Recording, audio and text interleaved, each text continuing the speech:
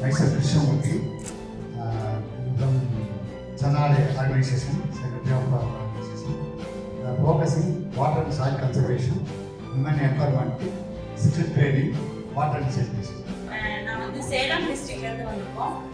எங்களுடைய வந்து ஒர்க்கிங் என்னன்னு பார்த்தீங்க அப்படின்னா உமன் எம்பவர்மெண்ட், ஹெல்த்து, குழந்தைகளுடைய ஹெல்த்து ப்ளஸ் வந்து அக்ரிகல்ச்சர், இந்த ஒர்க்கு நாங்கள் பண்ணிட்டு இருக்கோம். Thank you. I am Bose from Western Ghats Mountain area. We are focusing biological conservation and microfarm. அனைவருக்கும் வணக்கம். என்னோட பேர் வந்து விசுவாசம் ஞானாரிக்கம். எங்கள் ஆர்கனைசேஷன் வந்து சிப்கோடஸ் திண்டுக்கல் டிஸ்ட்ரிக்ட். ஒர்க் பண்ணக்கூடிய மக்கள் வந்து இயற்கை விவசாயம். Hi everyone, I am Sneha, J-First NGO from Erode District. Our thematic area will be Women and Children, Health and Employment based on 2008. Hello, good morning everybody. I'm Sheila from Pasumai Ulagam NGO. We are based on Erode District of Tamil Nadu. Our organization started in 2002. Our thematic area is Women Livelihood, Empowerment and Education and Environment. Thank you. என்னுடைய பேர் வந்து சரஸ்வதி, திருப்பத்தூர் மாவட்டம், தமிழ்நாடு. எங்களுடைய நிறுவனம் பேர் வந்து change centre for health and gender equality. நாங்கள் பெண்களுக்காக குடும்பத்திற்காக 2013 பெண் தொழிலாளர். We are working in Namakkal, Sahayak and Erode district. We are working on thematic areas of women empowerment, child welfare and also sustainable agriculture. Thank you. அனைவருக்கும் காலை வணக்கம். என் பெயர் அன்புராஜ். ஆலயம் ட்ரஸ்ட் ஈரோடு டிஸ்ட்ரிக்ட் தமிழ்நாடு. நாங்கள் பெண்கள் மற்றும் குழந்தைகள் மட்டும் ஒர்க் பண்ணுறோம். அதில் அக்ரிகல்ச்சர் பேஸ்ட் ஒர்க் பண்ணிக்கிறோம். நன்றி வணக்கம். My name is Jagreem from Madurai district. We are from Below Trust. We are looking for the landless people, married and the tribal community, particularly for the non-house scavengers. After independence, now the non-house scavenging practice is going on. It's very same to the person. We are looking for the non-house scavengers. I'm Dinesh, coming from Salem Reward Trust. We are focusing on small and marginal farmers and tribals like human empowerment. Good morning, I'm David Stacking from the Good Sand Foundation. We work with a lot of accident cases and we support people with home care and rehabilitation. My name is Vijaya. My NGO name is Foundation. Niranthara district NGO. NGO Women Empowerment and Child Development. So, I'll use a combination of English, Kannada and Tamil. Taking buying time because another 5-6 of our partners are coming in. Funding Foundation, we have been putting a lot of effort into this. So, and wish you all a happy new year. So, we are really looking forward to a lot of interaction and a lot of learning next 2 days. We have together this year in 47 partners from Tamil Nadu and Karnataka. They are from our 4 batches of Niranthara Sahayak program. So this is, I think all of you also haven't met each other. The batches meet. So some of you joined the program in August 2022. So it's 1.5 years journey and some little later. And this 19 of the partners are graduating today. And rest, this is Sahayak batch 3, and rest will be graduating next year, this year. For our graduating partners, we have some special events today. We have a session with Mr. Krishna Kumar, and then we'll have a certificate of completion. When we started this program, we did a baseline evaluation assessment, and some of you were at 10% marks to score, and some were 40% from the graduating batch. And I now an average is 93.4%. So I really need to. I think we should graduating. A lot of some people have got 98% marks, and most are around 90, which is a really great achievement. You look to outsourced your finance and accounting to the service provider, certain third party, and you will also adopting new processes in the organization, and it reflects on your willingness to be transparent. This needs a lot of transparency to be outsourcing all your monetary thing. So, and also this way of working of outsourcing is still new to the sector. So, some of you took that. All of you actually took the lead to faith, and the process is still getting finalized. But I think I really want to applaud you for taking that step in your organization. Yeah, evaluating that also created a 3-year strategy plan. I was in Odisha last week, and I think that is one area which I see there's a lot of gap, and a lot of you did a lot of thinking and processing within your organization and created this 3-year strategy plan for yourself. I hope that you will use this document for the next 3 years while budgeting, while planning the programs, and use this as a base document to achieve whatever you have planned for the next 3 years. There's so much of effort which has been put in during the program, or some of you are still going through the journey. It is important that we understand that we have to continue these changes, live with those changes in the population. So it is not a project, it is not something which has to be done at the end-line assessment.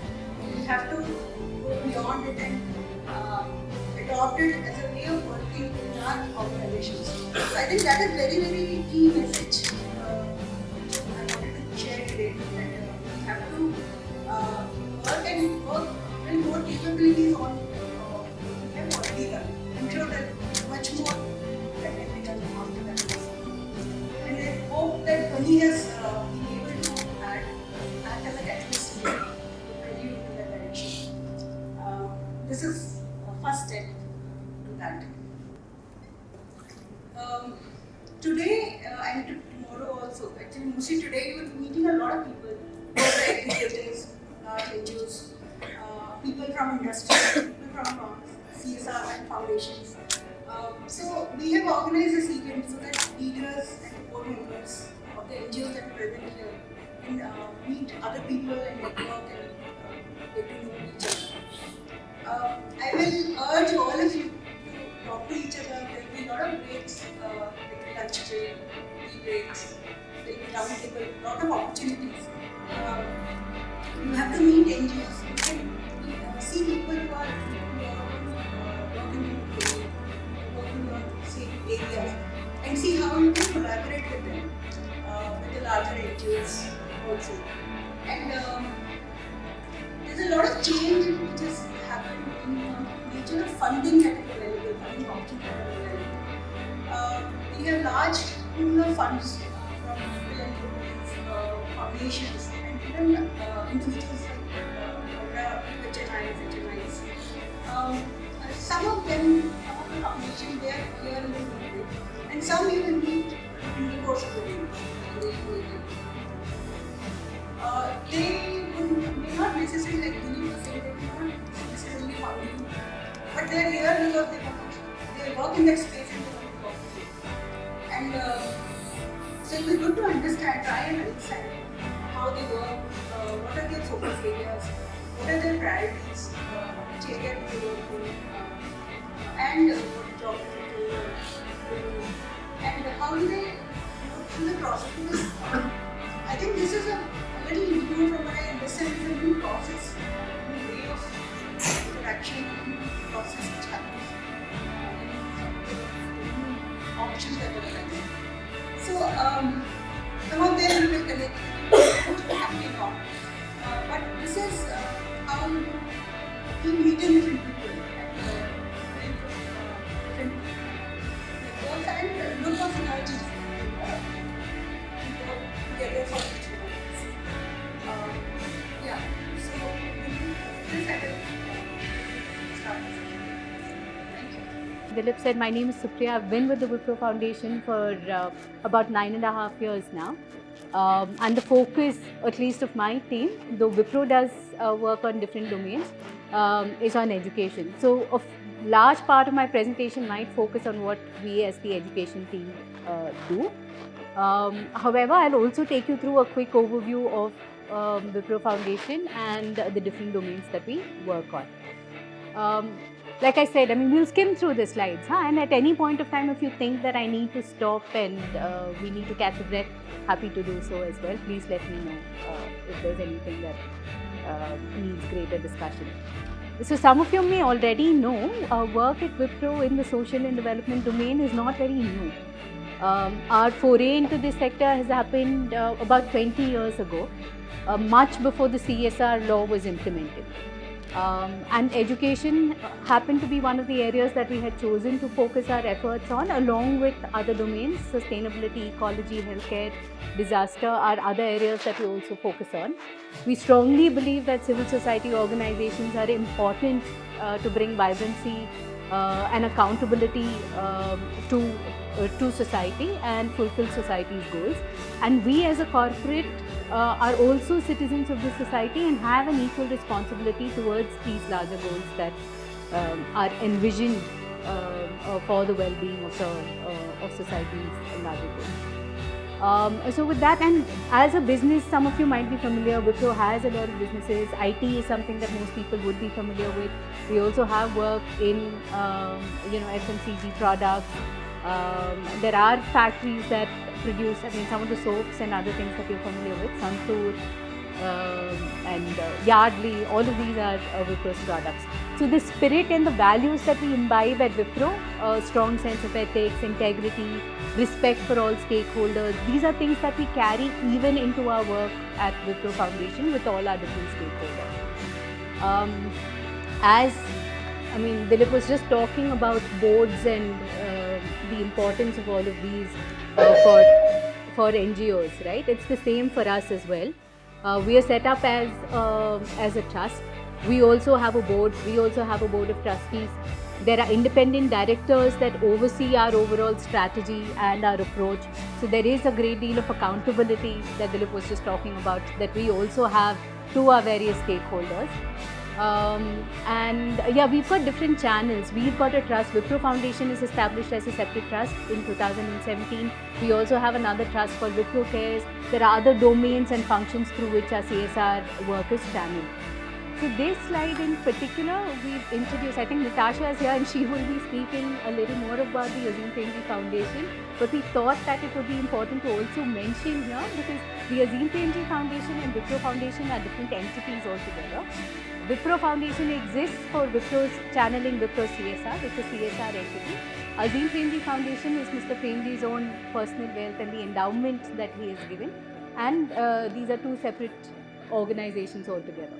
So at Wipro Foundation, these are the different domains that we kind of work on. And you know what? Almost all of this information can be publicly available. You can check the website. Most of the information is already there. And in case you need additional information, happy to share them across as well. So education, as you see, there is a large number of programs within education because it was one of the areas that we had identified at the inception, right in 2001 or so. And there are different areas that we work on both in India and overseas as well through our initiatives through different partners. I'll get into some of these programs in details and the other domains that we work on are ecology, primary healthcare, disaster response. For each of these, there are different teams within Wipro Foundation that works towards them. There is a charter for each of them. There is a separate process that each of these entities follow. And there's a different grant review process based on the mandates that we follow for each. And like I said, in case you need additional information on any of the other domains apart from education, also happy to share links where you can receive additional information. Yeah, so these are some numbers. Again, we just skim through them. Some of these numbers are actually dated, not the most accurate, so maybe best not to photograph this slide. So we work with about 150 odd partners in the education sector alone currently across the country. And you can see the numbers that we have mentioned there on the outreach through the partners. Ecology, urban ecology is an important area for us. It's largely in areas where Wipro has its offices and factories. Healthcare, the focus is on child and maternal healthcare, again in proximate locations to where Wipro has its offices. Disaster response, all of us are familiar. I mean, unfortunately, due to the climate change, disasters have become commonplace. And it's been, the calamities have just been increasing year on year. So we felt that this is also an area that we perhaps would want to focus on, especially since it's also driven by what employees and all of us at Wipro are also keen on doing, because some of us come from different parts of the country and are affected. Our personal families and others are also affected. So it has been an important area that we have been focusing on over the last few years.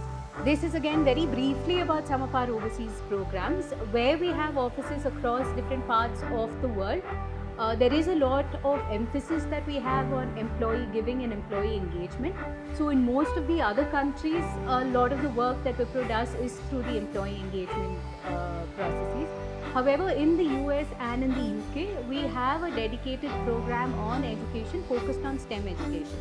So in the US, with 7 universities anchored by University of Massachusetts in Boston, there is a STEM education fellowship that we run for teachers in underserved areas. In the UK, with King's College in London and with Sheffield Hallam University, we work on, again, similar programs. One is a fellowship, one is supporting of bursaries for MA and STEM education. These are all interesting programs, and the learnings from there often are carried into our work in different parts of the country and across our different programs across the country. So these are the education programs, and like I said, I'll spend some more time here because this is what our team focuses on. Dilip had mentioned that a lot of you do work on education and skill development. Skill development is not as much of a focus for us. However, in education as well, as all of you might be familiar, it's a vast domain, right? And there are different ways to approach it. There are different angles that each of us might focus on. At Wipro Foundation, for us, these are a few areas that are important.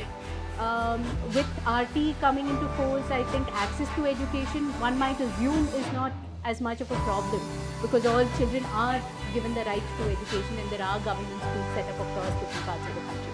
However, this does remain a pipe dream for several sections of people, several communities such as children of brick kiln workers, children affected or afflicted by things like leprosy or HIV/AIDS, and for them access to education is also important. So we have several partners across the country who work on access. They either run learning centers or run schools for these populations who otherwise might not have an access to schooling. The other two programs, the next two ones that we mentioned, have the same objective. The larger objective is to enable organizations to capacitate them to work in education in the long run in a sustainable manner to improve the public education system, because as all of us know, the public education system is the largest service provider of education in the country, and there is a lot that still needs to be done in order to improve the quality of the education that is provided in these places. So we have a grant program as well as a fellowship program. Fellowship program is something that we offer to individuals who are in their very early stages of setting up organizations, and it's given to 1 to 3 co-founder individuals to set up the organizations and run their programs. The grants program is focused on mid-stage organizations, not large organizations that have are already running established programs, but mid-stage organizations whose foray into education might be still in early stages. They might have been community organizations who've existed for several years, but education is an area that we are now focusing on. So these are some of the programs that we work on. The focus on children, education for children with disabilities. Some of you have mentioned that this is an area of focus for you as well.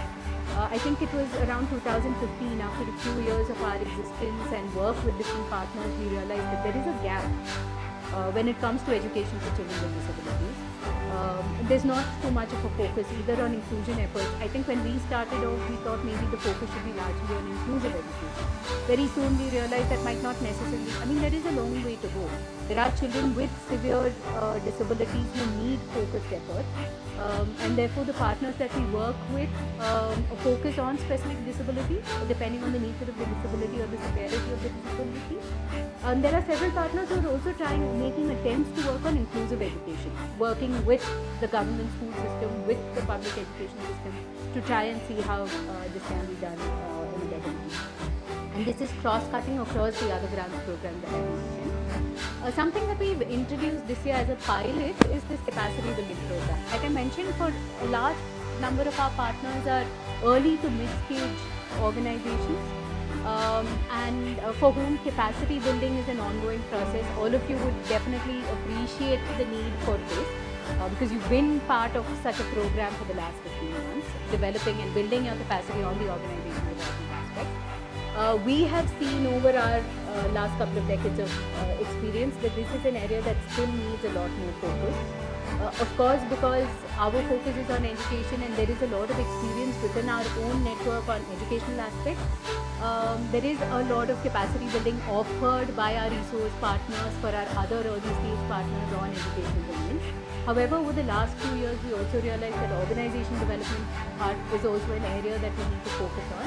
And with support from some partners over the last couple of years or so, we've also started focusing on organization development. And this particular program that I said has been just piloted, launched this year, and we need to see how this evolves. But it's a non-funded program.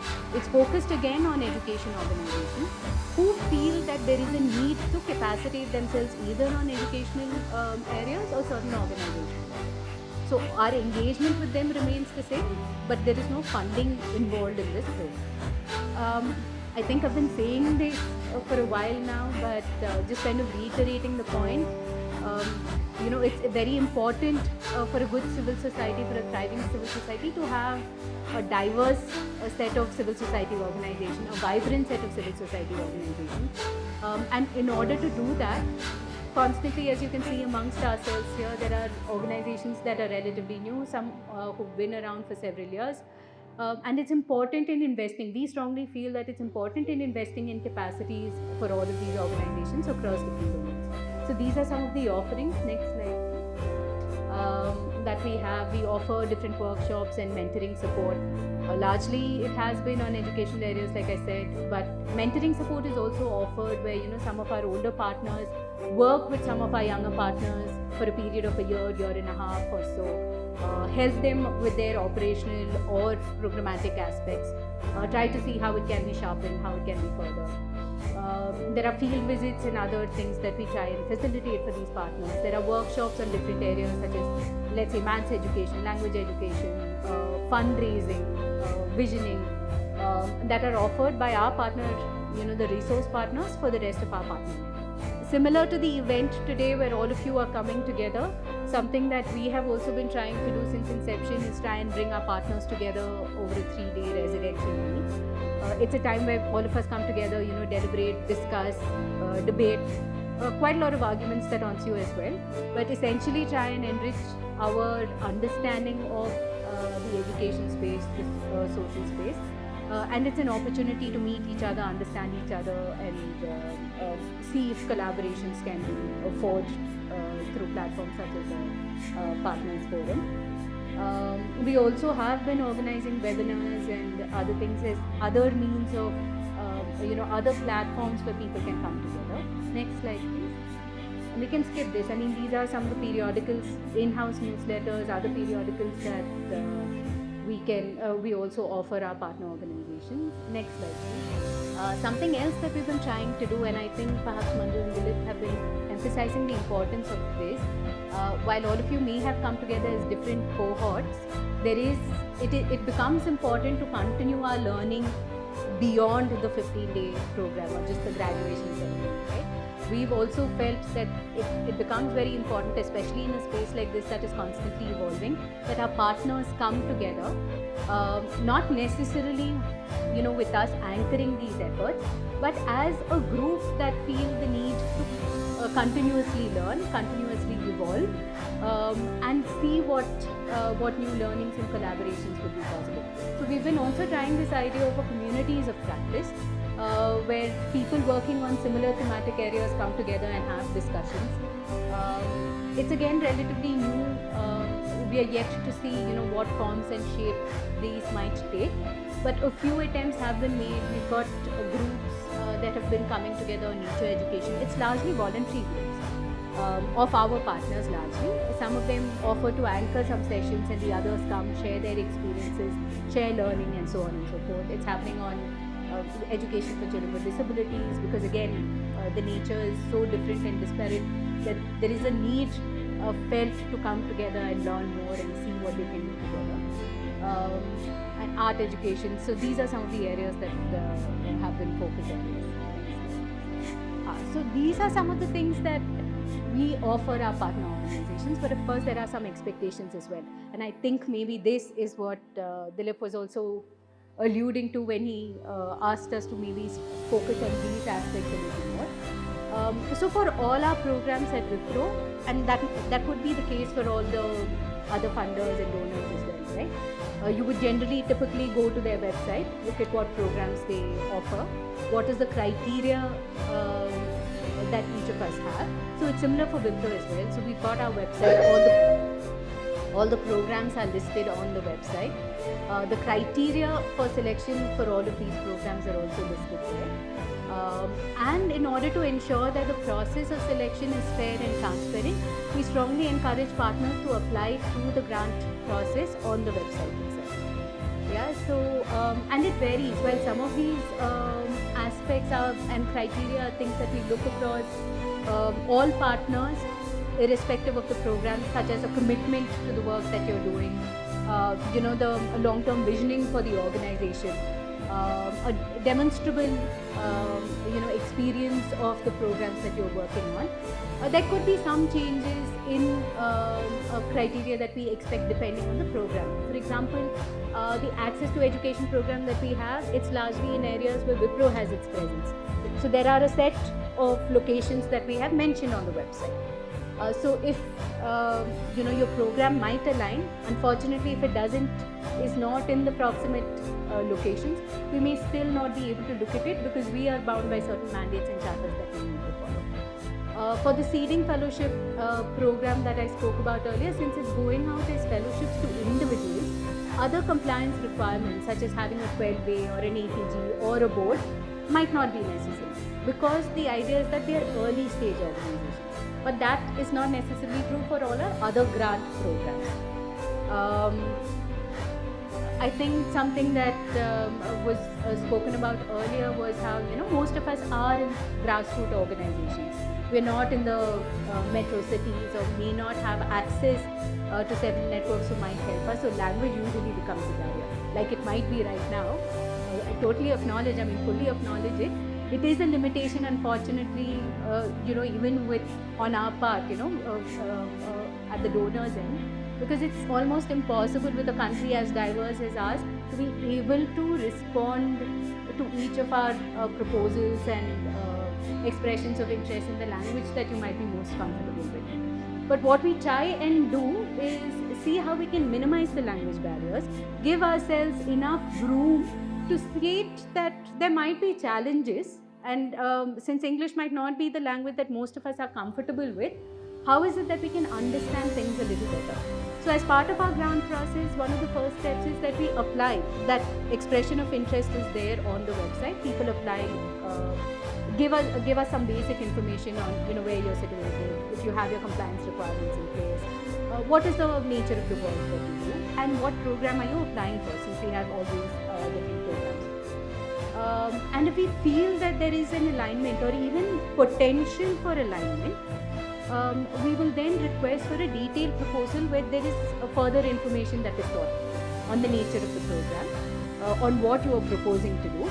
Something that we strongly encourage is not for people to come back and ask us what is it that you want us to do. We will tailor make our program to your needs. that's not something that we look at. We strongly encourage partners who have a long-term vision and a long-term idea of what they want to do, in this case in the education space, that aligns with that vision of theirs. Because only then do we feel that, you know, that change can be effected on the ground with the communities that we're working with. So once the detailed proposal comes in, there is a review. All the applications that we receive, we review all of them. Just to give you an example, I think in 2020-21, we had opened out our grants. It was right after the pandemic. And of course, the pandemic brought with it several sets of challenges. I think the FCRE rules had also changed. So funding had been quite dire. And we suddenly found ourselves looking at 1,000 odd applications across the programs that we had received. And as all of you are aware, our funding is also limited, right? We don't have endless funds. So the way we function is also that every year we need to put out a budget for what our year looks like. That needs to get approved by the board that I was talking about earlier. And it's with those budgets that we need to see, you know, how many partners that we can support, how many can we continue engaging with, and what are the different other aspects that we might be able to introduce in order to help our partners do their work a little better. So there are, you know, strong limitations to the amount that we ourselves can support partners with. So with the 1,000 odd applications that came in, after several rounds of review, the EOI was reviewed, the expressions of interest were reviewed, then we requested for detailed proposals, calls were done with partners to understand more information, to get more information. In some cases, visits were also made, and that's the regular process that is done to understand the partners better before we can onboard them, right? And then we again have to present all of these different cases to a board of trustees or a governance committee where the final decision is taken. So it does become sometimes a difficult process because, you know, through this entire thing, all of this will take months.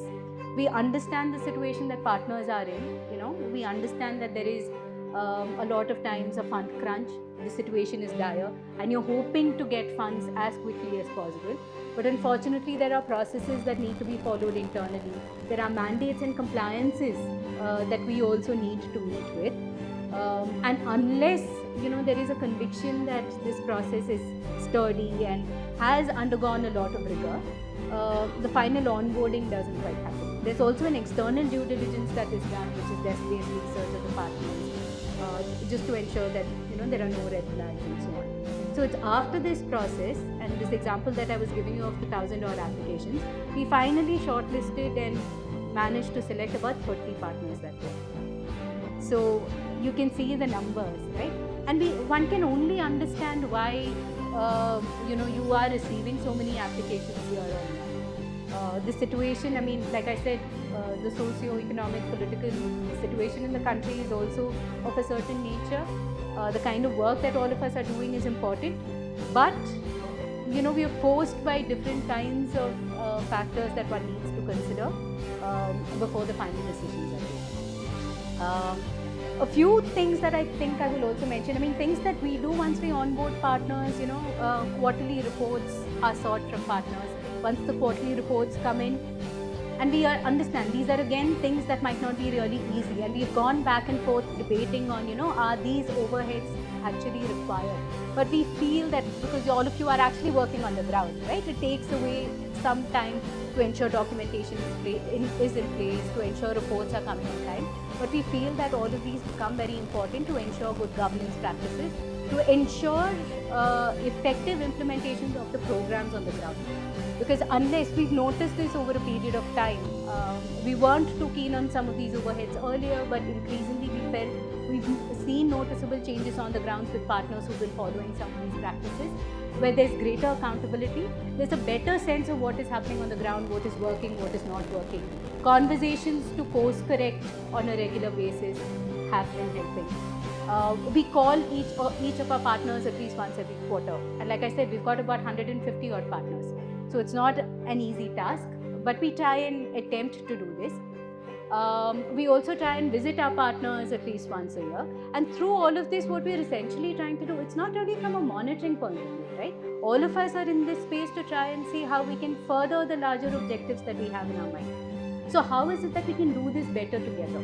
How do we build these relationships? How do we work with our communities and stakeholders in the best way possible to achieve the goals that we had set out for ourselves? That is the main intention for some of these things that we have in place. So, sometimes when it does seem like it's too much from the donor side, do understand that there are certain limitations at our end, and please, at least something that we are very open to is having honest conversations with partners. Sometimes there are genuine challenges at the partner's end as well. So there might be more time that is required. Maybe a certain format isn't working. Language might be an issue. So what we've been trying to do, there's a long way to go, but at least with some of our templates and reports, etc., we've at least tried to make it bilingual in English and Hindi, to try and see if we can at least break down the barrier at least one bit at a time. And the other thing I think maybe that Dilip was also talking about are all these proposals and the 1-minute pitches. Of course, time is of essence. Time is a bit of a challenge for a lot of organizations. But at the same time, we do understand that it might be important to develop a relationship. Unfortunately, the quicker we understand what the organization is doing and try and see how it fits in with our larger mandate, the easier it becomes for us to engage in longer conversations as might be required over a period of time. How is their work aligned with our larger vision, with the criteria that we've set out? And like I said, all of that is on the website. So if you meet all of the basic criteria and you apply and we review it, we'll go ahead and then have conversations to see if it's a fit.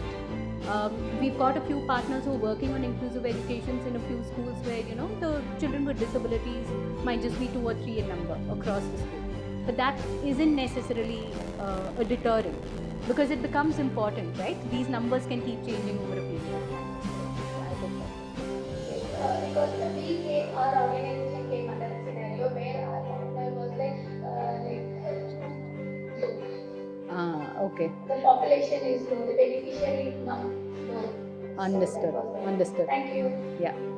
Thanks very much. Yeah.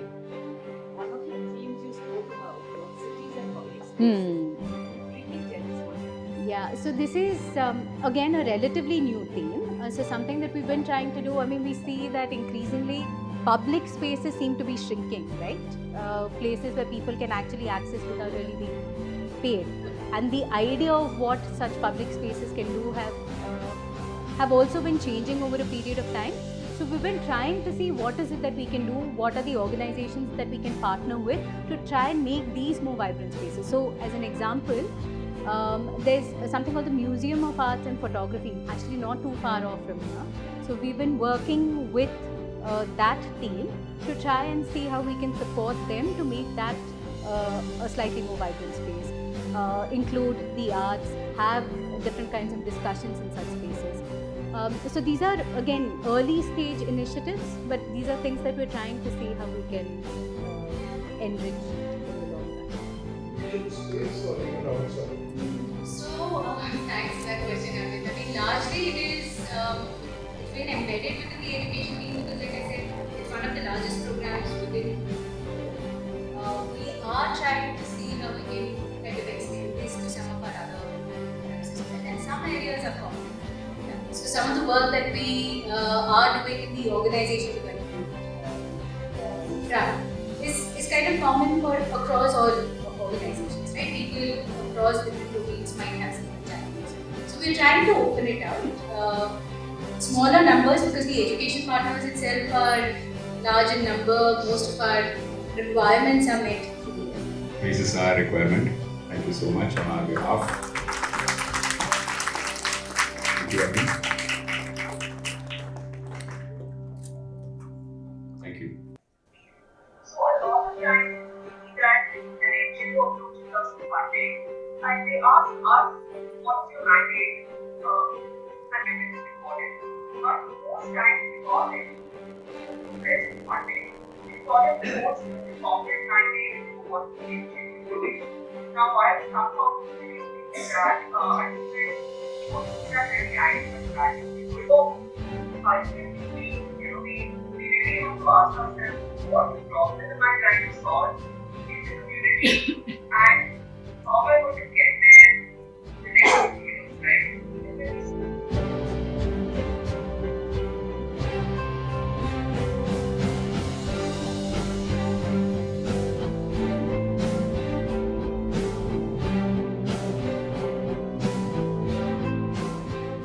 So I'm going to promise all of you that I'm going to keep it to a 15-minute session, right?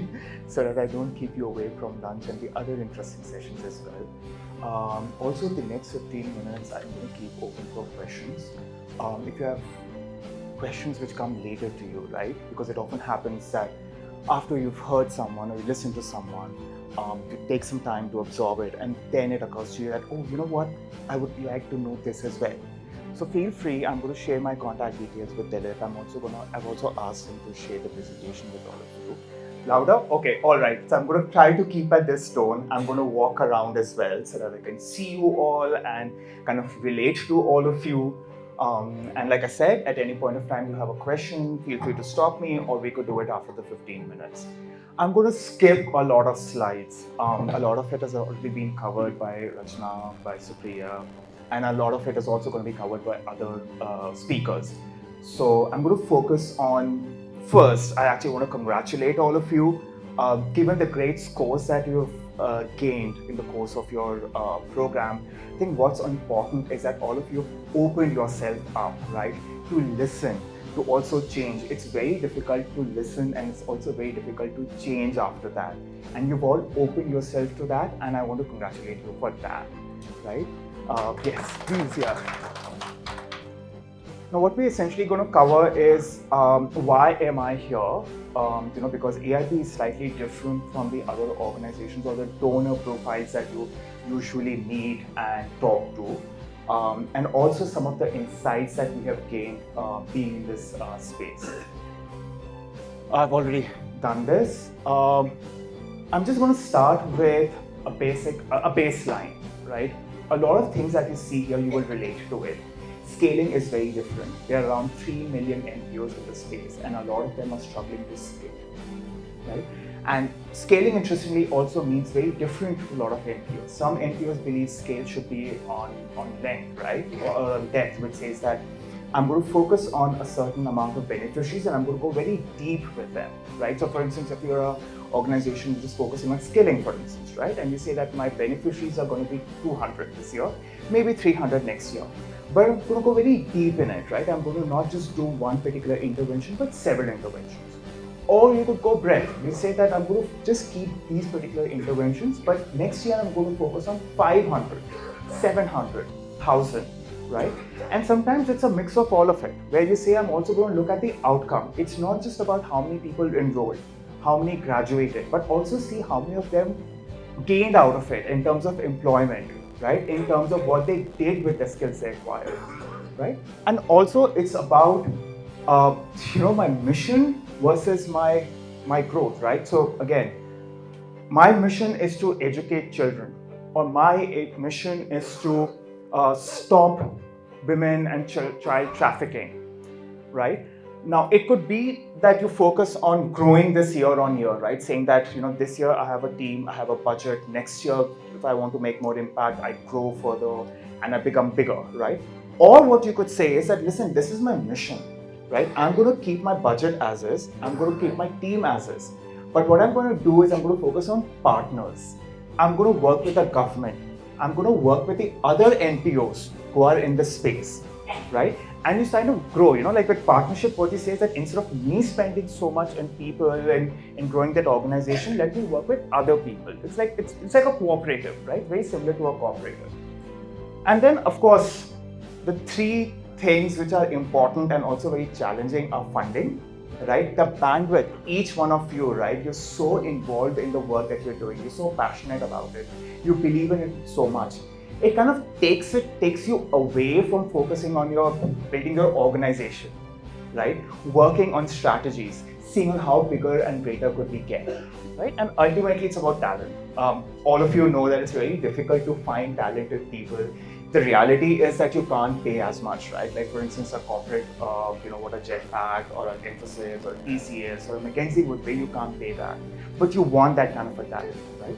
So what do? You acknowledge the problem that, listen, this is a problem, but how can I work around that? And I'll come to that a little later, right? And of course, these are the challenges that you would face.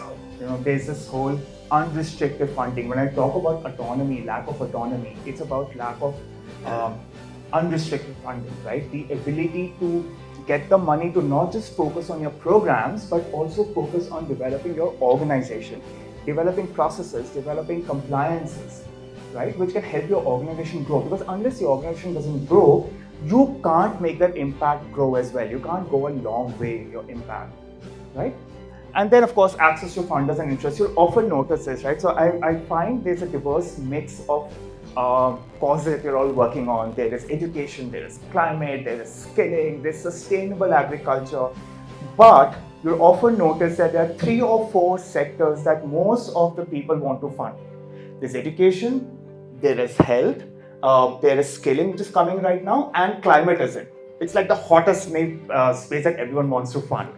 So when you start talking about sustainable agriculture, right, people are like, they're not able to relate to it, right?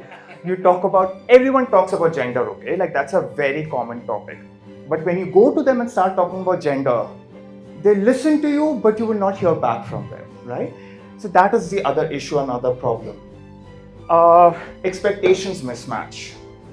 Often you will come across a certain number of donors, right, who will say that I only want you to put my money in programs. They tell you where the money has to go, right? And that means that you can't focus on the development of your organization. So what do? To convince them or to keep that relationship going, you start cutting back on your costs, right? Or you underrepresent your costs. That cycle continues because you do that, they see that, see, I told you this can be done, you did it, now this is what I'm going to pay you. You kind of starve yourself. It's starvation, right? Which does not help, because that starvation essentially is going to put an end to what you're doing. Very soon you'll realize that it's not sustainable. And that's also because of weak feedback loops. One thing I'm going to emphasize on is that it's a partnership, right? In a partnership, power dynamics cannot be skewed towards one person. So always when you're speaking to a particular donor, speak from a level playing field, right? You're going to them, you're talking about the programs that you work in. I'm also going to talk about how you engage with them. But always believe that the power dynamics should not lead to your own end. Yeah? How many of you understand what philanthropy is, right? Because I've struggled to understand philanthropy, sorry. Yeah, so how many of you actually know what philanthropy is? Because I struggle to understand what philanthropy is, right? And how is it different from charity then? Do you ever have that situation where you're confused whether what's the difference between philanthropist and someone who's doing charity? Because all of us do charity, right? At some point or the other, we have. Very good. Yeah. I think, what it does not mean is, it's not long term. You will wake up one morning and you'll be like, oh, you know what? I heard this story, or I believe in this, I relate to it, and here I'm going to give money to this particular cause. But you don't do it every year. You don't do it often. And it's transactional. You give the money and that's the end to it. Philanthropy is beyond that. Philanthropy is all about long-term commitment, right? To a cause and to the partner. It's about unrestricted funding, right? You work with the partner. You don't dictate terms to the partner, right? It is flexible, right? That's the whole point about unrestricted funding. And philanthropy is meaningful. It starts from the heart. All philanthropists have actually either a lived experience, meaning they've actually at some point or the other gone through that, right? Or they've observed it. So I'll give you a simple example. Right now you must be seeing that India has a lot of successful startups, right? They're all unicorns. There are a lot of young people in their 20s and the 30s and the 40s who become billionaires and millionaires, right? Yeah, exactly. A lot of them attribute it to their education, right? And a lot of them come from very humbling backgrounds as well. But what they attributed is that the quality of education that they got. They believe that if India has to grow, the kind of education that they had access to, they need to make it more accessible to everyone around. Hence, you will see them focusing on building educational institutions, giving to educational institutions, right? So it's a lived experience. That's something that they've gone through. Or it could be, I remember speaking to a particular philanthropist and she said that, growing up, I used to go to a particular farmhouse. We used to get away from the city, we used to go to the farmhouse for 2 to 3 months. Now, for my children, the farmhouse doesn't exist. That patch, that area, that radius of 20 or 30 kilometers has only offices and residential houses. Because my children now can't go there. So the development, the cost of development, she feels it now. And she therefore believes that if I feel that, I can't even imagine what it's leading to. And she's focused on climate. So it's an observed experience. Right? Can you pause a bit? Sure. Yeah. Yeah. Nice. So, which language we start? So, philanthropy, ಏನು ಕೇಳ್ತಾರೆ ಅಂತ ಅವ್ರು ಕರೆಕ್ಟಾಗಿ ಕೇಳಿದ್ರು. ಫಿಲಾಂಥ್ರಫಿ ಬೇರೆ, charity ಬೇರೆ. ಎರಡು ಫಿಲಾಂಥ್ರಫಿಯಲ್ಲಿ CSR ಬೇರೆ, ನಾನ್ CSR ಬೇರೆ. ಇಲ್ಲ, ಫಿಲಾಂಥ್ರಪಿ ஸோ அவர் விஷால் என்ன சொல்றாருன்னா, CSR is normally வந்து என்ன பண்ணுவாங்க, they will so and so program, I will only cover program cost. Or CSR will say, ಈ ಪ್ರೋಗ್ರಾಮ್ ಇನ್ ಡಿಸ್ಟ್ರಿಕ್ಟ್ನಲ್ಲಿ ನನಗೂ ಇಂಪ್ಲಿಮೆಂಟ್ ಮಾಡಬೇಕು, ನೀವು ಇಂಪ್ಲಿಮೆಂಟಿಂಗ್ ಪಾರ್ಟ್ನರ್ ಬರ್ತಾ ಇರುತ್ತೆ ಬನ್ನಿ, ಆ ಪ್ರೋಗ್ರಾಮ್ ನನಗೂ ಇಂಪ್ಲಿಮೆಂಟ್ ಮಾಡಿ ಕೊಡಿ, ಅದಕ್ಕೋಸ್ಕರ ನಿಮ್ಮ ಅಡ್ಮಿನ್ ಕಾಸ್ಟ್ ಎಷ್ಟು, ಸ್ಯಾಲ್ರಿ ಎಷ್ಟು, ಪ್ರೋಗ್ರಾಮ್ ಕಾಸ್ಟ್ ಎಷ್ಟು. ಸೊ ನಿಮಗೂ ಏನು ಸ್ಕೋಪ್ ಇರಲ್ಲ. Is 100% for the programme, implement only the programme. ತುಂಬ ಕಂಡೀಷನ್ ಇರುತ್ತೆ. ಬಟ್ ನಾರ್ಮಲಿ ಫಿಲಾಂಥ್ರಫಿಯಲ್ಲಿ who's CSR the not philanthropy, ಅವ್ರು ಏನು ಹೇಳ್ತಾ ಇದ್ದಾರೆ, ಫಿಲಾಂಥ್ರಫಿ ಇಂಡಿಯಾದಲ್ಲಿ last time fundraising session also we discussed, India is getting richer and richer. So lot of young people, 28, 30, 35, 40, ತುಂಬಾ ಅವರು high net worth individuals, HNI ಇದ್ದಾರೆ. So they have become rich and richer, and they wanted to give back to the society. ಯಾಕೆ ಕೊಡಬೇಕು? Because lot of these people have come from very humble background, middle class, lower class, middle class background in the Vandanale, and suddenly rich aanadnala they want to give back to the society. And ஒரு sudden change தான் விஷால் அவர் சொல்றாரு. So charity, philanthropy, CSR க்கு ரொம்ப difference இருக்கு. So நீங்க deal பண்ணும்போது CSR க்கு deal பண்ணும்போது ரொம்ப too many conditions இருக்கும். And non CSR க்கு டீல் பண்ணும்போது, HNI, அல்ட்ரா HNI க்கு டீல் பண்ணும்போது கண்டிஷன்ஸே இருக்காது. ஏன்னா அன்ரெஸ்ட்ரிக்டட் ஃபண்டிங் கொடுப்பாங்க, எந்த ப்ரோக்ராம் பண்ணுறதோ நான் பண்ணுவாங்க. ரெண்டாவது எஜுகேஷன் அவர் சொன்னார் முதல்ல. ஏன் இந்தியாவில் நிறைய பேர், why so many people wanting to support education? ಯಾಕಂದ್ರೆ lot of these philanthropies have come from humble background-ನಾல they wanted to support education. ಯಾಕಂದ್ರೆ ಎಜುಕೇಶನ್ ಇದನ್ನಾல ನಾನು ಒಂದು ರಿಚ್ ಆಗ, I become richer, so now I want to fund education. So largely he is talking about philanthropy. He is not talking about CSR. So I spoke about the rich getting richer, right? And you can see the numbers here. Earlier it was in like last, okay, 2024. I keep forgetting that. So 2022 we had around 12,000 millionaires and billionaires in the country. By 2027, which is another 5 years, it's going to be 19,000 plus, right? So rich are getting richer, they're getting bigger, right? But compared to global, other countries, like for instance the US, the UK, or even China, they're giving us less. They're not giving as much. And there are reasons to it, right? And these are the barriers. And that's what Dilip spoke about, right? Dilip, I remember you said that one of the things we also need to understand is what the donor challenge is, right? So to me, when I refer to a donor, I'm talking about a philanthropist. These are people who are millionaires and billionaires.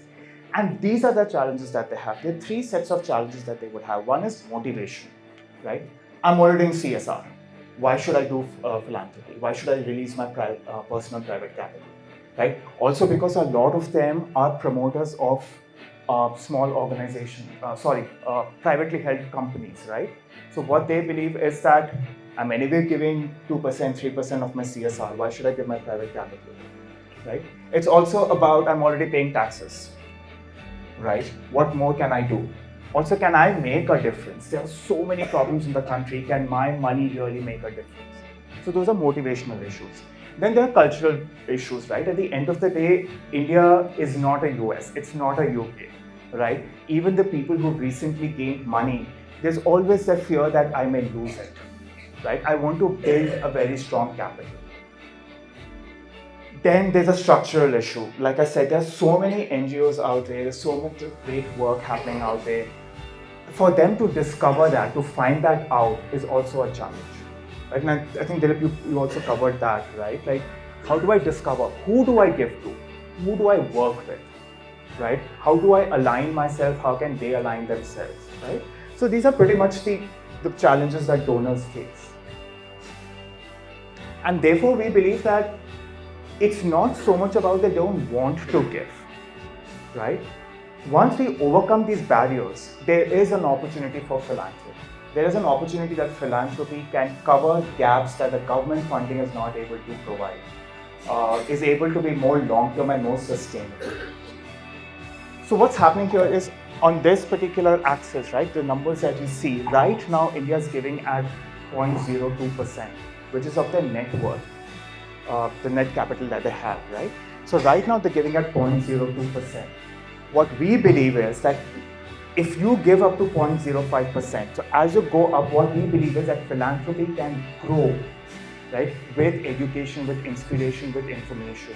It can grow at these levels, right? And with every... Yeah. What are these figures? So this is then at 0.02%, they're giving 150 million. No, this is million dollars. This is India, so I can convert this into. So this is India data. This is India data, yeah. But except that is in. Our largely என்ன சொல்றாரு, is high net worth individuals, ultra HNI individuals. That's not what he's talking about. High net worth individuals is rich donors. But donors previous slide ಅವ್ರು ಏನು ಹೇಳಿದ್ರಂತೆ, lot of donors ಗೂ ಕೊಡಬೇಕಂತ ಇದೆ, but ಯಾರಿಗೂ ಕೊಡಬೇಕಂತ ಗೊತ್ತಿಲ್ಲ, ಆ್ಯಂಡ್ ಯಾರು NGO ವಿಶ್ವಾಸ ಮಾಡಬೇಕಂತ ಅವ್ರಿಗೆ ಗೊತ್ತಿಲ್ಲ, ಆ್ಯಂಡ್ NGOs ಎಲ್ಲಿದೆ ಅಂತ ಗೊತ್ತಿಲ್ಲ. விச் மீன்ஸ் அவங்களுக்கு NGO எங்க இருக்குன்னு தெரியாது, எந்த NGO நம்பர்துன்னு தெரியாது, எந்த NGO அசோசியேட் பண்ணுவான்னு தெரியாது. அப்போ அவர் என்ன சொல்றாருன்னா, இந்தியாவில் நிறைய பேர் அவங்க பிஸ்னஸ்னாலேயோ வேலைகள்னாலேயோ இல்லை வேற கண்ட்ரியில் போய் ஒர்க் பண்ணுறாங்க, நிறைய பேர் ரிச் ஆகுறாங்க, நிறைய பேர் கொடுக்க ஆரம்பிக்கிறாங்க. And lot of rich people வந்து இப்போ middle class lower middle class background வந்தனால they wanted to give back to the society. அது இருக்கு, அந்த ஃபிகர் தான் இது. பட் அவங்களோட பெரிய பிரச்சனை ப்ரீவியஸ் ஸ்லைட்ல சொன்னது, எந்த NGO எங்க இருக்காங்க, யாரை நம்புறது, அவங்க எந்த மாதிரி வேலை செய்யறாங்கன்னு அவங்களுக்கு தெரியல. அதுதான் அவர் சொன்னாரு, டோனரோட ப்ராப்ளம் சொன்னது அதுதான்.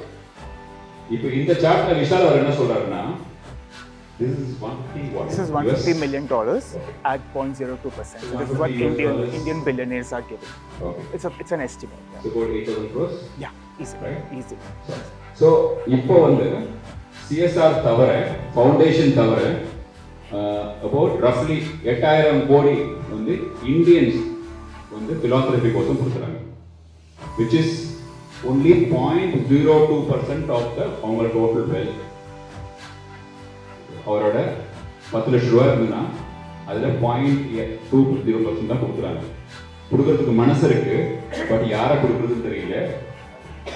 NGO ಎಲ್ಲಿದ್ದಾರೆ ಅಂತ ಗೊತ್ತಿಲ್ಲ, ಯಾವ NGO ಏನು ಕೆಲಸ ಮಾಡುತ್ತೆ ಅಂತ ಅವ್ರಿಗೆ ಗೊತ್ತಿಲ್ಲ, ಅವ್ರು ಎಷ್ಟು ವಿಶ್ವಾಸ ಮಾಡಬೇಕಂತೂ ಅವ್ರಿಗೆ ಗೊತ್ತಿಲ್ಲ. ಅವ್ರಿಗೆ ಕೊಡಕ್ಕೆ ರೆಡಿಯಾಗಿದ್ದಾರೆ, ದುಡ್ಡಿದೆ, ಮನಸ್ಸಿದೆ, ಹಂಬಲ್ ಬ್ಯಾಕ್ಗ್ರೌಂಡ್ ಬಂದರೆ ಅವ್ರಿಗೆ ಗೊತ್ತಾಗ್ತಾ ಇದೆ, but the problem is they don't know who to protect.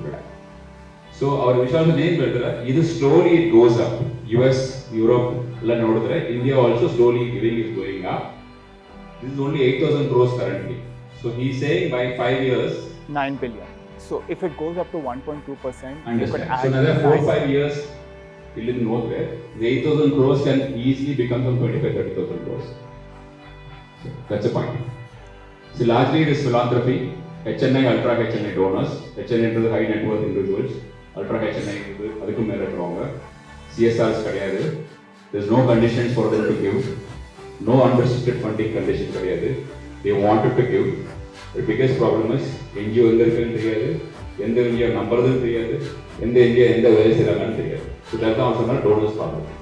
These are the and for it to grow, right, for it to increase, yeah sure.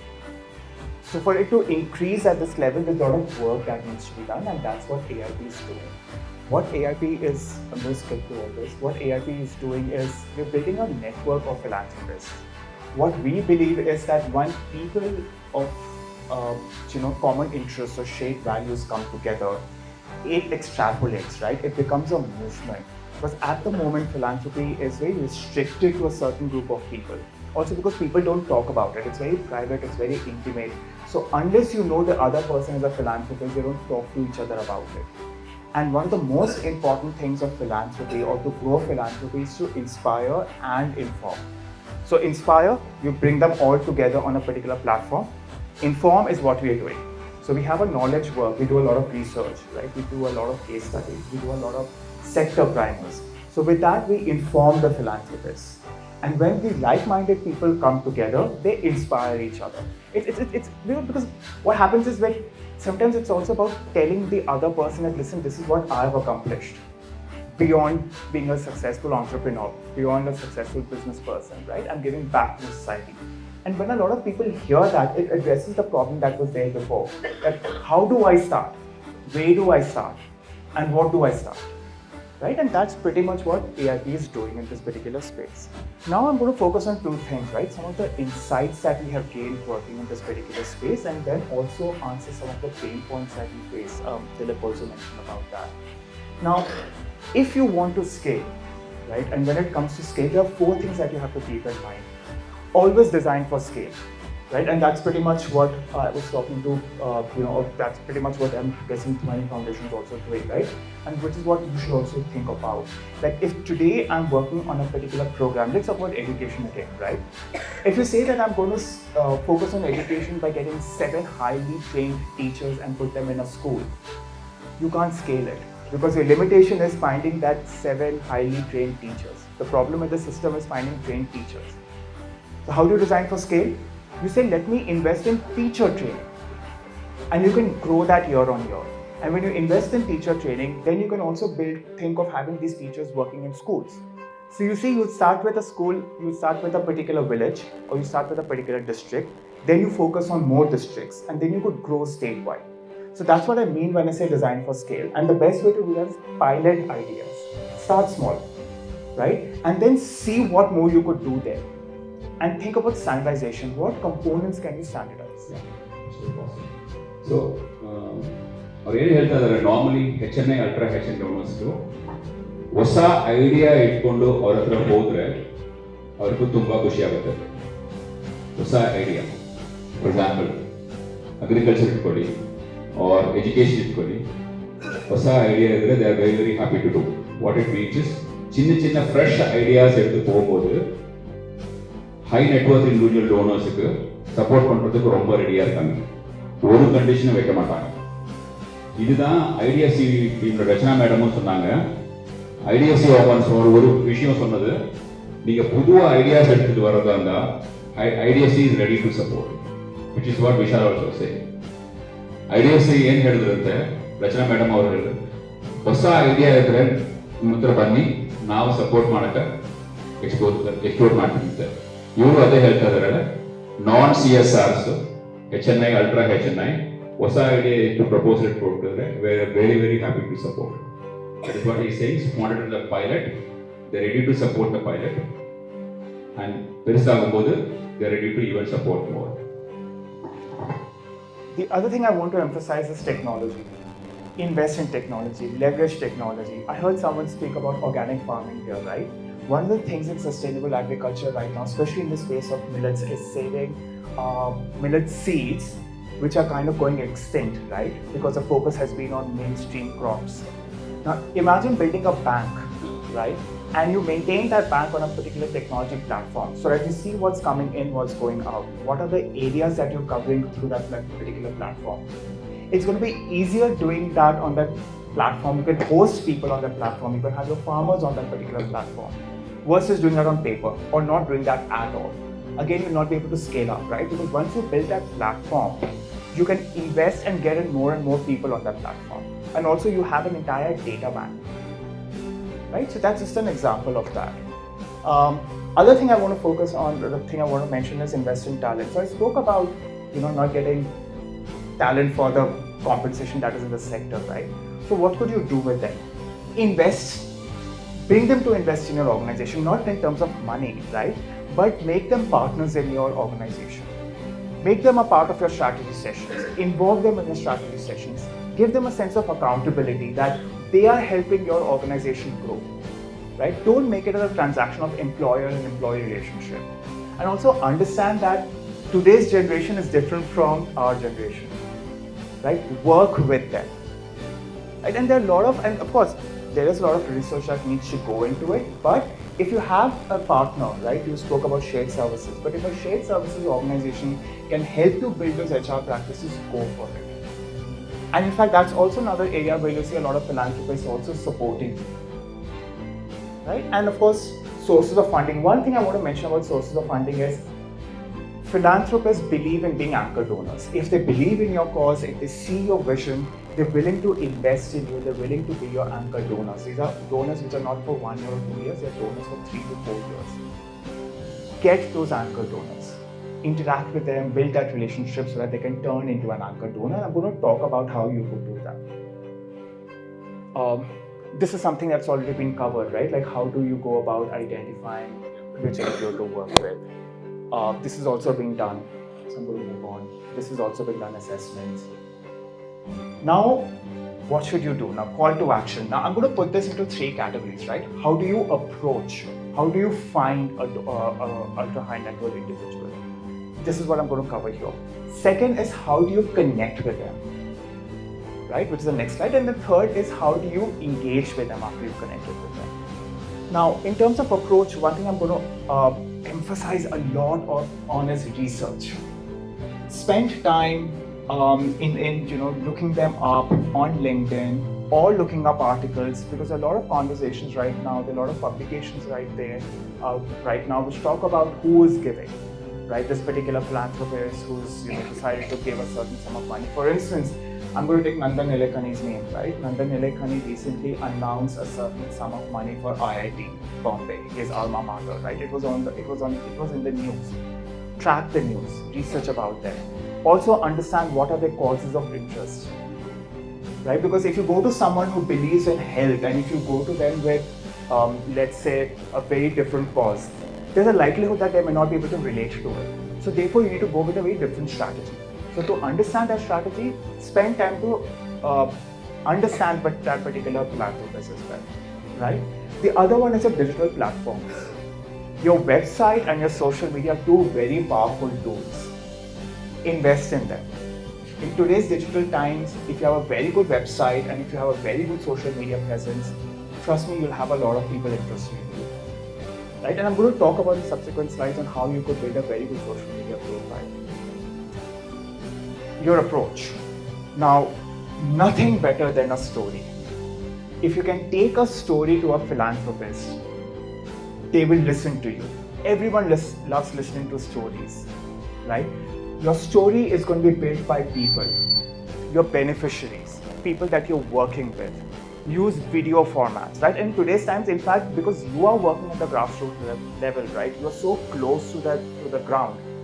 Take a camera with you, take your mobile phones, record, build a story, work with someone who can help you build that story, right? And that is also going to help you build a very compelling elevator pitch, that 1 minute pitch. The 1 minute pitch is not so much about saying everything that you do in that 1 minute.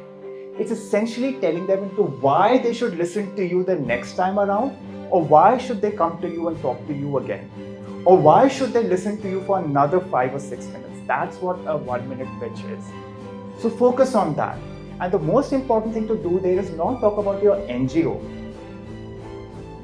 Talk about the impact that has been created. Talk about how that person can create an impact. And then that person is going to be interested in you. I've already spoken about this, right? How do you connect with them? The most important, I'm going to emphasize this enough, right? Like, focus not so much about, do not approach someone to ask for money. I'm going to give an example of that.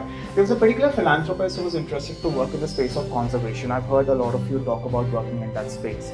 We introduced her to a not-for-profit organization which is based in Bangalore. They're doing great work in wildlife conservation.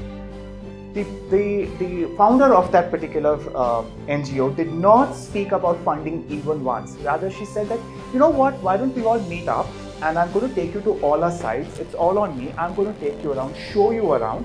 You just need to be prepared to be in the wild. And the philanthropist agreed to it. 3 months, over a period of 3 months, she took her to various sites, not just her own sites, but also to other sites of the NGO.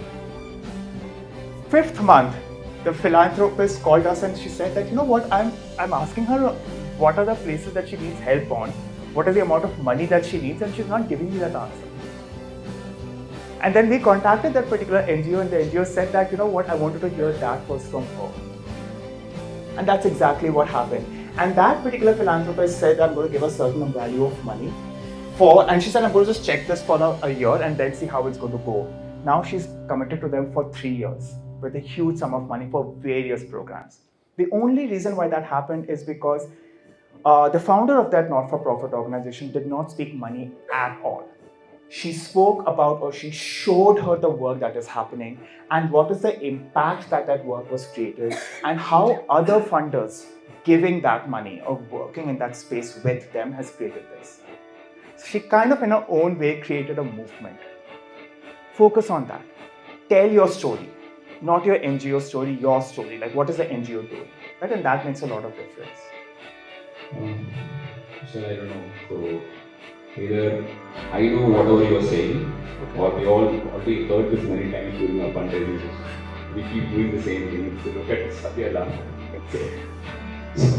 Anyway, so our broadly in philanthropy, we are not talking about CSR. CSR philanthropists,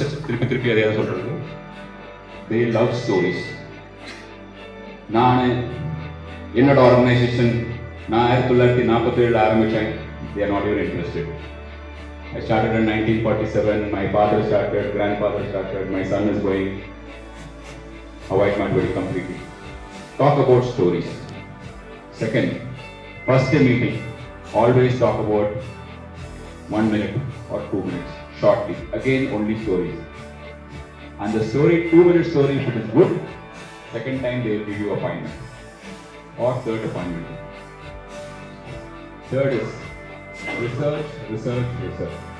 They take your authority to look at. Karnataka meeting really where to do research is important. Now, 2 weeks back, Don Bosco, fundraising session, now we did it. CSR Institute there, Madam HNI Institute there, Philanthropy Institute there, research must be go. That's what he says. Research before going anywhere. Philanthropy is absolutely right. So first is website, second is research. Don't talk about your organization, talk about the story. And lastly, he is saying is invite them. Phone order, sir, na NGO na adu pandra, 37 ஆரம்பிச்சேன் 47 ஆரம்பிச்சேன் அவ்வளவுதான். Invite பண்ணுங்க, முடிஞ்ச வரைக்கும் உங்க ஆர்கனைசேஷனுக்கு invite பண்ணுங்க. முடிஞ்ச வரைக்கும் ப்ராஜெக்ட் டீம் கூட ஒர்க் பண்ண கொடுங்க. Let them see.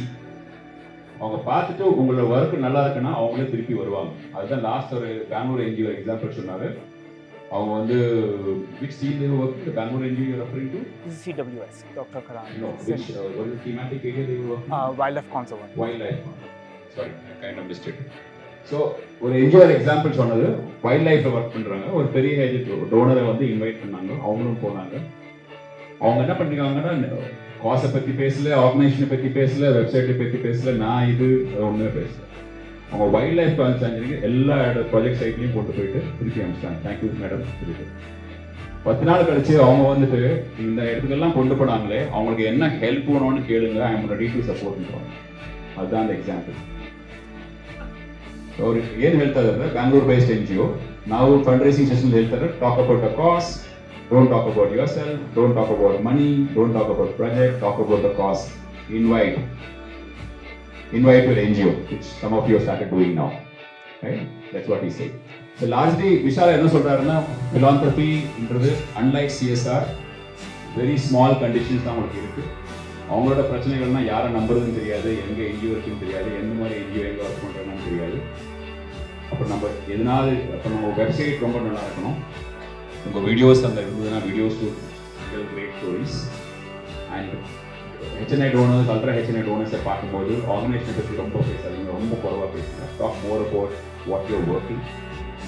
As much as possible invite ಮಾಡಿ, ನಿಮ್ಮ ಆರ್ಗನೈಸೇಷನ್ ಇನ್ವೈಟ್ ಮಾಡಿ, ಪ್ರಾಜೆಕ್ಟ್ ಸೈಟ್ಸ್ಗೆ ಇನ್ವೈಟ್ ಮಾಡಿ, ಬೇಕಂದ್ರೆ ನಿಮ್ಮ ಗಾಡಿ ಕಳಿಸಿ ಪಿಕಪ್ ಮಾಡಿ. Not that they don't have vehicle, ಬೇಕಂದ್ರೆ ನೀವು ಗಾಡಿ ಕಳಿಸಿ ಇನ್ವೈಟ್ ಮಾಡಿ, ಪಿಕಪ್ ಮಾಡಿ, ಟೂರ್ ಮಾಡಿಬಿಡಿ, ಕಳಿಸ್ಬೋದು. That is what great thing, because is saying the lot of money and you can go up to that. But super critical is research. I also like to add one more thing, is that when you do take them around to your sites, right, don't choreograph it. Don't orchestrate it. Let it be factual. Because often you've heard philanthropists come back and said that was made up for us. That's not authentic. The most important thing is even every story, even your website, your social media, your conversation, your interaction, there needs to be authenticity. This is what it is. This is what I'm doing. This is what I want to do. The minute you choreograph it, then it's also likelihood that philanthropist is going to say that, oh, this is great. Why do you need my money? What would you tell them? Right? So keep it authentic. And the final thing is about funding. When you come to it, right? Now it's about sensing, right? Now it's about human behavior. How are they responding to what you are saying? Sense that. Are they listening to you? Right? Do you see, like for instance, some of you I see are nodding your heads, right? And I'm assuming that you're listening to me, right? Get those verbal cues. Are they tuned in? Are they asking you questions? For instance, if you say, this is my growth plan, are they going to say that, fine, why do you need my money? Where do you plan to put my money in? It means they're listening to you. So pick those cues as well. How are they responding to what you are saying? And not just say that, listen, I want your money. Even at that point of time, tell them, you know what, I'd be really happy to also hear from you on how we could make this bigger and better with your money. And most importantly, show them how their money makes a difference. That's the most important thing. And also show how others who have bought into this, right, how they have given into this, that's made an impact. That's how you create a movement, right? We often, stories that we hear about independence or anything that we see in the recent times, it's about movement, right? Every cause that people have fought for, when they got numbers, they made a movement. That's what you need to do. Tell the philanthropists that, listen, you could be part of this movement, right? And then you can talk about funding. So even when you're talking about funding, keep it at that. Don't make a transaction that I need 10,000, whatever, and I'm going to put it to this and this use. That's not going to help. Rather show them how does that 10,000 make a difference, and how the others who have given that 10,000 have been put to use and how that being useful, without making it data heavy. Don't even now, for instance, I'll just give you a simple example of what I just did right now. I think I had 27 slides or something. I saw all of you listening to the other presentations. I saw the other presentations. I said, you know what, enough has been said. Right? And I literally cut down my presentation. That's what it is. So listening is also very important. Yeah? So with that, I'm going to stop. Like I said, I'm going to share my details, my contact details with Dilip. If you have any questions, you can reach out to him. Dilip, do we have time for a question now? Or if you have any questions? We can take 2 sessions. Before that, can I request you to go to what the AI is? So I could just do a quick summary. Tell them what AI does. So really quickly go. Sure. So Vishal, he's coming from an organization called Accelerate Indian Philanthropy. AIP. And Delhi இருக்கு. தமிழில் சொல்லிடுறேன், then I'll do Kannada. So what AIP does is, இவங்க continuously world and இந்தியாவில் giving எவ்வளோ கொடுக்குறாங்க, எங்கே கொடுக்குறாங்க, எந்த மாதிரி ப்ராஜெக்ட் கொடுக்குறாங்கன்னு இதெல்லாம் படிக்கிறதுனால நிறைய researches slowly they become good philanthropist. முதல்ல சின்னதாக ஆரம்பிப்பாங்க, கொடுக்க ஆரம்பிக்கும்போது கொஞ்சம் இவால்வ் ஆவாங்க. ஒரு வாட்டி கொடுப்பாங்க, அப்புறம் 2வது வாட்டி ஒரு வாட்டி சீன் வந்துட்டேன் பார்த்துருக்கேன். அப்போ இவங்க என்ன பண்ணுறாங்கன்னா, இந்தியாவில் இருக்கிற எல்லா அல்ட்ரா ஹெச்என்ஐஸ் அண்ட் ஹெச்என்ஐ டோனர்ஸை இவங்க போய் கான்டாக்ட் பண்ணிட்டு சைமல்டேனியஸ்லி என்ஜிஓஸையும் கான்டாக்ட் பண்ணி இவங்க 2 பேரையும் மீட் பண்ணி வைக்கிறாங்க. அதுதான் ஏஐபி பண்ணுறது. ஏன்னா முதல்ல சொன்ன டோனர்ஸ் ப்ராப்ளம், டோனர்ஸ்க்கு தெரியாது எந்த என்ஜிஓ எங்கே ஒர்க் பண்ணுறாங்க, இந்த மாதிரி ப்ராஜெக்ட் ஒர்க் பண்ணுறாங்க. என்ஜிஓஸ்க்கும் தெரியாது where is the donor, who the donor, how to reach them. CSR is easy. Go to Ministry of Corporate Affairs, type a report, top 300 companies, BSE stock exchange companies, all that we spoke, right? Easy. But HNA donors எங்க இருக்காங்க? Sir எங்கள் ஊரில் பணக்காரன் தெரியும், அடுத்த ஊரில் பணக்காரன் யாரும் எனக்கு தெரியாது. அதுதான் what they are doing is they are bringing the donors and the not-for-profit together and and see how both are able to address their requirements. That is what Accelerate Indian Philanthropy is. The back பண்றவங்க பெரிய பெரிய back பண்றாங்க. அவங்க ஒரு நல்ல Nobel cos கோசம் AIP ஆரம்பிச்சிருக்காங்க. So Accelerate India Philanthropy டெல்லியில் ಇದ್ದಾರೆ. ಇವರು ಬೇಸಿಕ್ CSR ಕಂಪನಿ ಅಲ್ಲ, ಇವರು ಡೋನರ್ ಅಲ್ಲ, ಬಟ್ ಇಂಡಿಯಾ ಕಡೆ ಎಲ್ಲ donors ultra HNI, Delhi, international outside India is one side, and they're connecting all the NGOs to the donors. They AIP matter. So they gave us needs, and we do a research, and we're building a repository. We have around 12 employees in the repository. Through us research, we are building information about them, and then we reach out to them separately when we see that there is a match between that and a set of those NGOs and a particular thing. So then we reach out to those not-for-profit organizations to just see that the information that we have is recent or it's outdated. So that's a repository. You don't, I mean, like for instance, the NGOs or the NGO names that I've got here, I'm going to upload that on the repository. Start your websites if you have a website. That's again very important. And then you can track that.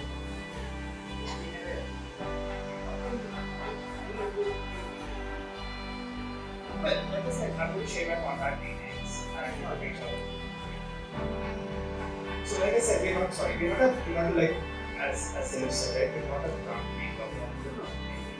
Yeah, sure.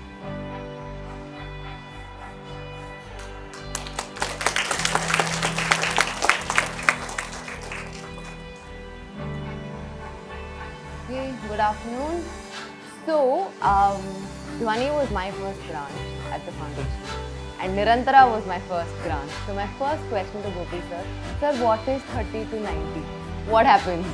So he took me through the entire process, so I know how rigorous your entire Niranthara Sahayak program has been. So congratulations to all of you for having done a fabulous job. Yeah? Great. So also just taking off from Vishal, I represent one of the most generous philanthropists in the country. 66% of his wealth has been given irrevocably to philanthropy in the country. So I work for the Azim Premji Foundation. Now the foundation is an umbrella term. There are 3 verticals within the foundation. We have the Field Institute, which works in education. This is our oldest institute, started 2 decades ago. We work with teachers on teacher training and making sure that capacities and learning for children improve because of quality of teachers. So we are there in 7 states in the country, we have field institutions, and we have 9 model schools across the country. The second is the university. We have university in Bangalore, a university in Bhopal has come up. We're going to be coming up with a university in Jharkhand as well, and one in the Northeast. Now the idea behind the university is we need more people in the social sector, we need more professional social sector, so that's the motivation behind the university. The last one on the screen is our early entrant. It has come very recently, called the philanthropy, which I'm a part of.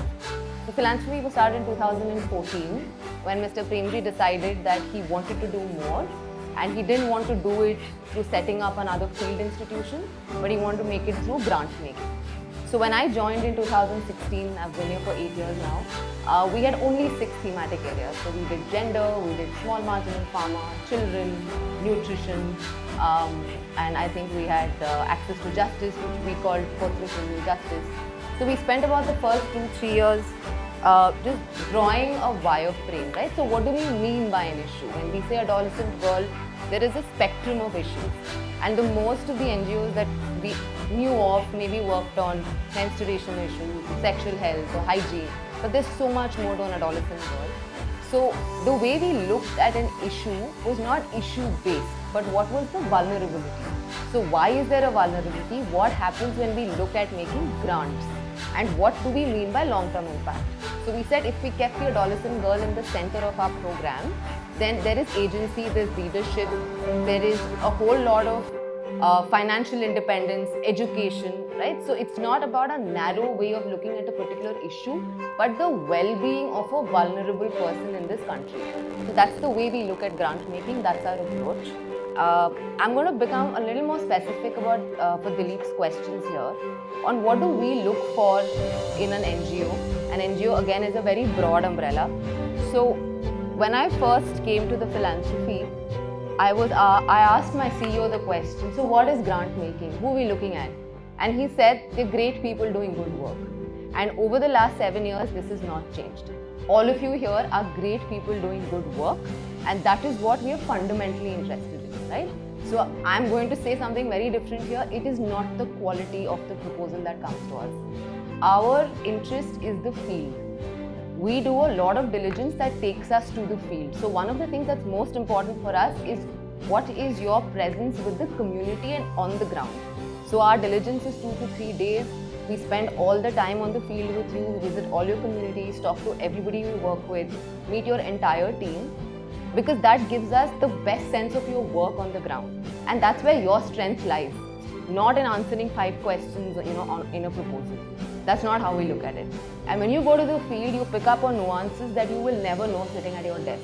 For example, when you go to a children's home and the children are making a lot of noise, you know it's a good, safe space because they're not being reprimanded, they're not being scolded, right? So these are like little nuances that you pick up. So for us, field work is very important.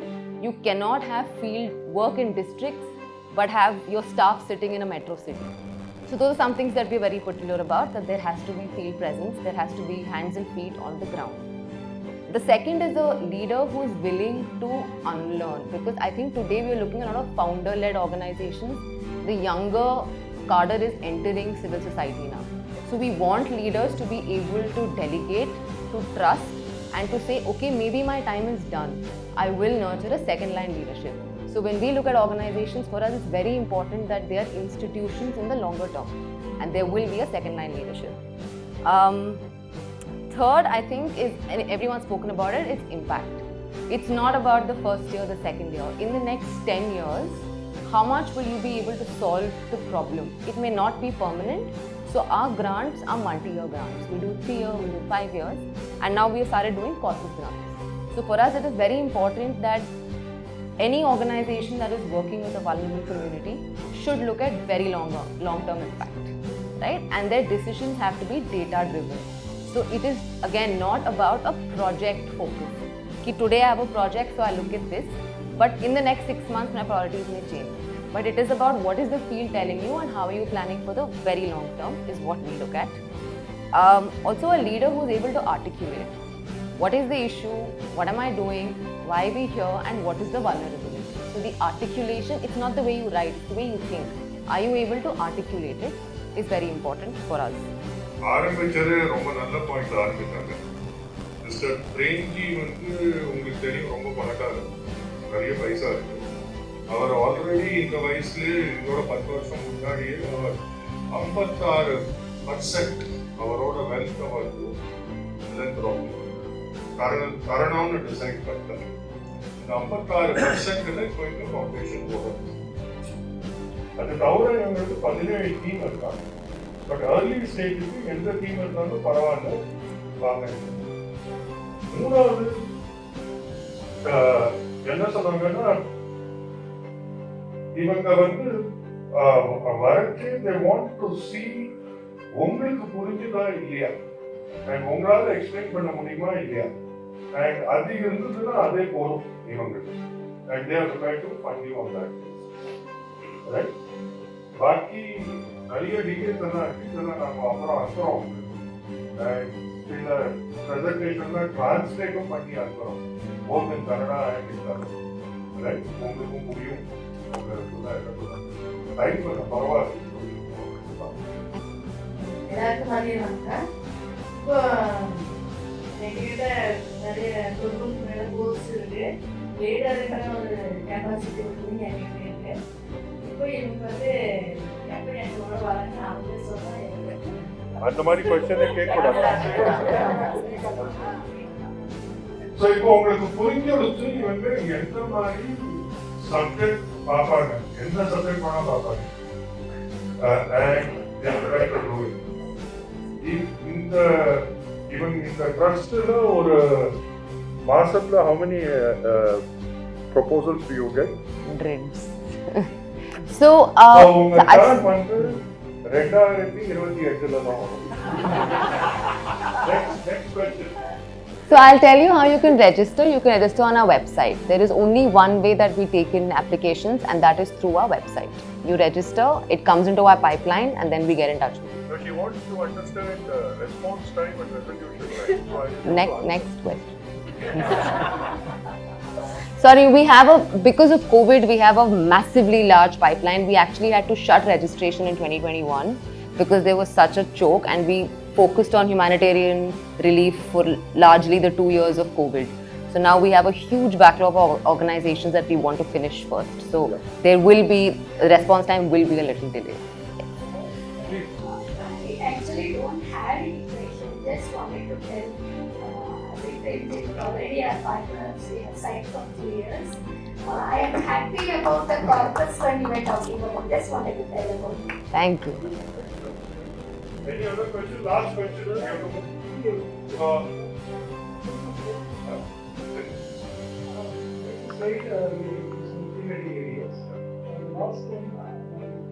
ஒரு வருஷம் 2 வருஷம் இல்ல நிறைய வருஷத்துக்கு ஒண்ணா commit பண்ணுவாங்க and அதனால you can do longer term programs, right? அது ரொம்ப நல்லது.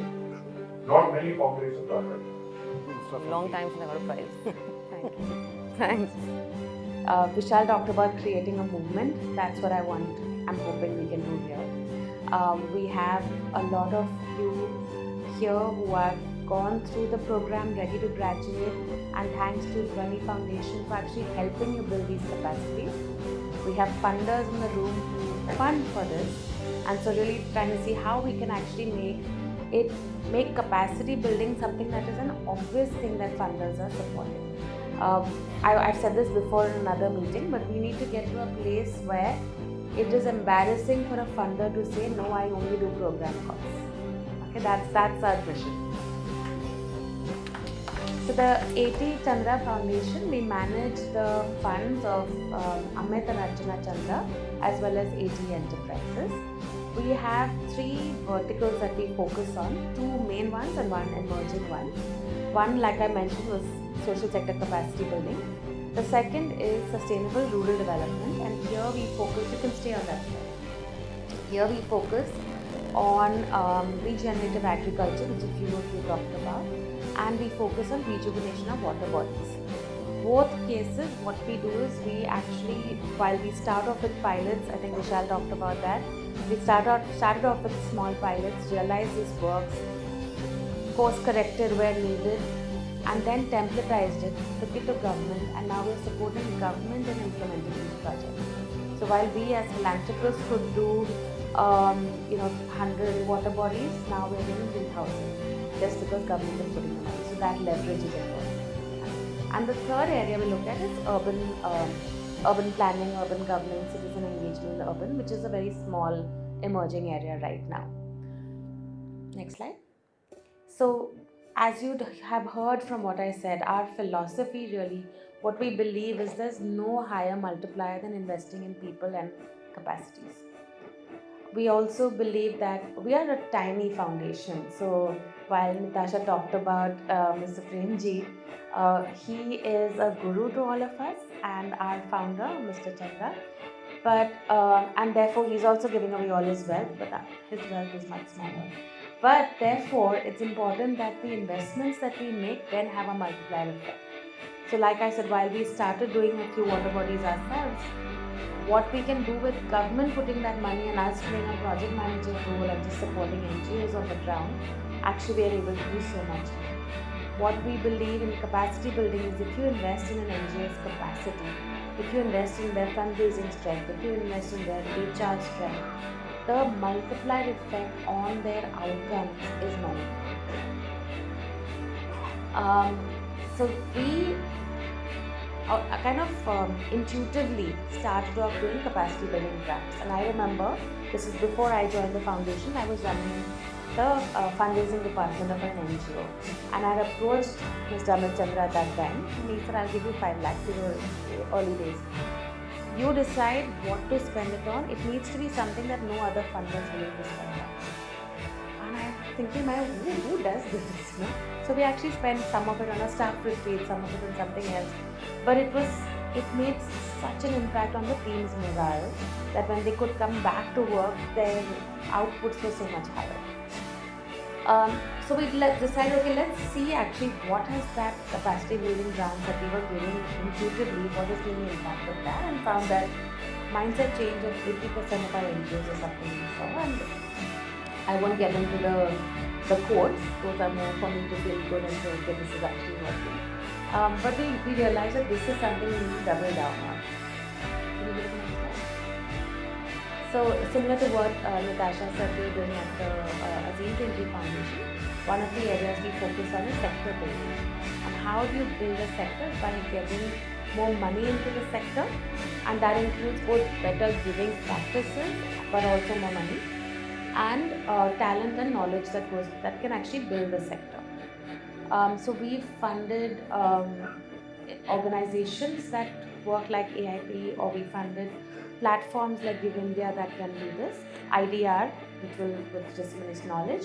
But we also work very closely on the background without anything on, actually we don't even have a website, but without anything on our social media saying that we're doing this. So for example, the Social Stock Exchange. When the first draft came out, we realized there are lots of reasons why this stock exchange will not work. So in the background, we have been advocating with SEBI, with the exchanges, with the Ministry of Finance to actually change. So a lot of the changes you will see right now in terms of the ticket size, in terms of hopefully in the next week or so, ATG, all of these are my team working on the background without, but saying that this needs to change if the sector has to grow. We've also, we're also working with a small set of NGOs, it's almost like our lab, and we're saying, can we invest in 6 areas of capacity building of these NGOs, so we can actually share with other donors how, the earlier hypothesis I shared that if you invest in capacity building, your programmatic outcomes will be larger. We're actually measuring that. We're writing case studies and we're putting this out to other donors so that, like I said, it becomes you can actually change their mindsets from going, oh, I'm only allowed 5% overheads, to saying, you know best how to spend your money. That's where we want to get to. Next one. We also believe in investing in individuals. So we support a number of learning and development programs. Ultimately, in the next, now only 2 years are left, but in the next 2 years, we reach about 8,000 individuals who've gone through various programs. And these could be specific skills like fundraising, or people practices, it could be strategy, it could be over just leadership development.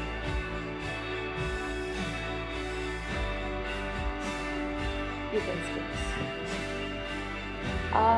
So why are we focusing on this area? So the recent study, we are part of this group called the Pay What It Takes initiative run by Gridspan, and a research study that they did showed that there's still so many struggles that NGOs are facing to try and raise non-programmatic costs. More than 80% of non-profits in India are not able to get indirect costs from their program funders. And I won't go through all of these, but it's especially harder for NGOs that are run by leaders who are from Dalit, Bahujan or Adivasi communities. It's even harder.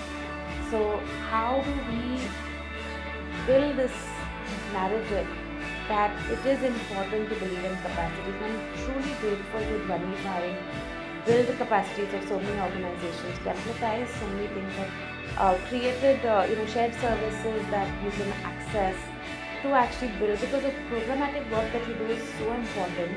It should not fizzle out because you don't have the capacity to continue to grow and impact further.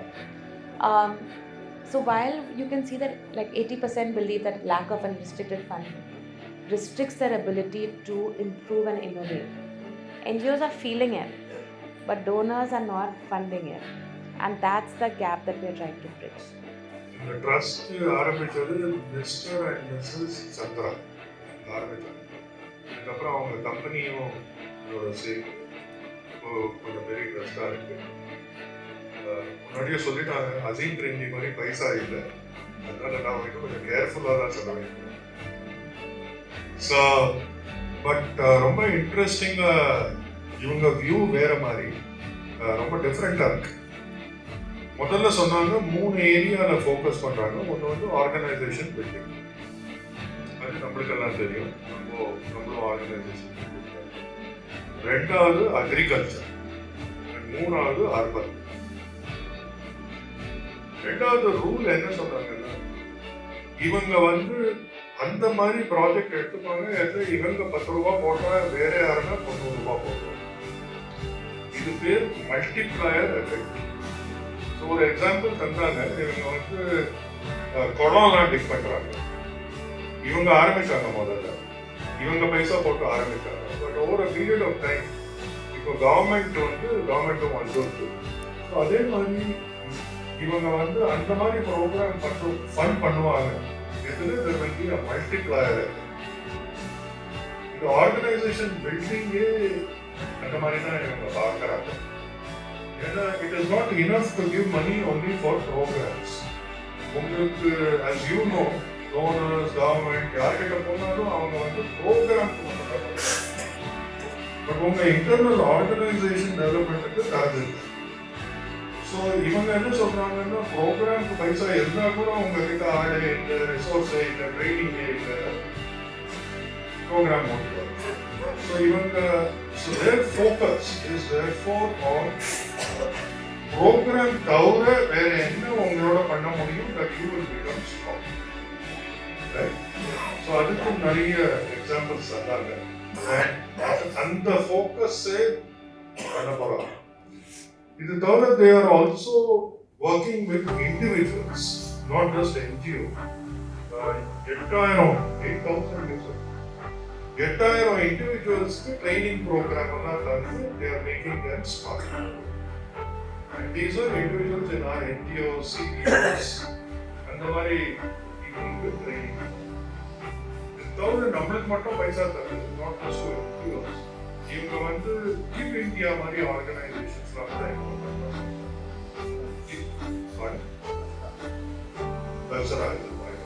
But give India மாதிரி நிறைய organisation and so therefore அதனால multiplier effect ஆகும். இவங்க 10 ரூபாய் போட்டு give India ஆரம்பிச்சாங்கன்னா 300 ரூபாய் எல்லாரும் தருவாங்க, 500 ரூபாய்.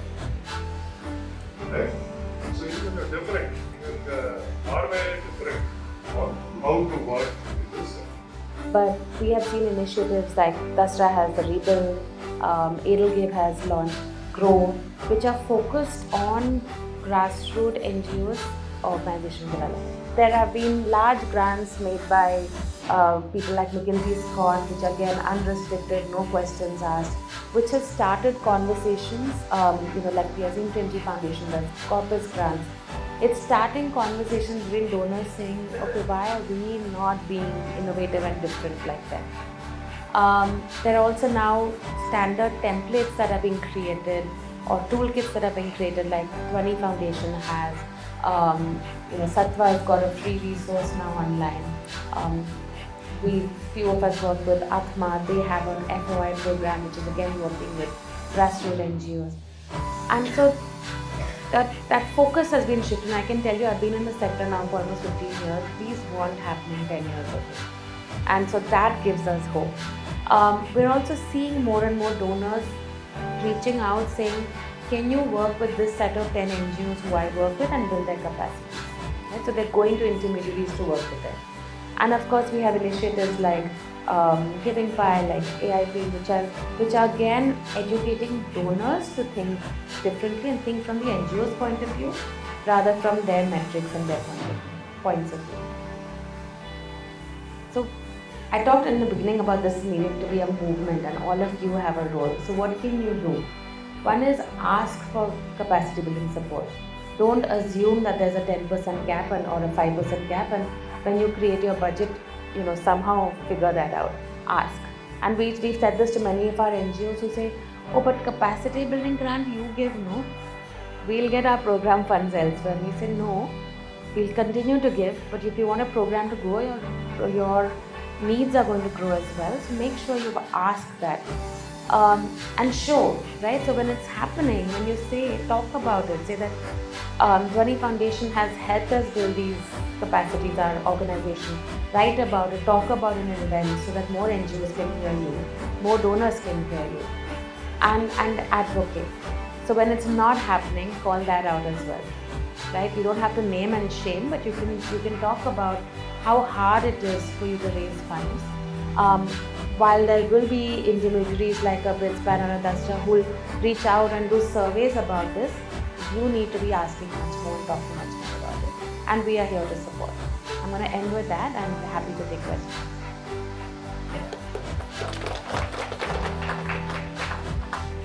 Ask for money for your own organization.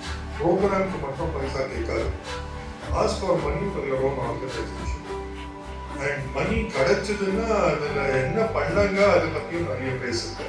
அதுக்கப்புறம் இந்த மாதிரி பைசா வேணும்னு நிறைய இடத்துல போய் பேசலாம். இப்போ ஒரு எக்ஸாம்பிள் தந்தாங்க. இப்போ நீங்க 1.5 வருஷமா இந்த துவனி ஆர்கனைசேஷன் மீட்டிங் ப்ரோக்ராம் இருக்கு. இது பத்தி போய் ஒரு 10 பேர்கிட்ட போய் சொல்லுங்க.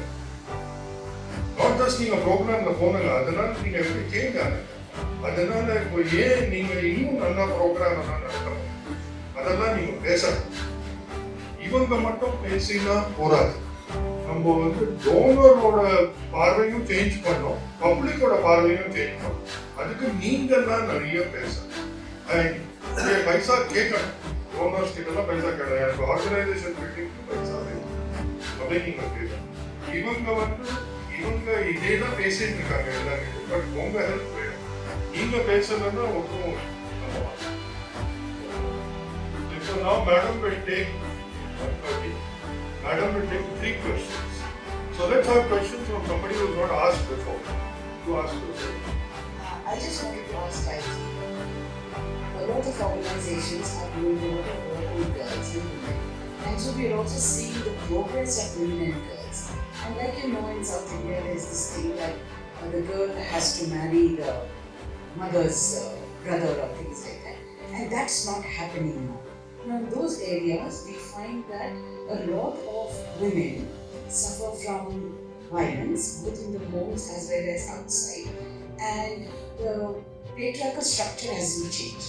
So I wanted to know if your organization addresses these issues vis-a-vis violence on women, safety of women, and also the mental health aspect, and where they can stand up and say that, okay, I'm not going to fall prey to social sanctions, because to a large extent all of these are social sanctions, and help them to just become that independent woman that we keep talking about.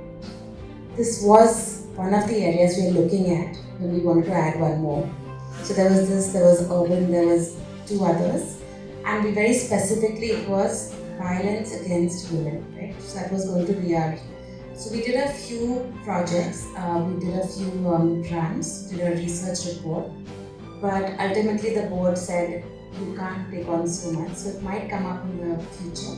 At the present, we're a 10-member team, so already very stretched, and therefore had very reluctantly and emotionally, as women, as a women-led organization, had to let go of that. But hopefully.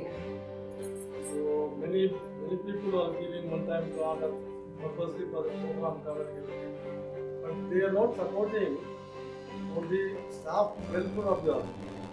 Talking about not the organization, staff particularly. So there are lot to do for staff welfare. Like their medical, maybe their education, development, something many things are. Even the government also, the unorganized sector, they ignore the social worker, they are not included. So they have included the construction worker, but the organization staff, social worker, not covered anywhere. So your organization, your foundation, is there any possibility to do that? Yeah, that Yeah, so this is a challenge, and what we found through some of our research is that actually the biggest employer in rural India is the NGO sector. So it's absurd that people cost is not taken care of, or social welfare cost is not. For the organizations we support, of course we do, but I think this is the point I was making. We need to keep asking for it. As donors, we will continue to advocate for it, but this has to change. It just does not make sense. So I know I'm not answering your question specifically saying yes, I will give you, but we're not doing currently these kind of grants, we're doing more at the sector.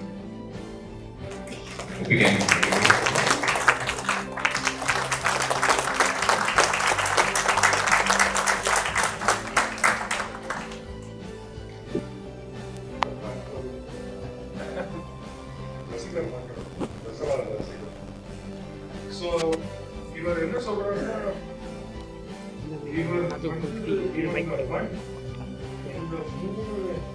டாபிக்ல மட்டும்தான்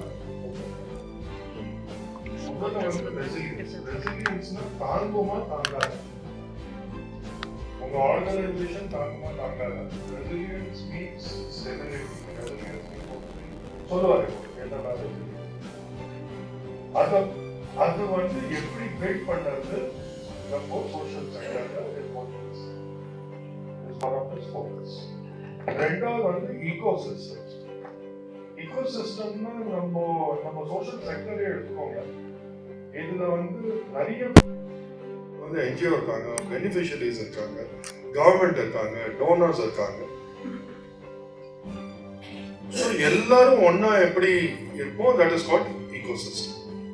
so அந்த ஈகோசிஸ்டமே எப்படி develop பண்ணுறது, எப்படி social செக்டரை பெருசாக பண்ணணும், எப்படி ஸ்ட்ராங்காக பண்ணணும். So that is ecosystem. அது மூணாவது வந்து rebuild India fund.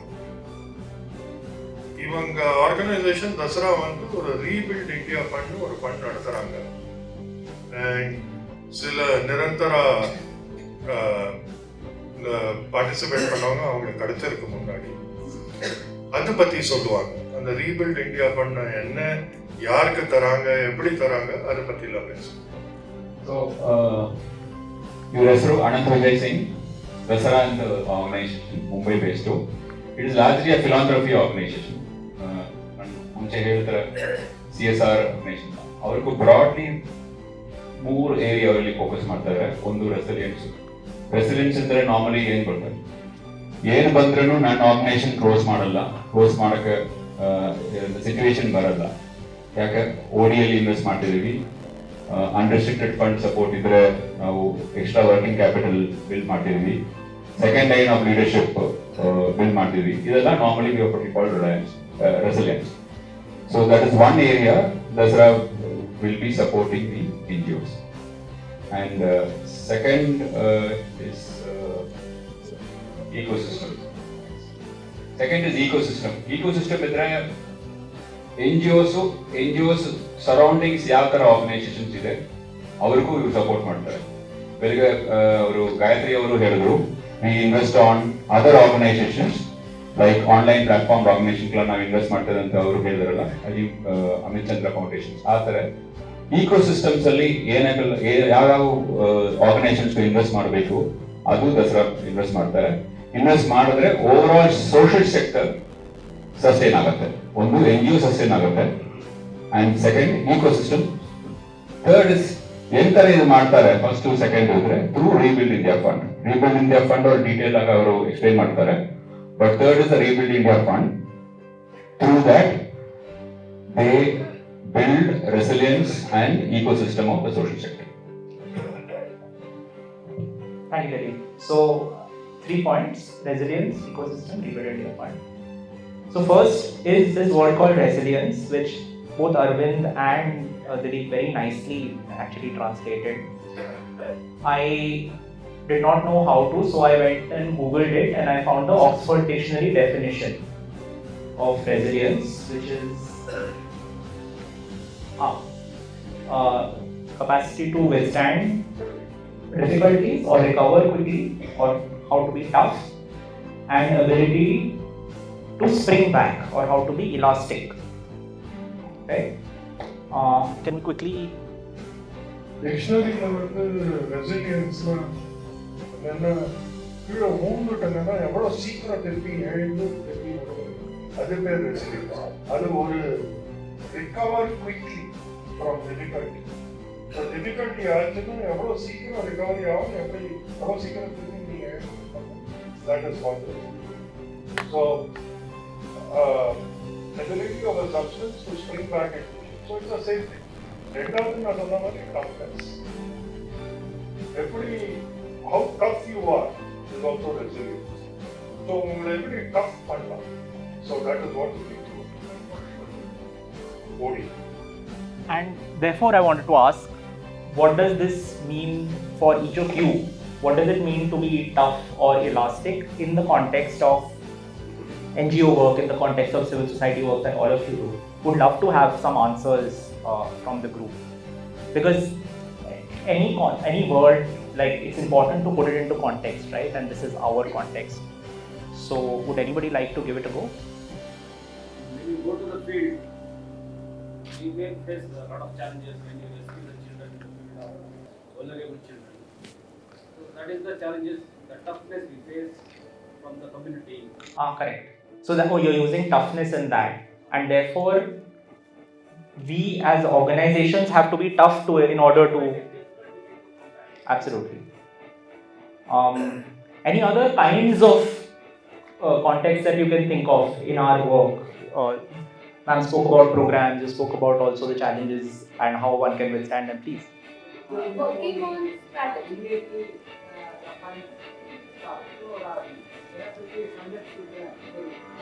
Yeah.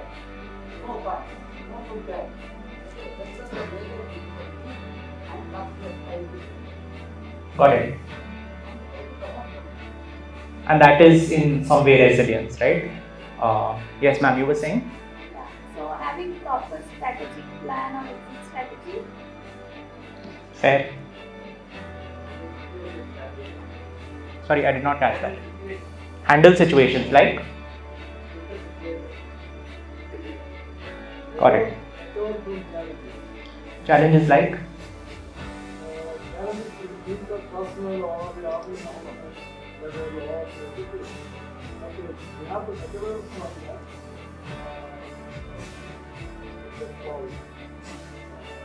Empower strengthen ourselves. Got it. Got it. Alternatives.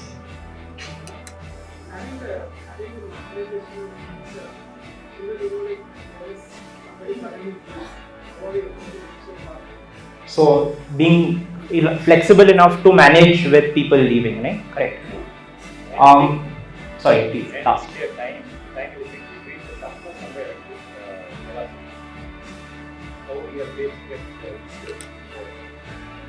Got it. Fair. Absolutely. And then we can go on and on, because clearly there are many interpretations of this, right? What I try to do is bucket them into a few varieties. Maybe there are more also. This is not comprehensive by any means. But maybe that one can think of financial resilience, or somebody spoke about fund flow stopping. We can think about organizational resilience in terms of structure, in terms of people, in terms of strategy. Programmatic resilience, like ma'am said, in terms of ensuring that we are able to do everything that we can to support the community. And lastly, why are we doing all of this? Potentially for community resilience, I would imagine, so that the community is able to thrive, they are able to, move forward and not be stuck in issues that may prevail in society right now. Should I pause? This was fine. So we've kind of touched upon resilience. The next thing I wanted to talk about was, so please hold this discussion in your mind as it pertains to resilience. The next thing I want to talk about is the ecosystem, and sometimes we end up, we meaning everybody, not you, end up oversimplifying this by saying that there is an NGO. The NGO is doing programs in the community, and then there is a funder who is supporting this NGO with funding. And then we can do OD or capacity building or IB with the NGO, and we can do leadership, we can do build communication, strategy, fundraising, board, governance system, all of that, right? And so this is a way of looking at it. And before I want to go forward, I want to just quickly stop for it.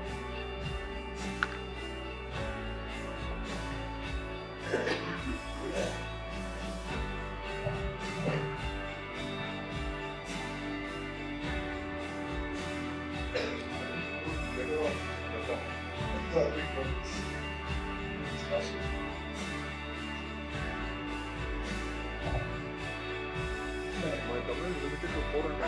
Anand என்ன சொன்னாங்கன்னா normally NGO ego system அப்படிங்கிறது ஒரு NGO இருப்பாங்க, அவங்க கம்யூனிட்டிக்கு serve பண்ணுவாங்க. படமே எப்படி அந்த என்ஜிஓஸ் ஃபண்டர்ஸ் எப்படி நார்மலி அப்போ என்ஜிஓஸ்க்கு இந்த மாதிரியான விஷயங்கள், அதாவது லீடர்ஷிப், கம்யூனிகேஷன், ஃபண்ட்ரைசிங் அப்படிங்கிற ஒரு ஸ்ட்ரென்தனிங் அப்படிங்கிறது ஓடி, அதாவது ஆர்கனைசேஷன் டெவலப்மெண்ட் கெப்பாசிட்டி அப்படிங்கிற ஒரு தலைப்பு அப்படிங்கிறது ரொம்ப முக்கியம். அப்படிங்கிற ஒரு பார்வை, நம்மளுடைய பார்வை இருக்கு அப்படிங்கிறத I need the mic.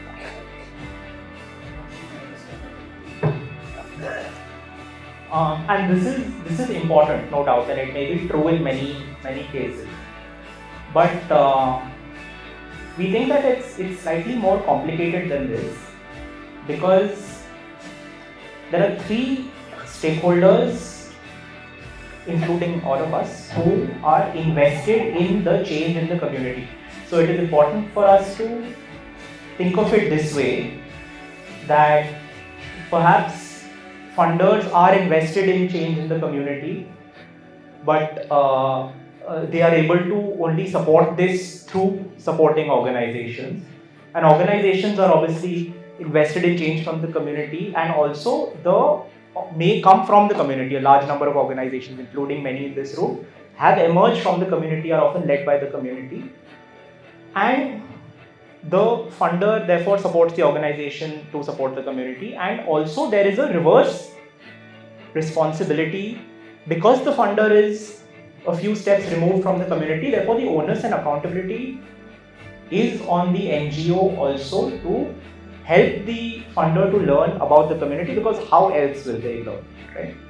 So therefore I want to put this image at least out there. It's not one linear line, but it's a interconnected, it's a web. And therefore all of the things that we talk about in OD, which obviously all of you have been doing for now a year, but which we saw in the last slide also, all those are important. But there is a nuance and a context that perhaps we need to add to it, which Dhwani also does so well, that how do we do that, but we think about leadership that is proximate, that is leadership from the community. How do we help develop that? Not only just leadership development, how do we ensure that there is representation of the community voice in decision making, in everything that we do, again, which all of you have, right? And if we talk about decision making, how does one arrive at a place of trust where decision making on funding, on other things, is made by the people who are closest to the work and to the problems? And how do we build transparency and accountability? Because as NGOs, it is on us to best represent the community to the external world.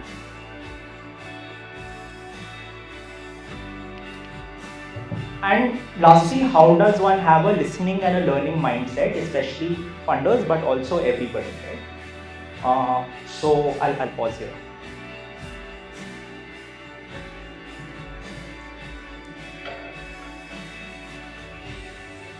So முதல்ல தாசரா என்ன?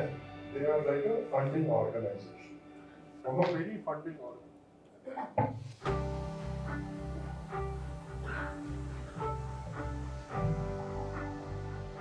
ஆனா அவர் என்ன சொல்றாருன்னா, community ஒரு இடத்துல இருக்கு, community கூட எல்லாரும் கிட்ட நீங்க இருக்காங்க, இவர் கொஞ்சம் தூரத்துல உட்காந்துருக்காரு. So it is your duty that நீங்க வந்து இவரை எஜுகேட் பண்ணணும், இவரை கத்துக்கணும். முதல் வாட்டி சும்மா பைசா தருவார், but over period of time he should get smarter. அது உங்க வேலை, உங்க ரெஸ்பான்சிபிலிட்டி. இது அவர் பாட்டி ஏதோ பண்ணிட்டு இருக்காரு, அவர் பாட்டி யாருக்கும் பண்ணிட்டு வந்தாரு. So you should build his skill, his knowledge, his intelligence over a period of time. And that is your duty. அவர் கேட்கிறாரோ இல்லையோ, நீங்க வந்து you should ensure that our he hears what is happening to the world. இன்னொரு point என்ன சொல்றாங்க, நீங்க தந்துட்டே இருக்காங்க to the community.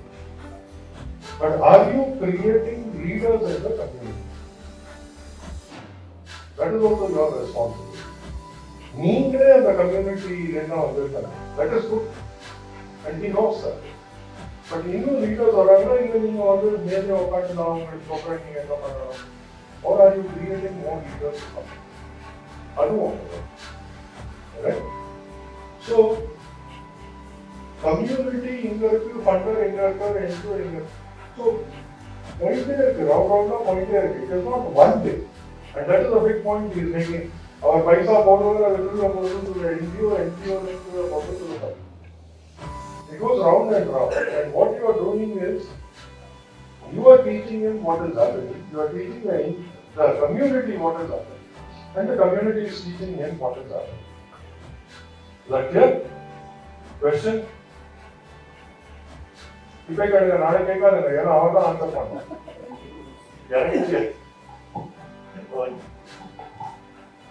Thank you.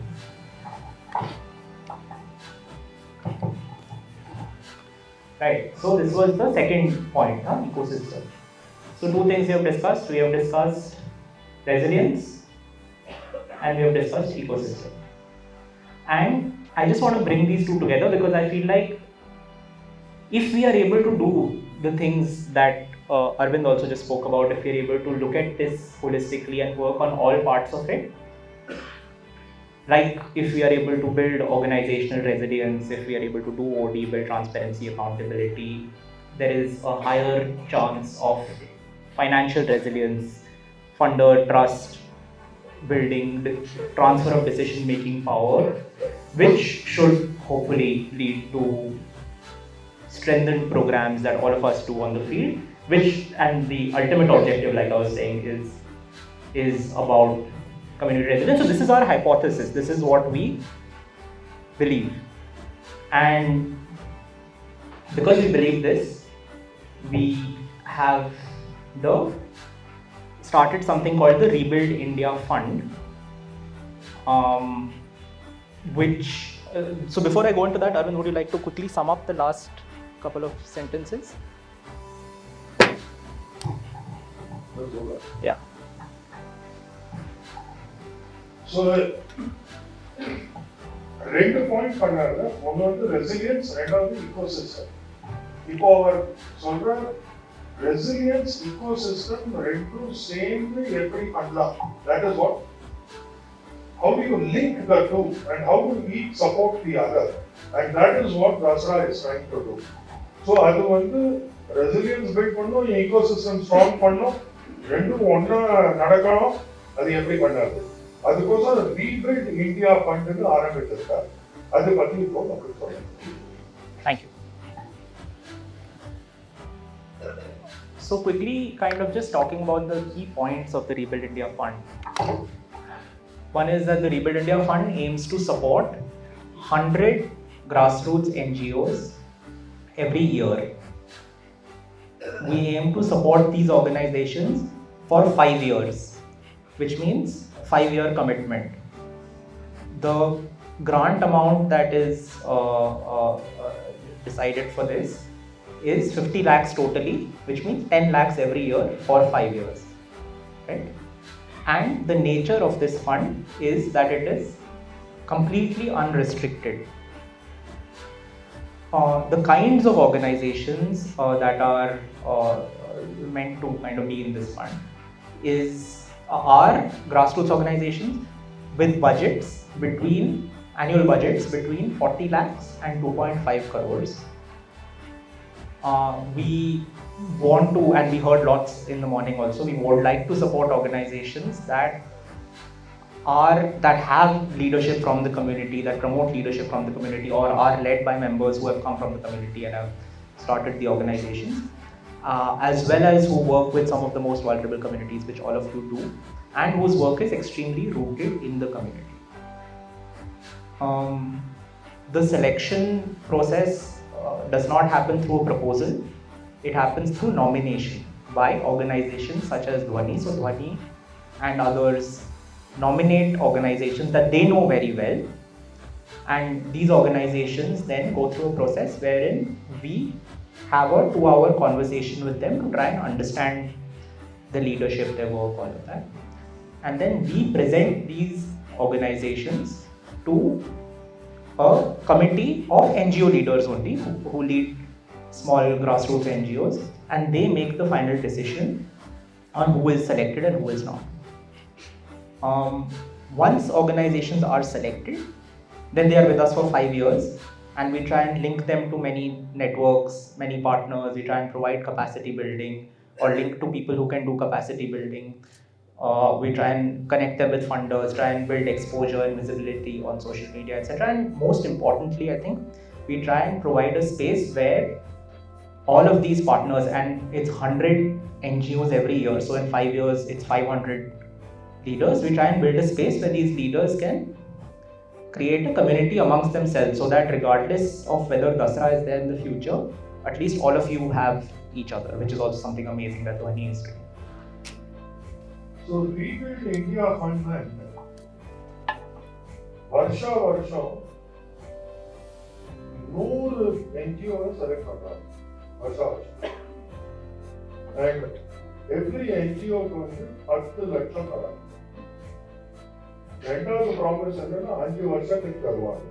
So உங்களுக்கு வந்து 10 வருஷம் இன்ட்டு 5 வருஷம், சாரி 10 லட்சம் இன்ட்டு 5 வருஷம் 50 லட்சம் கிடைக்கும் over 5 years.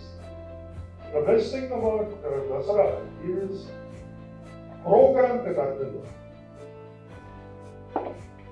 நீங்களே டிசைட் பண்ண அந்த 10 லட்சம் எப்படி யூஸ் பண்ண போறீங்க.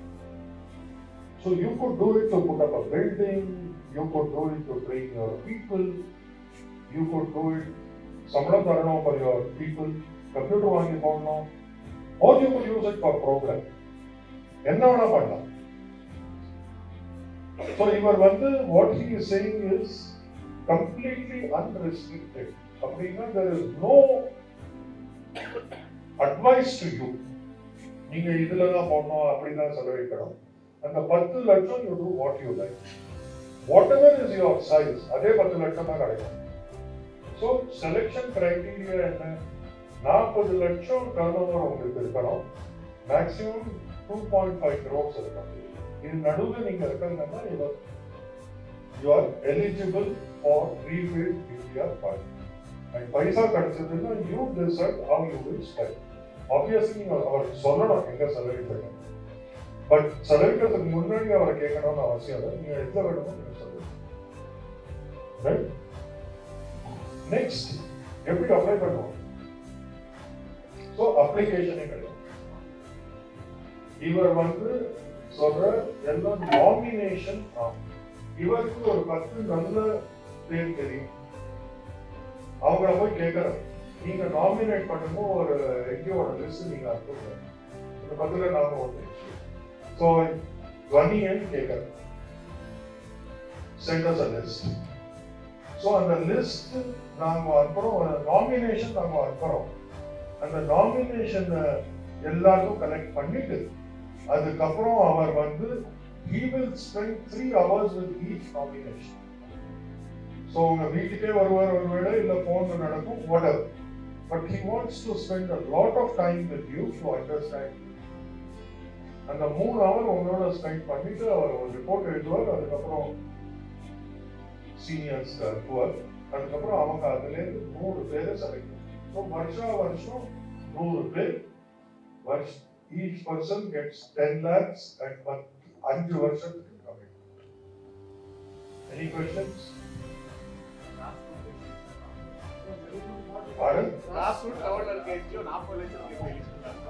So அதுக்கு I'm sure you heard this before. போன வருஷமும் எல்லாரும் எழுதினாங்க. This question is, how are you saying grassroots and how are you saying motivation?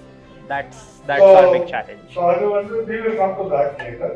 முதல்ல ரூல் புரிஞ்சுதா இல்லையா? ரூல் தப்பா இருக்கு is another discussion.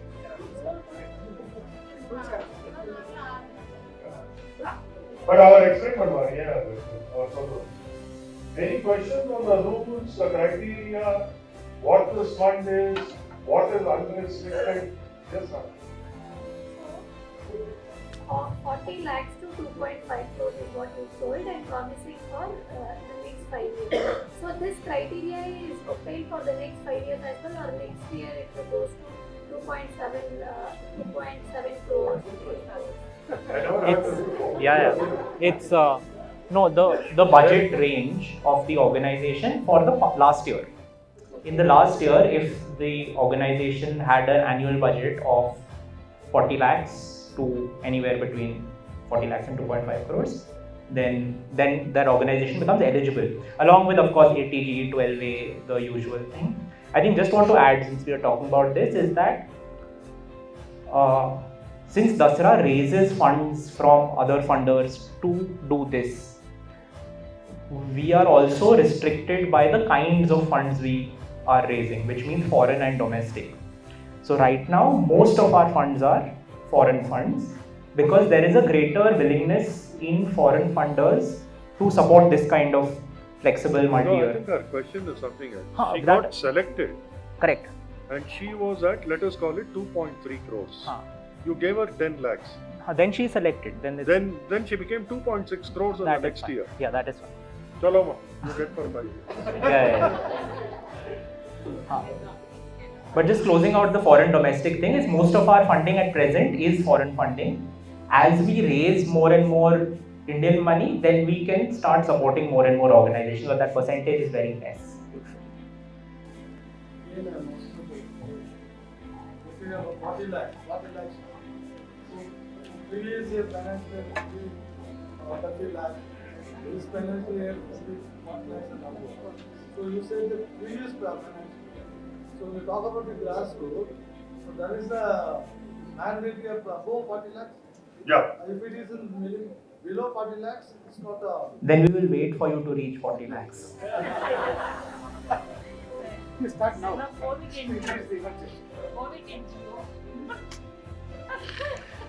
So, any other question on criteria, on unrestricted?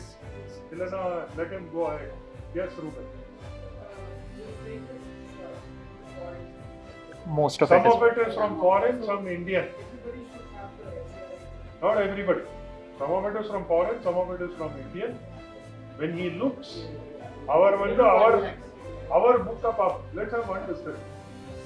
Our book up, எவ்வளோ foreign line வந்திருக்கு, எவ்வளோ Indian இருக்கு, இந்த proposals-லாம் approve பண்ணது ரெண்டும் match பண்ணு. Foreign பைசா இவ்வளோ இருக்கு, that can only go to FCR. So அது பிரகாரம் he will try to. Okay. So but he does both, FCRA and non-FCRA. He does both.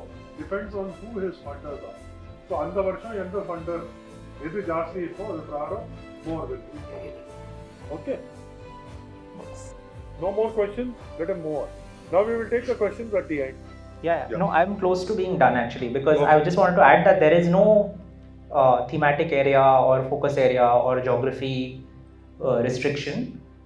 This is the selection criteria is around like leadership and community and how community centric the work is.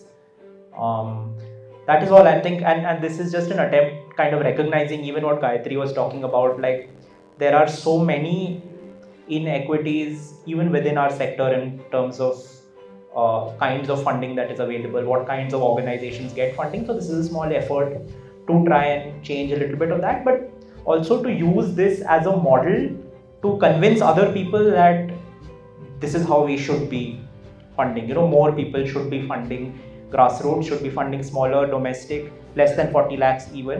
So this is an attempt to build a case and a model for that. That's all.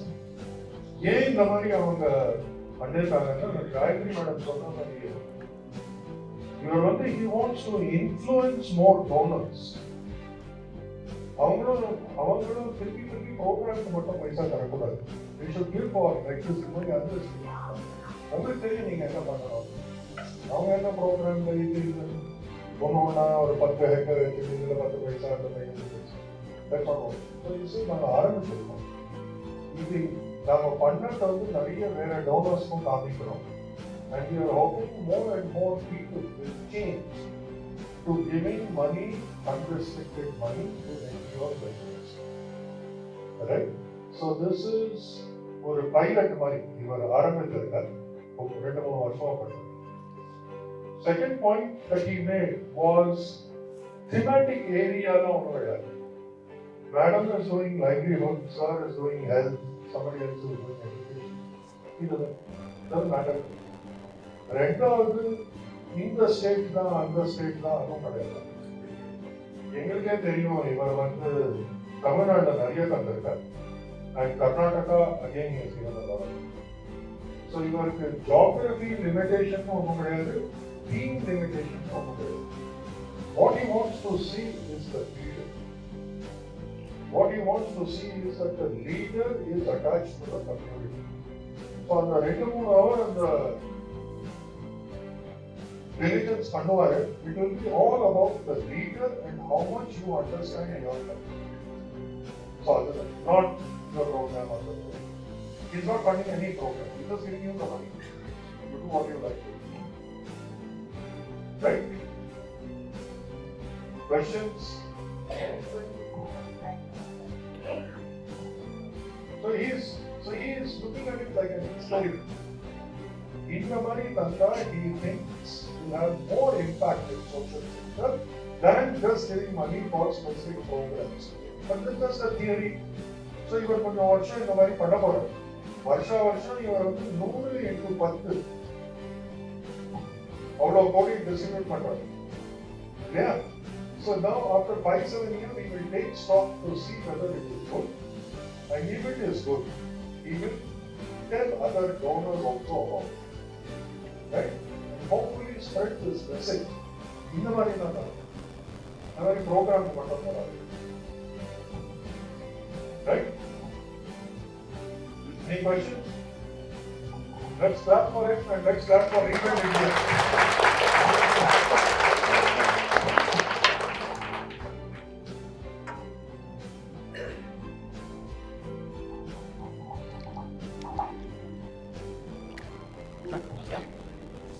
Yeah.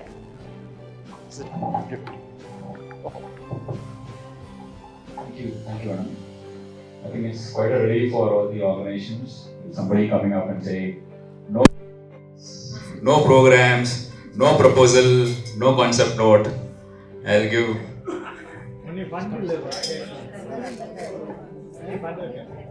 Yeah. Thank you, Anand. Thank you so much. And yeah.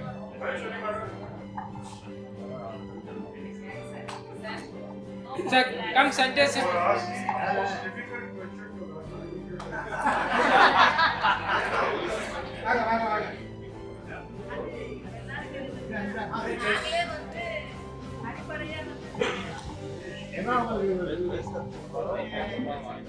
அடிப்படையே வந்து என்ன சொல்றது, விளிம்பு நிலையில் இருக்கிற ஒரு என்ஜிஓக்கள் எங்க கிட்ட 40 லட்சம் கேட்டா நாங்க என்ன பண்றது? அதனால இந்த வருஷம் கொஞ்சம் குறைச்சு எங்களுக்கு நல்ல நிறைய பேர் இருக்காங்க. உங்களை வந்து நாங்க தேங்க்யூ நல்ல எதிர்பார்க்கிறோம்.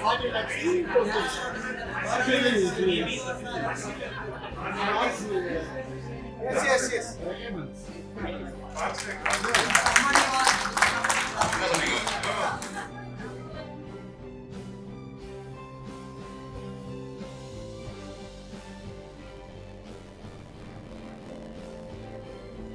மெம்பர் கமிட்டி 1.5 மணி நேரம் இன்டர்வியூ பண்ணி எக்ஸல்லாம் பார்த்து எங்ககிட்ட கேட்குற கேள்வியெல்லாம் கேட்டு வந்தோம். Last final stage 6 member committee, all are non-Dakra employees sitting there and deciding what the merit of the organization, selection process. மூணாவது கிளைமேட் சேஞ்சை பற்றி உங்களுக்கு அபிப்பிராயங்கள் இருக்கா? இந்த மாதிரி கேள்வியெல்லாம் வரும். அந்த மாதிரி ப்ரோக்ராம் வரும்போது நாங்கள் ஹெல்ப் பண்ணுவோம். தெரிஞ்சு நாங்கள்லாம் சொல்லுவோம். இன்னைக்கு ஒரு நிறைய மீட்டிங் உட்காந்துருக்காரு. இது முடிச்ச உடனே நம்ம வந்து எக்ஸல் அனுப்பிச்சு தசரா அனந்த் அவர் பார்ப்பாரு, அதெல்லாம் கிடையாது. அது பெரிய லாங் ப்ராசஸ். சில டைமில் 3 months 4 months 5 months ஆகிடும். அனந்த் அவர் வந்துட்டாங்க, ஒசித்தி மேடம் வந்துட்டாங்க, நான் அடுத்த நாள் காலையில் எக்ஸல் அனுப்பிச்சிடலாம், உடனே நம்ம இன்டர்வியூ கூப்பிட்டோம் கிடையாது. நிறைய பேராமீட்டர்ஸ் வச்சுட்டு ஃபுல்லாக அனலைஸ் பண்ணுறாங்க. மேஜர் ஒர்க் பண்ணுவாங்க. இதெல்லாம் அனலைஸ் பண்ணி இவங்க ரெக்கமெண்ட் பண்ணுவாங்க. என் பேர் மகேஸ்வரி. நான் சத்தியமங்கலம், ஈரோடு மாவட்டம். பார்த்தீங்கன்னா நான் ஏற்கனவே ஒரு என்ஜிஓவில் ஒர்க் பண்ணிட்டு இருந்தேன். ஒரு 10 வருஷம் ஒர்க் பண்ணிட்டு இருந்தேன். அதுலேருந்து நான் வந்து வெளியே வந்ததுக்கப்புறம் என்னோட கம்யூனிட்டி, நான் ஒரு தலித்து, என்னோடய கம்யூனிட்டியில் தலித் பையனுக்கு 14 வயசு பையன், அவனுக்கு வந்து ஒரு சூசைட் நடக்குது. அது பார்த்திங்கன்னா அவங்க அதர் கேஸ்டால் வந்து பிசி கம்யூனிட்டியில் அந்த பையனுக்கு அந்த சூசைட் நடக்குது. அந்த பிரச்சனையை நான் எடுத்தேன். அந்த பிரச்சனையை நான் எடுக்கும்போது எனக்குள்ள ஒரு தன்னம்பிக்கை வந்துச்சு. நம்ம வந்து நம்ம கம்யூனிட்டிக்காக நம்ம வேலை செய்யணும் அப்படிங்கிறதுக்காக 2014 இந்த விடியல் சொசைட்டி நான் ஆரம்பிக்கப்பட்டேன். அப்போ வந்து போர்டு பார்த்திங்கன்னா சாதாரண போர்டாக தான் இருந்தது. எனக்கு இந்த போர்டு பற்றியெல்லாம் எதுவும் தெரியாது. 8 பேர் வச்சு நான் வந்து விடியல் சொசைட்டி நடத்திட்டு இருந்தேன். நான் பணி செய்கிற கிராமங்கள் பார்த்திங்கன்னா மலையடிவாரத்தில் எந்த ஒரு என்ஜிஓ போகாத ஒரு என்ஜிஓ கிராமங்களை தான் நான் பணி செஞ்சிட்ருக்கிறேன். அங்கே பார்த்திங்கன்னா எஸ்சி/எஸ்டி மக்கள் தான், சமூக மக்கள் தான். அவங்களோட அந்த எஸ்சி/எஸ்டி மக்களுக்கு பார்த்திங்கன்னா வனப்பகுதிகள் எல்லாமே யானை, புலி எல்லாம் நடமாடுற வனப்பகுதிகள். மலையடிவாரத்துக்கு கீழே அந்த கிராமங்கள் இருக்குது. அங்கே பஸ் வசதி கிடையாது, லைட்டு கிடையாது, சோலார் லைட்டு தான் இருக்குது, சாலை வசதி கிடையாது, ரோடு வந்து நல்ல ரோடு கிடையாது, ஸ்கூல் வந்து அருகாமையில் கிடையாது. எந்த ஒரு ஃபெசிலிட்டி இல்லாத கிராமங்களை தான் நாங்கள் பணி செஞ்சிட்ருக்குறோம். இந்த ஏரியாவில் வந்து பார்த்திங்கன்னா நிறைய என்ஜிஓக்கள் உள்ளே வந்தாங்க. இருந்தாலும் அந்த என்ஜிஓக்களெல்லாம் அப்போவே திரும்பி போயிட்டாங்க. கோவிட்டுக்கு அப்புறம் பார்த்திங்கன்னா நிறைய ட்ராப் அவுட் சில்ட்ரன் உருவாயிட்டாங்க. அந்த ட்ராப் அவுட் சில்ட்ரன் பார்த்திங்கன்னா அவங்க எல்லா பேரண்ட்ஸுமே பார்த்திங்கன்னா விடோ. நாங்கள் சர்வே எடுத்து பார்த்ததில் ஒரு 6535 ஃபேமிலி வந்து மைக்ரேஷன் ஆகிறது. ஒரு 2750 ஃபேமிலிஸ் குழந்தைங்க வந்து ட்ராப் அவுட்டாக இருந்தாங்க. அவங்கள கண்டுபிடிச்சிட்டு நாங்கள் வந்து என்ன பண்ணோம், சர்வே எடுத்து அவங்களுக்காக பள்ளி இடைநிற்றலை குறைக்கணும், அவங்கள வந்து உயர்கல்விக்கு வழிவகை செய்யணும், அவங்களோட சமூக கல்வி பொருளாதார ரீதியாக அவங்கள வந்து நாங்கள் மாற்றணும்னு எங்களோட மிஷனை நாங்கள் வச்சு நாங்கள் வேலை பார்த்துட்டு இருந்தோம். எங்கள் விஷன் பார்த்திங்கன்னா எஸ்சி/எஸ்டி குழந்தைகளை குறைக்கணும், அதே சமயத்தில் அவங்களோட பேரண்ட்ஸுக்கு தொழிற்கல்வி கொடுத்து நிலையான தொழில் முனைவோர்களை நாங்கள் உருவாக்கணும்னு சொல்லி தான் நாங்கள் இந்த விடியில் ஆரம்பித்தோம். பார்த்திங்கன்னா எங்ககிட்ட எல்லா டாக்குமெண்ட்டும் எல்லா ப்ரோக்ராம் எல்லாமே இருக்கும். நாங்கள் ஒகேஷனல் ட்ரைனிங்கு, அதே மாதிரி லைஃப் ஸ்கில் ட்ரைனிங்கு, இந்த மாதிரி ட்ரைனிங் எல்லாம் வந்து நாங்கள் அவங்களுக்கு கொடுத்துட்டு இருந்தோம். இந்த சமயத்தில் தான் பார்த்திங்கன்னா நாங்கள் ஒரு சாதாரண கிராம மக்களை தான் பணிகளை செஞ்சுட்டு நாங்கள் போயிட்டு இருந்தோம். அப்போ தான் எங்களுக்கு துணி வந்து எங்களுக்கு அறிமுகமானாங்க. வந்து அவங்களுள்ள வரும்போது எங்ககிட்ட எந்த ஒரு டாக்குமெண்ட்டும் கிடையாது. 12 இல்லை, 80G இல்லை, எந்த டர்பனோ எதுவுமே கிடையாது எங்ககிட்ட. நாங்கள் சாதாரணமாக வந்து எங்களுக்காக லோக்கல் டொனேஷன் கிடைக்கும், கொஞ்சம் லோக்கல் மன்சில் டொனேஷன் கிடைக்கும், அதை வச்சு தான் நாங்கள் பண்ணிகிட்டு இருந்தோம்.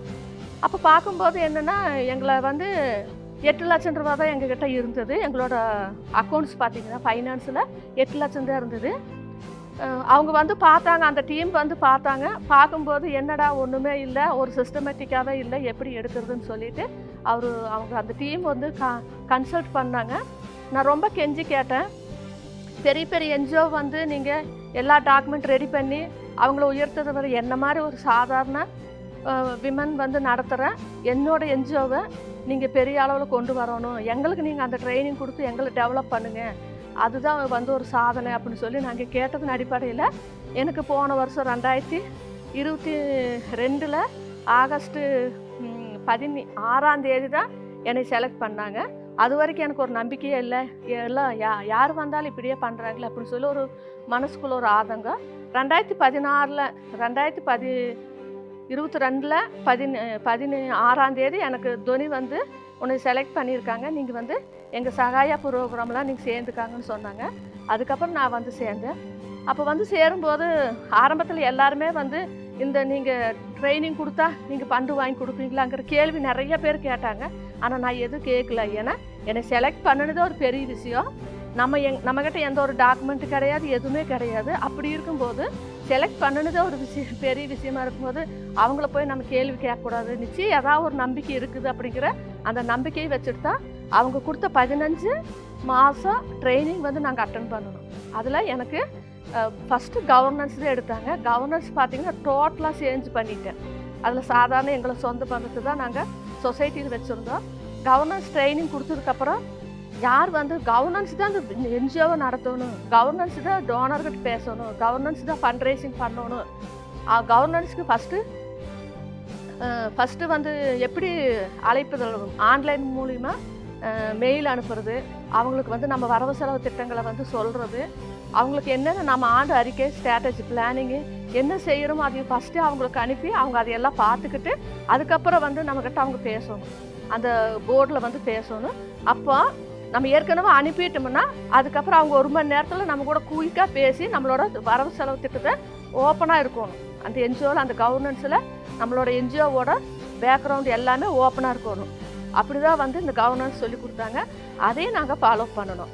அதே மாதிரி 8 tools governance, complaints, finance, எம்ஐஎஸ்ஸு, fundraising பண்ணுறது, ஸ்ட்ராட்டஜி பிளானிங், ப்ரோக்ராம் பிளானிங், இந்த மாதிரி 8 டூல்ஸும் வந்து எங்களுக்கு சொல்லி கொடுத்தாங்க. 15 மாதத்துல இது எல்லாமே எங்களுக்கு சொல்லி கொடுக்கும்போது ரொம்ப கஷ்டப்பட்டு அதையெல்லாம் நாங்கள் செஞ்சோம். அது செஞ்சு முடிக்கும்போது பார்த்திங்கன்னா கிராஜுவேஷன் இன்றைக்கி நடக்குது.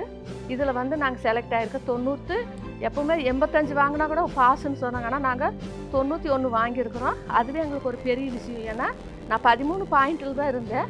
நான் இப்போ வந்து 91 பாயிண்டில் இருக்குன்னா அது எனக்கு ஒரு பெருமையாக இருக்குது. என்னோடய தன்னம்பிக்கை, என்னோடய நம்பிக்கை இருக்குது. நான் நிறைய டோனர்ஸுக்கிட்ட நிறைய பேர்கிட்ட ஏமாந்துருக்கிறேன். பணத்தை கொடுத்து எங்களுக்கு ஃபண்ட்ரைசிங் பண்ணி கொடுங்க, அப்புறம் டோனர் அறிமுகப்படுத்தணும்னு கேட்போம். அவங்க பணத்தை வாங்கிட்டு ஏமாற்றிடுவாங்க. ஆனால் இந்த 15 மாத ட்ரைனிங்கு இந்த சகாயா ப்ரோக்ராம் மட்டும்தான் எங்களுக்கு, நிரந்தர ப்ரோக்ராம் மட்டும்தான் எங்களுக்கு உண்மையாக இருந்தது. நல்லா ஒரு நம்பிக்கை கொடுத்தது. இப்போ என்னால் ஃபண்ட்ரைசிங் பண்ண முடியும். அவங்கக்கிட்ட டோனர்கிட்ட எப்படி பேசுறது, எப்படி அவங்க நம்மளோட வேலைகள் சொல்லித்தரது எல்லாமே வந்து நான் தெரிஞ்சுருக்கேன். எனக்குள்ள ஒரு தன்னம்பிக்கை இருக்குது, எனக்கு ஒரு நம்பிக்கை இருக்குது. இனிமேல் நான் யாருக்கிட்டேயும் பணம் கொடுத்து ஏமாற மாட்டேன். என்னால் ஃபண்ட்ரைசிங் பண்ண முடியும் அப்படிங்கிறது எனக்கு துணி மூலிமா, சகாயா ப்ரோக்ராம் மூலிமா எனக்கு கிடச்சிருக்கு. அதுக்காக நான் வந்து அவங்களுக்கு ரொம்ப ரொம்ப நன்றி. அதே மாதிரி இந்த ப்ரோக்ராம் கலந்துக்கிறவங்க ஆரம்ப காலகட்டத்தில் சந்தேகமாகவே இருப்பாங்க. இது வந்து நடக்குமா நடக்காதா அப்படிங்கிற ஒரு சந்தேகம் இருக்குது. ஆனால் அந்த சந்தேகமெல்லாம் இருக்கக்கூடாது. என்ன மாதிரியே அவங்க நம்மளை செலக்ட் பண்ணியிருக்காங்க, நிச்சயம் ஒரு நல்ல வழி காட்டுவாங்க அப்படிங்கிறது வந்து இந்த நிரந்தர சகாய ப்ரோக்ராமில் நம்ம இருக்கணும். அதனால் நான் உங்களுக்கு என்ன சொல்கிறேன்னா, நீங்கள் இந்த ப்ரோக்ராமில் கலந்துக்கிட்டிங்கன்னா நிச்சயம் தன்னம்பிக்கையோட கடைசியில் நிற்பீங்க அப்படிங்கிறது வந்து நிலையான ஒரு சஸ்டைனபிள் வந்து லீடராக நீங்கள் இருப்பீங்கன்னு சொல்லி நான் கேட்டுக்கிட்டு எனக்கு வாய்ப்பு அளித்ததுக்காக ரொம்ப நன்றி. தேங்க்யூ. வணக்கம், என்னுடைய பெயர் Chitra. Jayam trust NGO managing trustee, Erode மற்றும் கரூர் மாவட்டம் 2 மாவட்டங்களிலும் எங்கள் என்ஜிஓ பணியாற்றி கொண்டிருக்கிறது. கடந்த 20 ஆண்டுகளாக எங்கள் என்ஜிஓவில் கரூர் மாவட்டத்தில் பணியாற்றி கொண்டிருக்கிறோம். எங்கள் என்ஜிஓவில் பார்த்திங்கன்னா நாங்கள் துணியில் சேரும்போது எங்களோட பேராமீட்டர்ஸ் பார்த்திங்கன்னா 13 பாயிண்டில் தான் நாங்கள் வந்து ஸ்டார்ட் பண்ணுறோம். 13 பாயிண்டில் ஸ்டார்ட் பண்ணி இன்றைக்கி பார்த்திங்கன்னா நாங்கள் வந்து 95.65 மார்க் எடுத்துருக்கிறோம். அதற்கான பயணம் பார்த்திங்கன்னா 15 மாதங்கள் வந்து நாங்கள் துணி அறக்கட்டளையோடு நாங்கள் பயணிச்சிருக்கிறோம். நம்ம வந்து இதில் பயணிக்கும் போது நிறைய பேராமீட்டர்ஸ் பற்றி நாங்கள் 205 பேராமீட்டர்ஸ் பற்றிய பயிற்சி வந்து எடுத்துக்கிட்டோம். இதில் complaints, governance, leader strategies, programme planning, MIS, இப்படி நிறைய அந்த பேராமீட்டர்ஸை பற்றி ஒவ்வொரு கொஸ்டின்ஸ் பற்றியும் நாங்கள் விரிவாக இதில் கற்றுக்கிட்டோம். வரும்போது பார்த்திங்கன்னா எங்களோட என்ஜிஓட விஷன் மிஷன் கூட நாங்கள் கரெக்டாக அதில் வந்து எங்களுக்கு வைக்க தெரியல. நாங்கள் பண்ணியிருந்த விஷன் மிஷனுக்கும் எங்களோட ஃபீல்டு ஒர்க்குக்கும் சம்மந்தம் இல்லாமல் இருந்துச்சு. அப்போ அந்த விஷன் மிஷன் கூட நம்மளோட துணி ஃபவுண்டேஷனில் சொல்லி கொடுத்தது எங்களுக்கு மிகவும் பயனுள்ளதாக இருந்துச்சு. இதெல்லாம் பார்த்திங்கன்னா இதில் வந்து நாங்கள் விஷன், மிஷன், வேல்யூஸ், அதுக்கப்புறம் பார்த்திங்கன்னா 205 பேராமீட்டர்ஸ், இன்னொன்று ஆஃபீஸ் ஸ்ட்ரக்சர்லாம் எப்படி இருக்கணும், ஆஃபீஸ் ஸ்ட்ரக்சரில் என்னென்ன போர்ட்ஸ்லாம் வைக்கணும், பார்த்திங்கன்னா போர்ட் மெம்பர்ஸோட டீட்டெயில்ஸு, நம்ம ஃபீல்டு எக்ஸ்பீரியன்ஸோட டீட்டெயில்ஸு, ப்ளஸ் வந்து ஆர்னோகிராம், என்ஜிஓட ஆர்னோகிராமு, விஷன் மிஷன் பற்றிய போர்டு, ஒரு சின்ன சின்ன விஷயங்கள் கூட நம்ம துணி ஃபவுண்டேஷன் மூலமாக நாங்கள் ரொம்ப மிகவும் அருமையாக கற்றுக்கிட்டோம். இது வந்து இந்த 15 மாதங்களில் கற்றுக்கிட்டதுக்கு துணி ஃபவுண்டேஷனுக்கு ஜெயம் ட்ரஸ்ட் சார்பாக நன்றி தெரிவிச்சுக்கிறேன். Hi, I'm Sneha, Jam Trust NGO from Erode districts. So now I'm the second line leader and 15 months பார்த்தீங்கன்னா நிரந்தரா சஹாயக் ப்ரோக்ராமில் வந்து ஜாயின் பண்ணி 205 பேராமீட்டர்ஸ் வந்து நான் லேர்ன் பண்ணிக்கிட்டேன். ஸோ அந்த 205 பேராமீட்டர்ஸில் ரொம்ப யூஸ்ஃபுல்லான திங்ஸ் எதாக இருந்துச்சுன்னா ஸ்ட்ராட்டஜிக் பிளான் வந்து க்ரியேட் பண்ணணுங்கிற அவேர்னஸ் வந்து அந்த நிரந்தரா சஹாயக் ப்ரோக்ராம் மூலிமா தெரிஞ்சிச்சு. இருந்துச்சு. அண்ட் பார்த்திங்கன்னா ஃபண்ட் ரைசிங் எப்படியெல்லாம் வந்து ஃபண்ட் ரைஸ் பண்ணணும் அப்படிங்கிற விஷயங்கள் வந்து நிறைய நாங்கள் வந்து லேர்ன் பண்ணிக்கிட்டோம். ஜெயம் ட்ரஸ்டுடைய ஆக்னோ கிராண்ட் ஸ்ட்ரக்சர் இருக்கணும் அப்படிங்கிற விஷயம் கூட வந்து தெரியாமல் நாங்கள் வந்து 2008 ரன் பண்ணிக்கிட்டு இருக்கோம். ஸோ நிரந்தரா சகாயக் ப்ரோக்ராமுக்கு அப்புறம் நாங்கள் ஆக்னோ கிராம் கூட எங்களோட என்ஜிஓஸில் வந்து நாங்கள் ஃபிட் பண்ணி நம்ம இப்போது ஒரு ப்ரொஃபஷ்னல் என்ஜிஓஸாக நாங்கள் வந்து க்ரியேட் பண்ணோம். ஸோ அடுத்ததாக பார்த்திங்கன்னா அக்கௌண்ட்ஸ் அண்ட் ஃபினான்ஸில் ஒரு ஃபோல்டர்ஸ் எல்லாமே வந்து நம்மளுடைய டாக்குமெண்டேஷன்ஸ் இம்பார்ட்டண்ட் டாக்குமெண்டேஷன்ஸ் ஒரு ஃபோல்டரில் மெயின்டைன் பண்ணணும் அப்படிங்கிறதுக்காக ஒன் ஃபோல்டர் நாங்கள் வந்து நம்ம ரெடி பண்ணி அந்த டாக்குமெண்டேஷன்ஸ் எல்லாமே OneDriveல வந்து அப்லோட் பண்ணியிருந்தோம். ஸோ அது மட்டும் இல்லாமல் பெனிஃபிஷரி டீட்டெயில்ஸை வந்து வில்லன் சாஃப்ட்வேரில் மூலிமா வந்து நாங்கள் பெனிஃபிஷரி டீட்டெயில்ஸில் வந்து நாங்கள் ஆப்பில் வந்து அப்டேட் பண்ணி நாங்கள் அப்டேஷன்ஸில் வந்து வச்சுருக்கிறோம். அது வந்து துவனி வந்ததுக்கப்புறம் எல்லாமே வந்து பேப்பர் மூலிமா தான் நம்ம வந்து பெனிஃபிஷரி டீட்டெயில்ஸ் வச்சுருந்தோம். பட் இப்போ எல்லாமே வந்து சிஸ்டமேட்டிக் ரீதியாகவும் ஆப் ரீதியாகவும் வந்து நம்ம வந்து துவனி வந்ததுக்கப்புறம் நாங்கள் வந்து லேர்ன் பண்ணியிருக்கோம். ரொம்ப யூஸ்ஃபுல்லாக இருந்துச்சு. So thank you.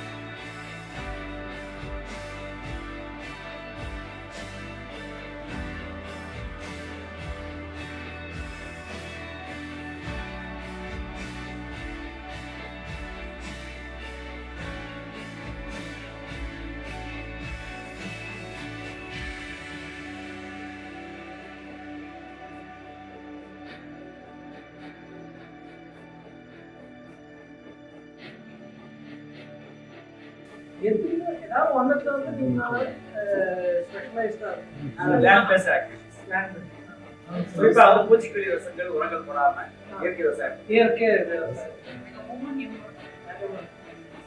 இதை வந்து நம்ம அதனுடைய அந்த டைவர்சிட்டியை வந்து இன்க்ரீஸ் பண்ணணும் அப்படிங்கிறது ஒன்லி ஃபார் பயாலஜிக்கல் மரங்களை வெட்டாமல் பாதுகாக்கிறனாலே மற்ற இந்த எல்லாமே வராது. எல்லா பக்கமே நீர்களுக்கு பாதுகாப்பாக இருக்கும் நேரமே. ಎಲ್ಲರಿಗೂ ಮತ್ತೊಂದು ಸಲ ಧನ್ಯವಾದಗಳು ಮತ್ತು welcome you all. This is a nice evening dear friends. We all know, as we all know, Dhwani foundation, we are here for vibrant and credible social sector. ನೀವೆಲ್ಲರೂ ಇದಕ್ಕೆ ಕೈ ಜೋಡಿಸಿದ್ರೆ you have all joined your hands together for this noble humble cause. I would like to thank one and all for coming here for your precious time. And we are here and you are with us, and we will definitely make this social sector more vibrant and credible. Now I would like to call Mr. Gopinath, our Executive Director, to address and to set the context, please. Good evening and welcome to all of you and Happy New Year. Good to see all of you here. So I would like to take maybe 3-4 minutes just to first set the context why we are here. like Sunita and Giri mentioned, today is a graduation day of Niranthara Sahayak, the first batch. Also, this is a partners meet of all our other partners who are part of Sahayak program. So, about 3-4 years ago, in 2020, when we went on the field visit and spoke to many of our partners, we heard various challenges. I think the big challenges what we heard is the emerging requirements from various stakeholders, particularly increasing compliances that government is asking NGOs to actually comply. Also different type of donors, increasingly more CSR, more new philanthropies, looking for various process and systems. So when we spoke to NGOs, the big problem they shared was lack of human resource with the knowledge who can help these NGOs to put systems and process. That was required from the outside stakeholders. In fact, as some of you might be aware, Dhoni's focus is rural, small and grassroots NGOs. That's what Dhoni works. And these are the organizations who express these challenges.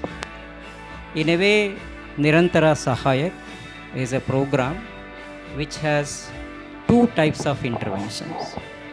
The one that we said, how do we address this whole technical knowledge problem in the area of finance, accounting, compliance, HR? We said that we will actually bring in what we call shared services. So we worked with two of our partners who are lucky enough to support us in building shared services. And I'm happy to see both of them are here, who said they like this whole idea of getting into social sector and developing this process, particularly to provide shared services in the area of finance, accounting, compliance, MIS, and all back end of HR. In fact, Sahayak started one part of shared services where NGOs can get this support with a very nominal fees. Other part was capacity building inside the organization. So where this capacity building focus on looking at strategy, governance, leadership, program management and fundraising. So in a way this program, 15 months program, we said that's the time required for both this to work together. We started with a pilot batch in 2021. We wanted to see how NGOs will respond to that. And the learnings from the pilot batch was very encouraging. Based on that, we moved to structure this program. And today what you see in this program, we have 50 NGOs, both from Karnataka and Tamil Nadu. And out of that 50, the 19 of them are graduating today. And rest of the people, the rest 2 batches will complete sometime end of May their journey in this. At this occasion, I would like to acknowledge Astaya Services here. So I see Mr. Chetan is here. So who took a very keen interest to actually work with us to build this complete shared services, the areas that I mentioned. Later, you are lucky enough to have Jivika of Guru Jana's group, who came forward, who joined their hands with us. So with these 2 partners and with Dhoni's team, we run this program. I'm also happy to acknowledge later while we were developing this, our dream was to make this program available in next 5 years for 1,000 NGOs. So when we shared our dreams, that is where Sattva came forward. Through Sattva, we also saw ONI and Rockefeller Foundation joining their hands to support this program. So at this occasion, I acknowledge all these partners who helped Dhoni, in a way who helped all the partners to develop Niranthara Sahayak program. So with that background, we are so happy and pleased to see all the friends here, particularly welcome to KK. We are going to introduce KK in detail in a short while. Along with KK, we have more than 30 of our friends who will wish us today, this evening. to be part of our graduating partner. I welcome all our friends, well-wishers who have come long way. Some of you have come from Chennai, some of you morning we had our friends coming from Mumbai, Delhi. So it's so nice to see many of you joining us to be with us on this occasion. More importantly, today's our stars are 19 graduating partners. Welcome to you for this great evening, and all our other partners who are part of Sahayak team. So it's also very happy to see the full board of Dhoni is here, all our trustees. I welcome all my trustees and all our advisors on Dhoni team. Thank you very much for being with us, and I do hope all of us together make this evening joyful and meaningful. Thank you, Gopi, for setting the context for the evening. The 19 partners we have here today has successfully gone through this journey with us. We would like to showcase them in a short video that is coming up now.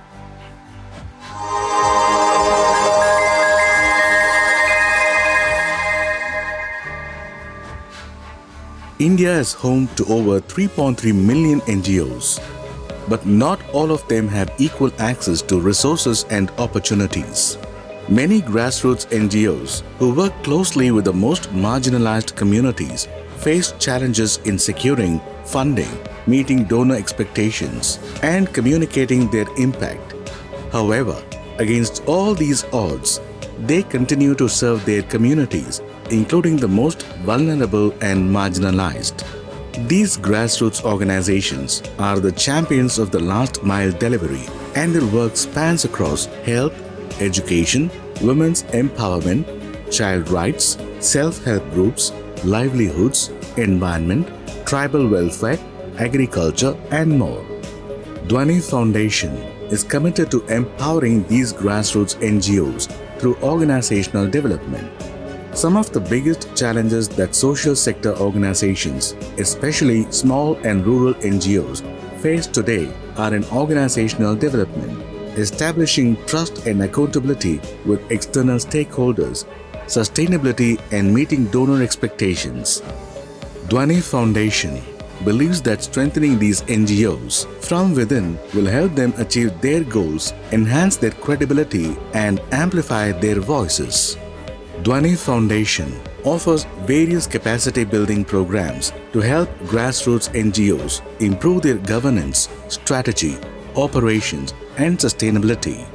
We offer capacity building programs, technology solutions, support services, and strategic collaborations in the areas of MIS and technology, HR, accounting and finance, marketing and digital media, program planning and supervision, strategy, compliance, and governance. One of our capacity building programs is the Niranthara Sahayak program, a 15-month-long change management initiative designed to transform organizations as a professional NGO in a practical, implementation-first approach. The program balances between capacity building of NGOs' in-house expertise while providing access to external expertise through best-in-class delivery partners. We are partnered with Asteya Services and Guru Janajivika for the delivery of professional shared services across compliance, finance and accounting, human resource management, and MIS and technology. Today, we celebrate the graduation of 19 of our NGO partners from the Niranthara Sahayak program. We are proud of their achievements and look forward to their continued growth and impact. Join us as we showcase each of these NGOs, their work, and their vision for the community they work for.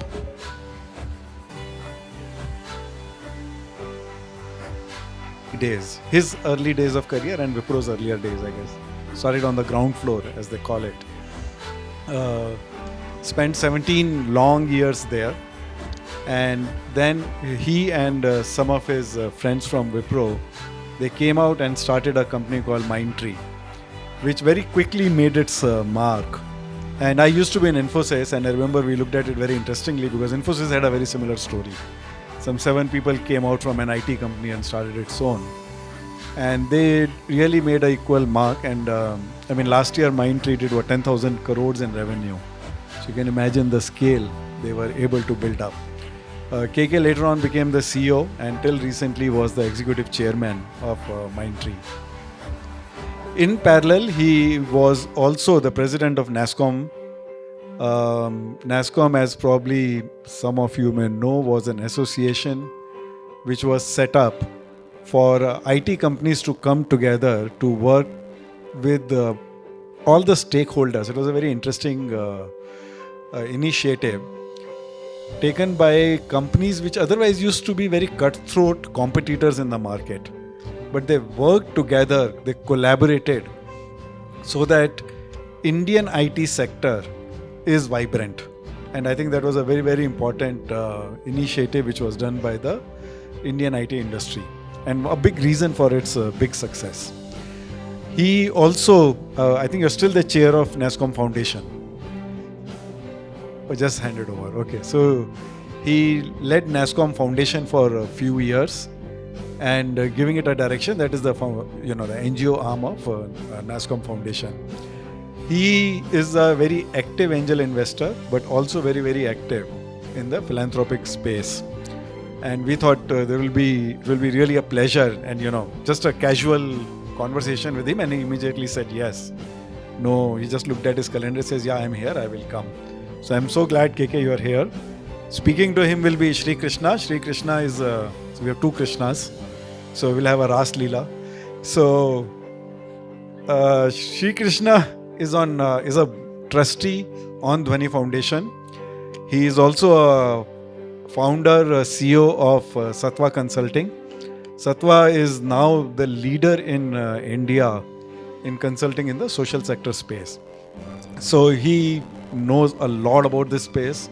They have really led how do you do data-based philanthropy in India. So, you want to ask any numbers, he will throw numbers at you. How much money is going from whom, where the gap is, where the issues are. So he is the one who will be talking to KK in this fireside chat. So we really look forward to listening from you, KK. Please. So everybody from Dhwani Foundation, all the silent people, I think it's important to acknowledge them. It's really, really exciting to be here and a platform that has been created. Big round of applause also to all the graduating, class. I wish my marks also grew like that during my engineering. Unfortunately, it did not. Otherwise, I would still be doing computer science. How much annual CSR money is being spent in Tamil Nadu? Who knows the number? Every year, amount of money spent in Tamil Nadu in CSR. தமிழ்நாட்டில் எத்தனை செலவு பண்ணுறாங்க சிஎஸ்ஆரில் company எல்லாம் கொடுத்து? Total மொத்தமாக? No idea. Guess 2,000 crores. Okay, one answer. Anybody else? 3,500 crore. That's 350. 3,500. Okay. Yeah. So Tamil Nadu it will get there in about 2 years. 2,000 crores. It's right now 1,368 last year. Okay. What is the equivalent number in Karnataka? Karnataka ಎಷ್ಟು total CSR spend ಆಗ್ತಾ ಇದೆ? 1.2. It's 1,760 crores. Okay. So average 1,500 crores only CSR. I'm not talking about government and other philanthropy, kind of coming. Okay. This is an important question to now all NGOs. How many NGOs in India have more than 100 crore annual budget? More than 100 crore. 100 கோடிக்கு மேல அவங்களோட budget. Annual budget. How many of them? Guess. 100. 100 NGOs have 100 crore. Any other answer? 3,000 NGOs have 100 crore. Answer is 20. Only 20 NGOs have 100 crores. Definitely. That's the highest number of the largest NGO is about 700 crores in India. Biggest. Does only one thing. When an NGO says I do, you saw now so many NGOs were doing women empowerment, livelihood, education. This NGO does only one thing and 700 crores. Yeah, it's Akshay Patra. Right? 700 crores. So, where else is the money going? You see, 1,500 crores in 2 states, 3,000 crores. And the biggest NGOs in India can only consume 700. So if I take 100 into, on average, multiply by 20, 3,000 crores. So where is the rest of the money going in the rest of the country? Right? And that's the key question, KK, for us to answer, saying how does this sector grow? Right? And I think you've been part of the journey of how the IT sector grew. I'm sure, I mean, we hear stories from Rajiv when he joined Infosys, what they were thinking and the scale they were imagining. And I'm sure in the early days of Wipro, you would have also seen, but what happened afterwards?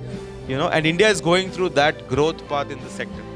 We are going to be this, 5 trillion economy, all of that stuff. So the role of the non-profit sector is very strong. Civil society, India has been blessed with such an active civil society. COVID was, I think we were one of the few countries where the civil society played a phenomenal role during COVID, in terms of crisis, where everybody else in the West, it was left to the governments. In India, the civil society really stood up and played a phenomenal role.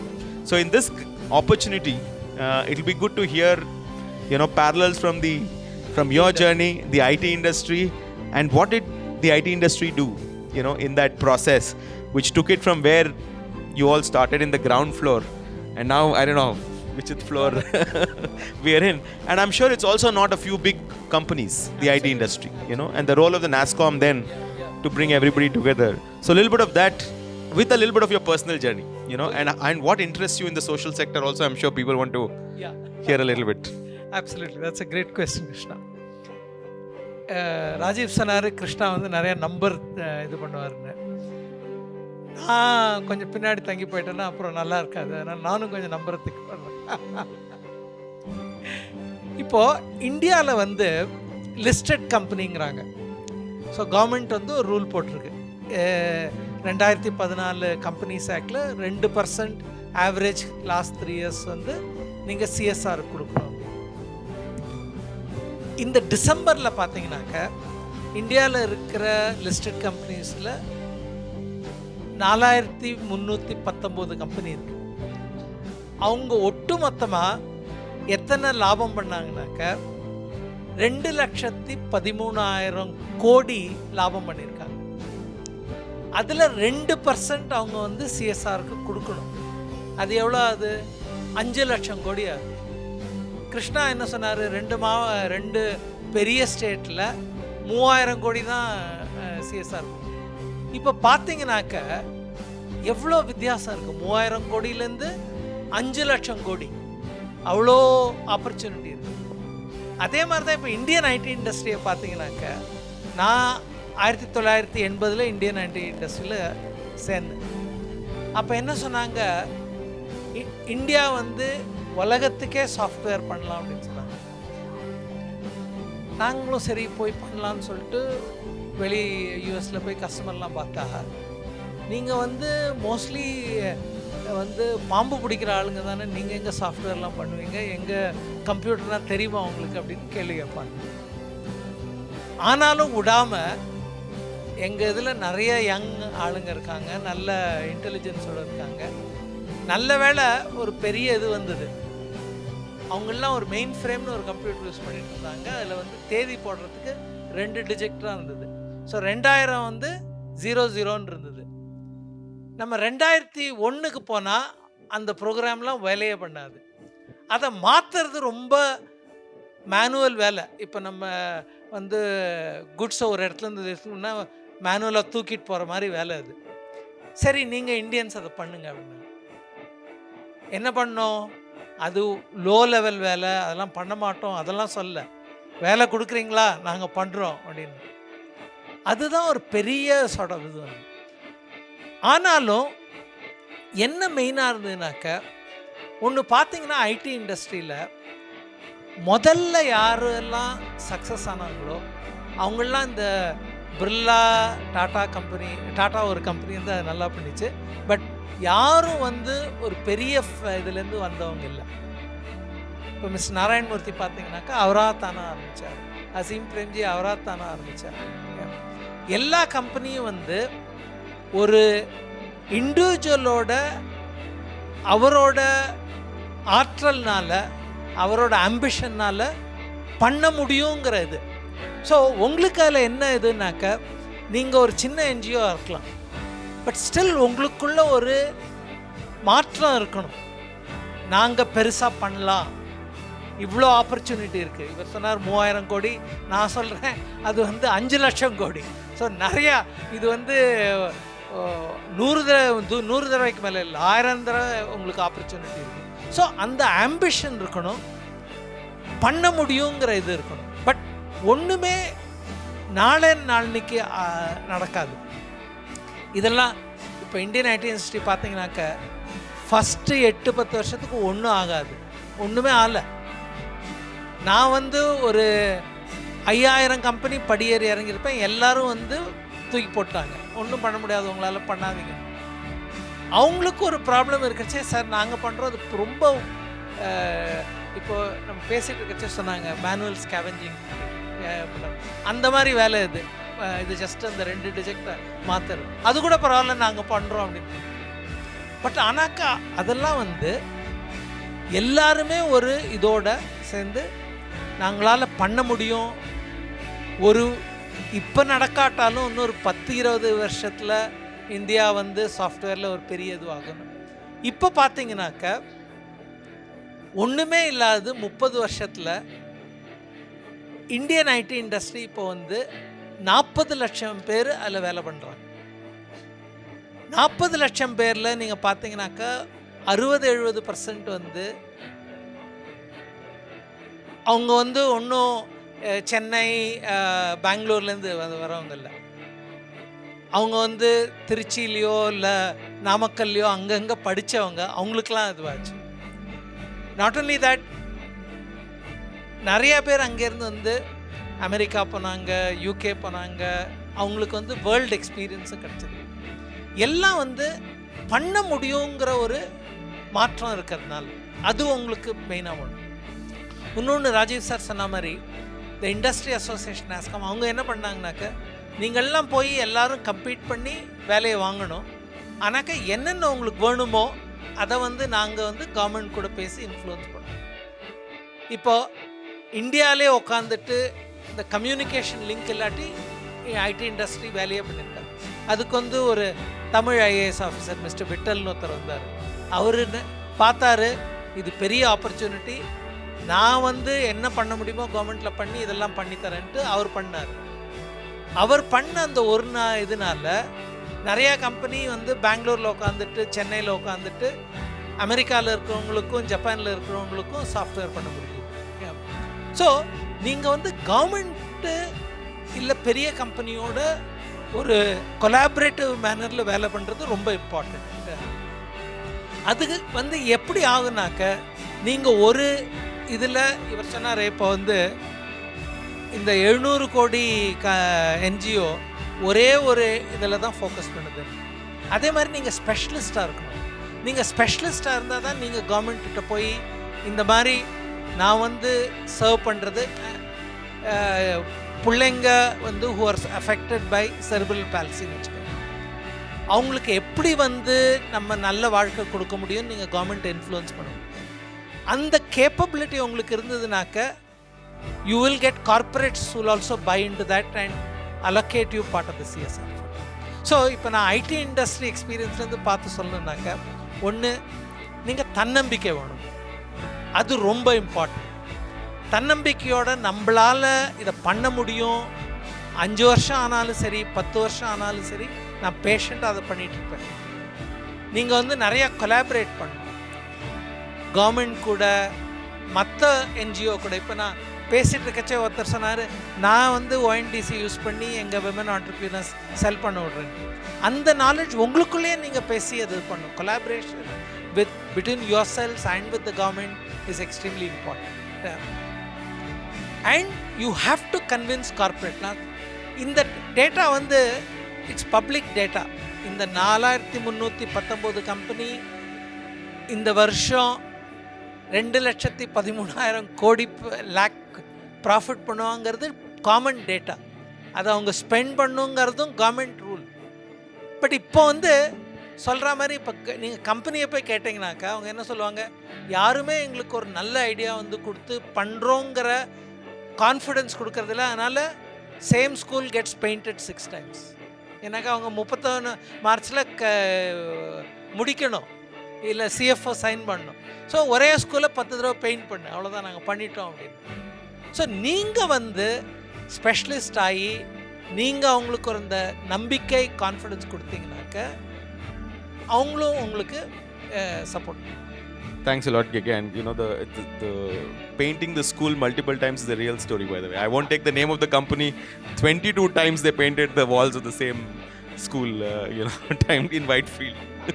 But if you can, sorry, there are people who don't fully understand Tamil. If you can summarize just the last part once in English, it may be useful for some of the other, ecosystem as well. So what I was trying to draw parallels, like Krishna rightly said, in terms of an industry like IT, which did not get built because there were people who were putting in serious capital. It all got developed because there was a lot of entrepreneurship in it, and people had the ambition. Similarly, I see the stage at which you are in very similar to that. I think all of you are addressing very key issues which will be impactful to the society. So don't think of it as being something small. And it has huge opportunities in the context of the current environment. But what you need to have is really self-confidence that yes, you are here to make the change, and whether it takes 2 years, 3 years, 10 years, you can achieve that change. You need to have that self-confidence. You need to start collaborating not only amongst other NGOs, you need to start collaborating with the government, with the local bureaucracy, and start influencing them, because ultimately look at your role not just in terms of delivering services, but you are key change makers who need to exert that influence. So you need to be those change makers.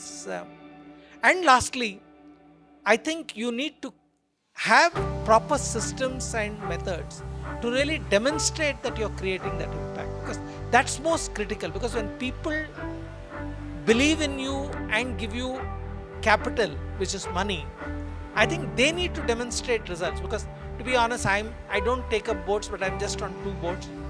Whenever the CSR committee comes, I'll ask them saying, what is the impact? How are you measuring the impact?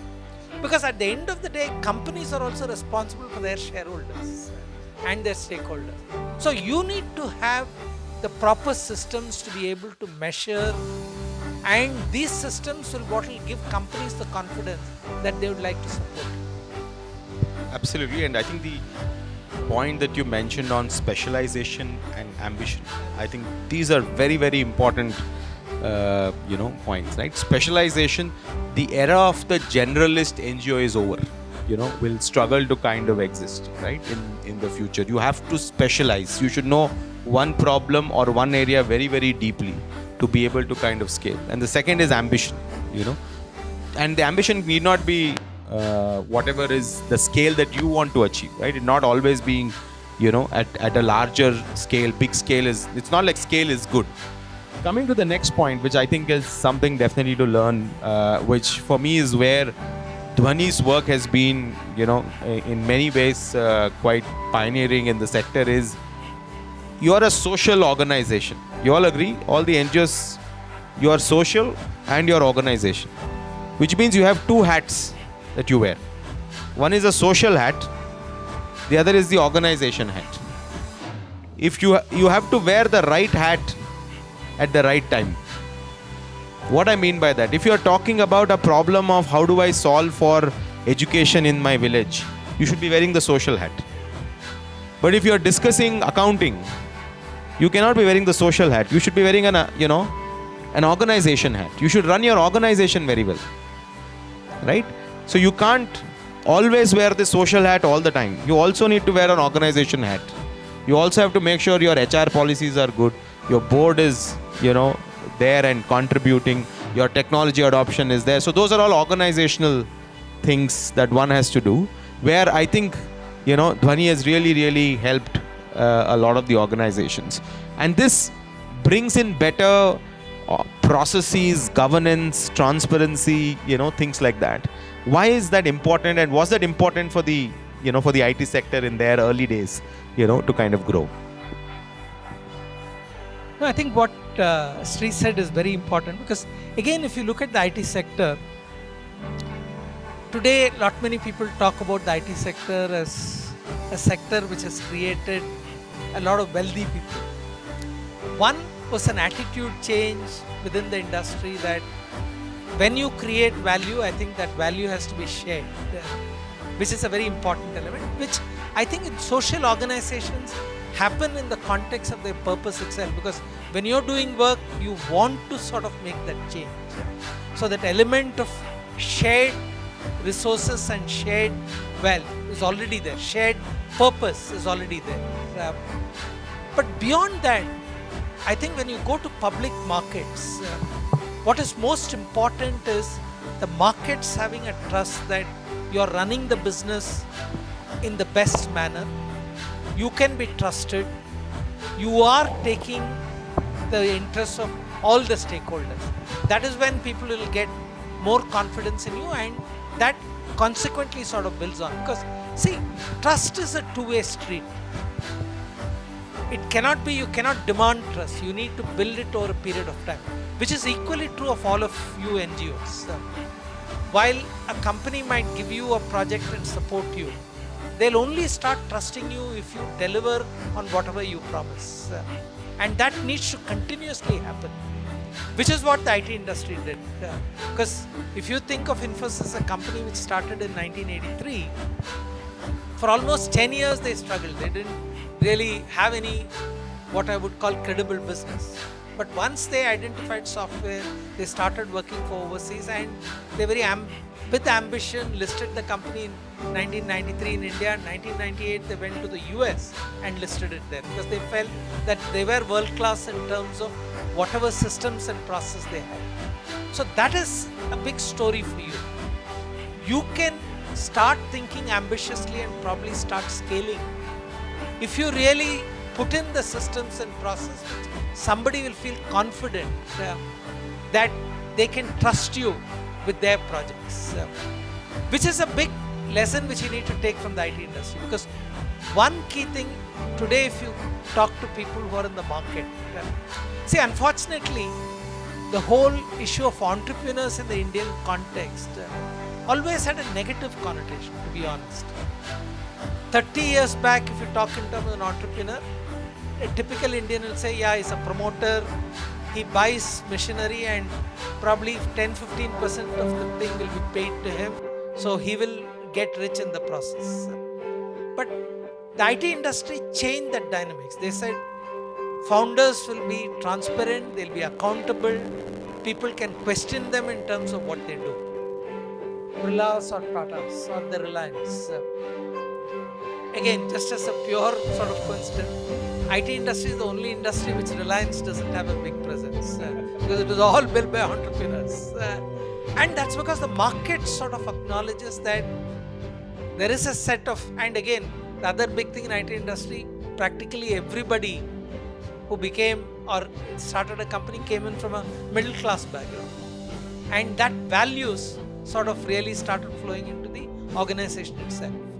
So that's a great lesson to take for all of you, because within the Indian corporate context, there's enough of an example of not just one company, Infosys, but several companies which have demonstrated that if you have a good systemic structured approach in terms of building foundation for scale, and if you're transparent and if you follow very what market sees it as leading practices of transparency, I think people will support you. Yes, the results may take time to come, but that's really the way to move forward. And I think the key word is trust. Yeah. So from what KK is saying, if you are able to build trust with your donors, that you'll give the utilization report by March 31st, for them to kind of file. If that trust is there, then they will give you money. If they don't trust that you can give me the utilization certificate, then there is no, the follow-on money is hard to kind of find, right? So that is very, kind of critical. KK, what is this transparency governance? Can you give an actual example of what happened in the IT industry? Anything that anecdotally or as an example you can share, so that we get a sense of, what is this transparency and governance? What should we do as an example? See, இப்போ டிரான்ஸ்பரன்சினாக்கா நம்ம தப்பு பண்ணும்போது சொல்லிடணும். இப்போ நான் என்னோட ஒரு இதுவே சொல்கிறேன், மைண்ட்ரியில் இருக்கிறச்சே ஒரு டைவர்சிஃபிகேஷன் பண்ணேன், மொபைல் ஃபோன் பண்ணலாம் அப்படின்ட்டு. எனக்கு அதை பற்றி பாதி தான் விஷயம் தெரியும். பட் நீங்கள் ஒரு பிஸ்னஸில் குதிச்சிட்டிங்கனாக்கா கொஞ்சம் ரிஸ்க் எடுக்கணும். இது அளவுக்கு மீறிய ரிஸ்க். அதனால கம்பெனிக்கு 100 கோடி நஷ்டம் ஆயிடுச்சு. அப்போ என்ன பண்ணியிருக்கலாம், இல்லை நாங்கள் ஒன்றும் பண்ணல, இது ஏதோ ஆயிடுச்சு அப்படின்னு சொல்லியிருக்கோம். நான் என்ன பண்ணேன், போய் எல்லா ஷேர்ஹோல்டர்ஸையும் சொல்லேன், சார் தப்பு பண்ணிட்டேன், 100 கோடி நஷ்டமாயிடுச்சு. என்னாச்சு, அடுத்த நாள் கம்பெனி வேல்யூ 80% டவுன் ஆயிடுச்சு. அதுக்கப்புறம் 40 பேர் சீனியர் பீப்புள், இந்த கம்பெனி ஐசியூவில் இருக்குது, இது தப்பிக்காது, நம்ம கிளம்பி போயிடலாம் அப்படின்னு கிளம்பிட்டாங்க.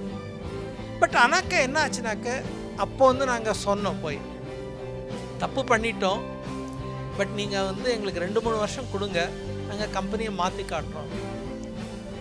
சில பேர் பிலீவ் பண்ணாங்க. இந்த 40 பேர் போனதில் நிறையா யங்ஸ்டர்ஸ்க்கும் அவங்க ப்ரமோஷன் ஆகி நல்ல இதுவாச்சு. 2 வருஷத்தில் நாங்கள் பெஸ்ட் பர்ஃபார்மிங் கம்பெனி ஆகிடும். சிஎன்பிசி இந்த வருஷத்தில் இந்த கம்பெனி தான் பெஸ்ட் பர்ஃபார்மிங். தப்பு பண்ணுறச்சே நீங்கள் அதை மற்றவங்களுக்கு சொல்கிறதுக்கு ஒரு மனப்பக்குவம் வேணும். அது ரொம்ப important. What I mean is, when you make a mistake, have the confidence to say that yes, I have committed this mistake, but I am fairly certain that after having learned from this mistake, I'll certainly I know the path how to recover from it and bring it. Because nobody, I'll tell you, even the best of persons, they are not perfect. Everybody makes a mistake. But I think you should have the mental courage, even to in a public forum, acknowledge you have made a mistake. I think people, in a way, respect that you have the courage to accept a mistake. I think that's very, very key. Wonderful. I think it's just, for this audience, may not be very relevant, KK, because NGOs in India don't make any mistakes at all. I don't know if you all agree with me, right? No NGO has ever raised their hand and said, I've made a mistake. Or if anybody has heard another NGO say, I've made a mistake, I would love to know. Right? Because NGOs in India, we are perfect. We are those perfect people that you're looking for, in India. We are all at the grassroots level. ஒரு lighter வேனில் சொல்கிறேன். இது நீங்கள் மனப்பக்குவம் பண்ணாலும் உங்கள் சின்ன குரூப்லேயும் மற்றவங்க நீங்கள் தப்பு பண்ணாலும் அவங்க ஒரு ஃபியர் இல்லாமல் உங்ககிட்ட சொல்லணும். இப்போ மைண்ட்ரியில் நான் இருக்கிறச்சே, ராஜீவ் சார் சொன்னார், நான் சிஇஓ அப்புறம் எக்ஸிக்யூட்டிவ் சேர்மனாக. நாங்கள் எல்லாருக்கும் அந்த மாதிரி ஒரு வாய்ப்பு கொடுப்போம். ஸோ ஒரு மீட்டிங்கில் ஒரு பையன் அவர் இன்ஜினியரிங் காலேஜ்லேருந்து 1 மாதம் முன்னாடி ஜாயின் பண்ணார். 20 பேர் மீட்டிங்கில் அவர் என்ன சொன்னார், நான் ஏதோ ஒரு ஐடியா சொன்னேன். அவர் எல்லாரும் பேர் தான் சொல்லுவாங்க, என்ன கேட்குன்னு தான் கூடுவார். அவர் 20-21 வயசு, அவர் என்ன நான் 60 வயசுக்கு மேலே அவர் என்ன பேர் சொல்லி தான் கூடுவார். எனக்கு அதுதான் மோர் இதுவாக. அவர் என்ன சொன்னார், நான் நிறைய ஐடியா கேட்டிருக்கேன், பட் இந்த மாதிரி ஒரு அபத்தமான ஐடியாவை நான் கேட்டதே இல்லை அப்படின்னு சொல்லிட்டார். So I think that's very important. I mean, the example of being transparent, having that strong process internally, governance to accept mistakes, to correct and build systems, as an organization is very critical, for us to kind of build this out. The second thing, and you talked about this middle class, mentality, and one of our board members keeps telling us that you have to act more like a Punjabi, you're acting too much like a South Indian, type of stuff, right? We don't want to ask for money. This thing called sales, KK, is a little hard, coming from the middle class, going and saying, give me money, is not something even, and that's what a lot of NGOs also kind of struggle with. We are doing good work, please come and support us, right? But we will not go and ask for money, or even demand saying, hey, I can partner with you and we can really, you can invest in this project, right? So how do you overcome this thing of sales or asking for money, and any lessons or advice that you have for our friends from the NGO sector? See, I should say one thing. I had the advantage of starting in sales very early in my career, and the idea of getting rejected is something which you need to accept. Not because people don't like you, it's just that they are not sufficiently convinced of the idea. So it's very important to treat rejection not as be rejecting you, but your idea. And that's nothing wrong. All of us have our own sense of feeling. I'll just give you in a very different context. Like when I was in Wipro, I'd sort of grown to a very senior position and made a lot of friends who are customers of Wipro. And whenever I used to go, because as a senior person, people used to seek out meetings, we used to have dinners and so on. So when I started Mindtree, and obviously I had to go and sell, I'm the salesperson. So the same people who used to call me out for dinners and things, I still remember one of my very good friends said, you know what, let's not meet at the office, let's meet at the coffee shop close by. Because he didn't want to give me business. Not because, because many of us think that the respect which they give is for us. That's not true. The respect they give is for the position which you hold. So it's very important not to shy away from asking what you want. Yes, he may reject, but the fact is that rejection is not rejection of you. It's a rejection of that he is not convinced of the idea. And the person may not reject you all the time. Maybe as you demonstrate, assuming if you have gone to him for a project to support some destitute women, he may not be convinced at that point of time. Maybe if you go back to him and say, hey, this is what we have done, this is the results which we have measured, this is how we think we can scale it, he might think of it differently. Yeah. So it's very important to not feel shy of asking. And even if a company or the CSR exec says no, there's nothing wrong. You can always, there's a second time. There's a good part in sales is, it's not a one-time rejection. You can keep on pinging them at an appropriate point. They can still keep saying, at the end of the day, who do they say? Somebody tried 13 times and then won. So there is an opportunity like that. So it's very important to build that mindset. The second thing is very important, whom do you choose to make that thing? In fact, I tell many NGOs saying that today, thankfully, the government has laid out very clear process in terms of how CSR is to be spent. There is a board committee of CSR which they have mandated. There are board members who are part of the CSR. The direction is set by them. Honestly, I think many of the NGOs don't even understand this decision-making context. Who are the board members? Who are a part of the CSR committee? What are they interested in?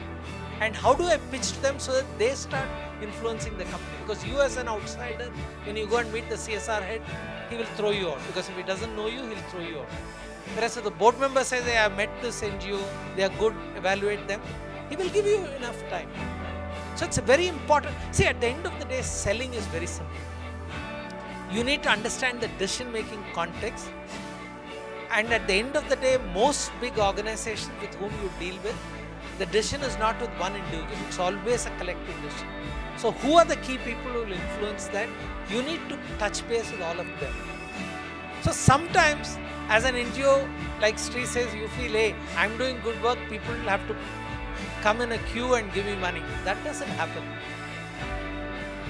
Like people say, I built a great product, customers should come and buy. That also doesn't happen. You have to have marketing, you have to have the right communication, and you have to have that credible way. That's important. You can't just like that pull wool over eyes. You can make a person fool once, but not twice.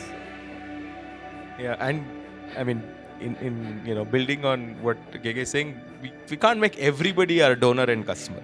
Yeah. Not everybody is going to fund, right? So one of the things I learned from another entrepreneur is, the art of digging for gold is not how well you dig, it's where you dig. So you can't, just because you're good at digging, it doesn't mean you're not going to get gold everywhere, right? So it's okay to get a no and quickly move on to another donor, rather than try and get money from every possible donor who comes, your way. I think that's very, very important. I just have another one or two questions, but now is the time for you to also ask questions. So if there are mics there, and Gopi has promised an exciting prize for the best question, that will come up from any corner of the, from the room. So please prepare your questions. I'll come to you in a bit. Another thing that we need to really learn, as sector is this whole collaboration, piece of it, right? And I think in the NGO sector, I think everybody is good friends. But when it comes to working together, it's been usually much harder, in the sector for various reasons. I think it's been ideological. It has been about funding. It's been, about many different, many different things. So, did the IT sector collaborate or compete, or did they do both? And how did that happen? And what were the, challenges or opportunities of doing that from the sector? No, I think what Sri pointed out was very important. One of, like Rajiv also rightly mentioned, the key reason why the IT industry sort of did very differently was there was a lot of competition as well as there was collaboration. And that was, in a way, I would say almost orchestrated by the Industry Association, NASCOM. Like very simple things, I'll tell you. Every quarter there used to be a meeting and people come into those meetings, all senior people. Only the CEOs, there's an executive committee of about 20 people, which means 95% of the industry is there to make very critical results. So there is discussion in terms of what will we influence the government on. Because a lot of the IT industry growth also got, in a way, accelerated because of government support. Let me tell you, for almost 20 years, because the IT industry was exporting and foreign exchange was important to the government, profits were all exempted for the IT industry. You just think of the value which got created because you didn't have to pay 30% corporate profits which were there at that time. And that came about because the industry collaborated to influence the government, saying, if you want foreign exchange, you need to give these concessions.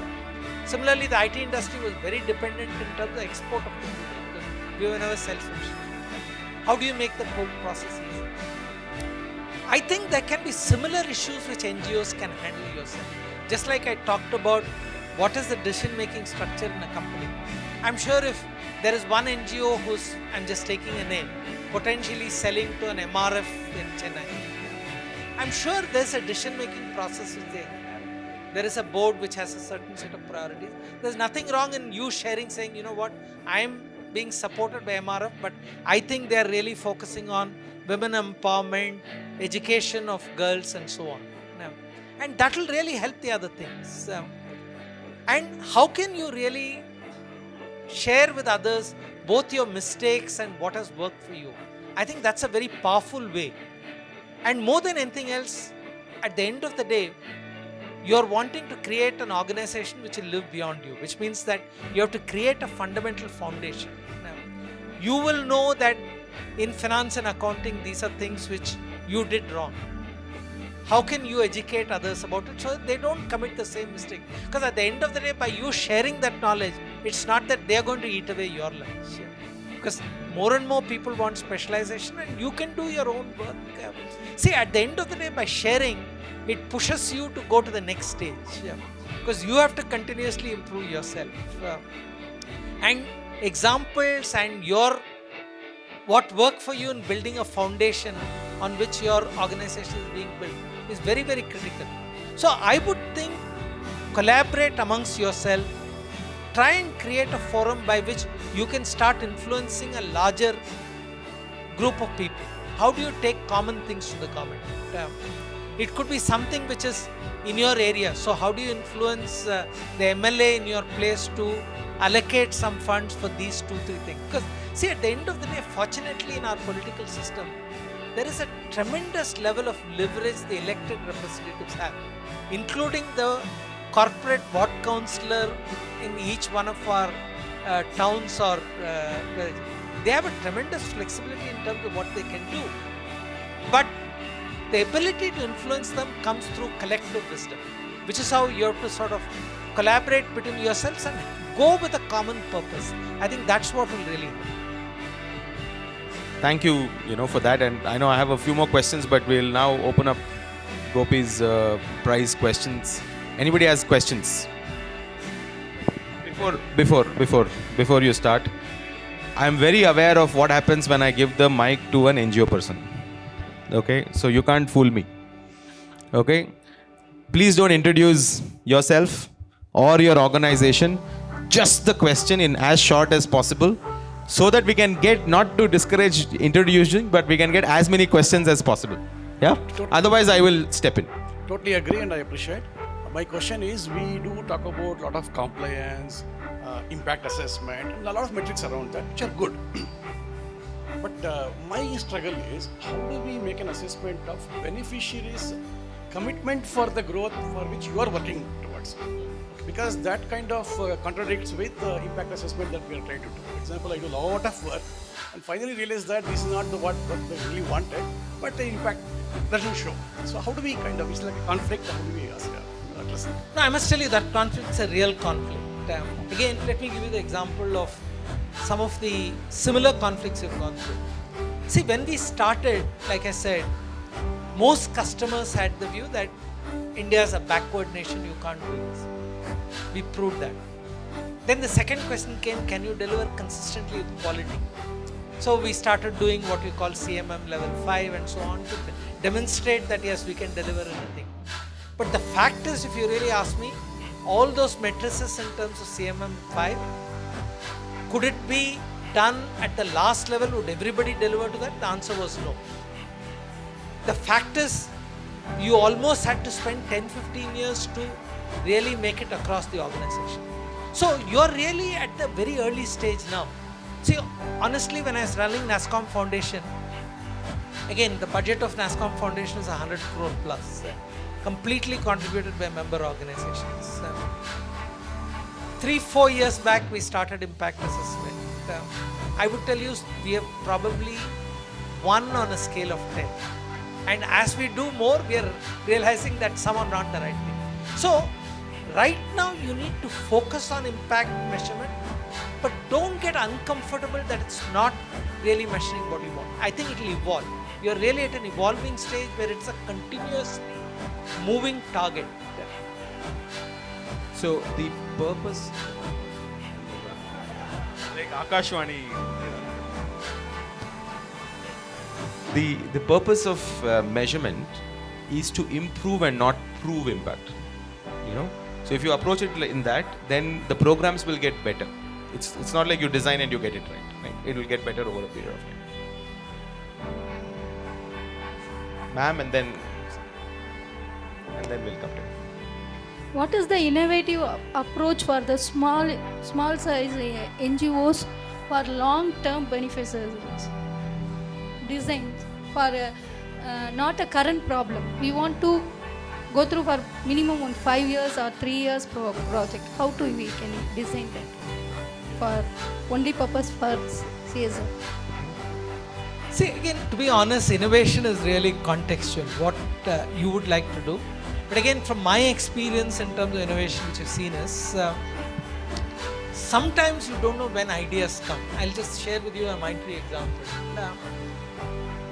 Honestly, many times when you're in a business, you're focusing on business. So we had a very large customer in Netherlands. So the Princess of Netherlands was visiting. So because that customer had to be pleased, I said, when the Princess visits Bangalore, I'll arrange a whole visit for her. So we asked her saying, what do you want?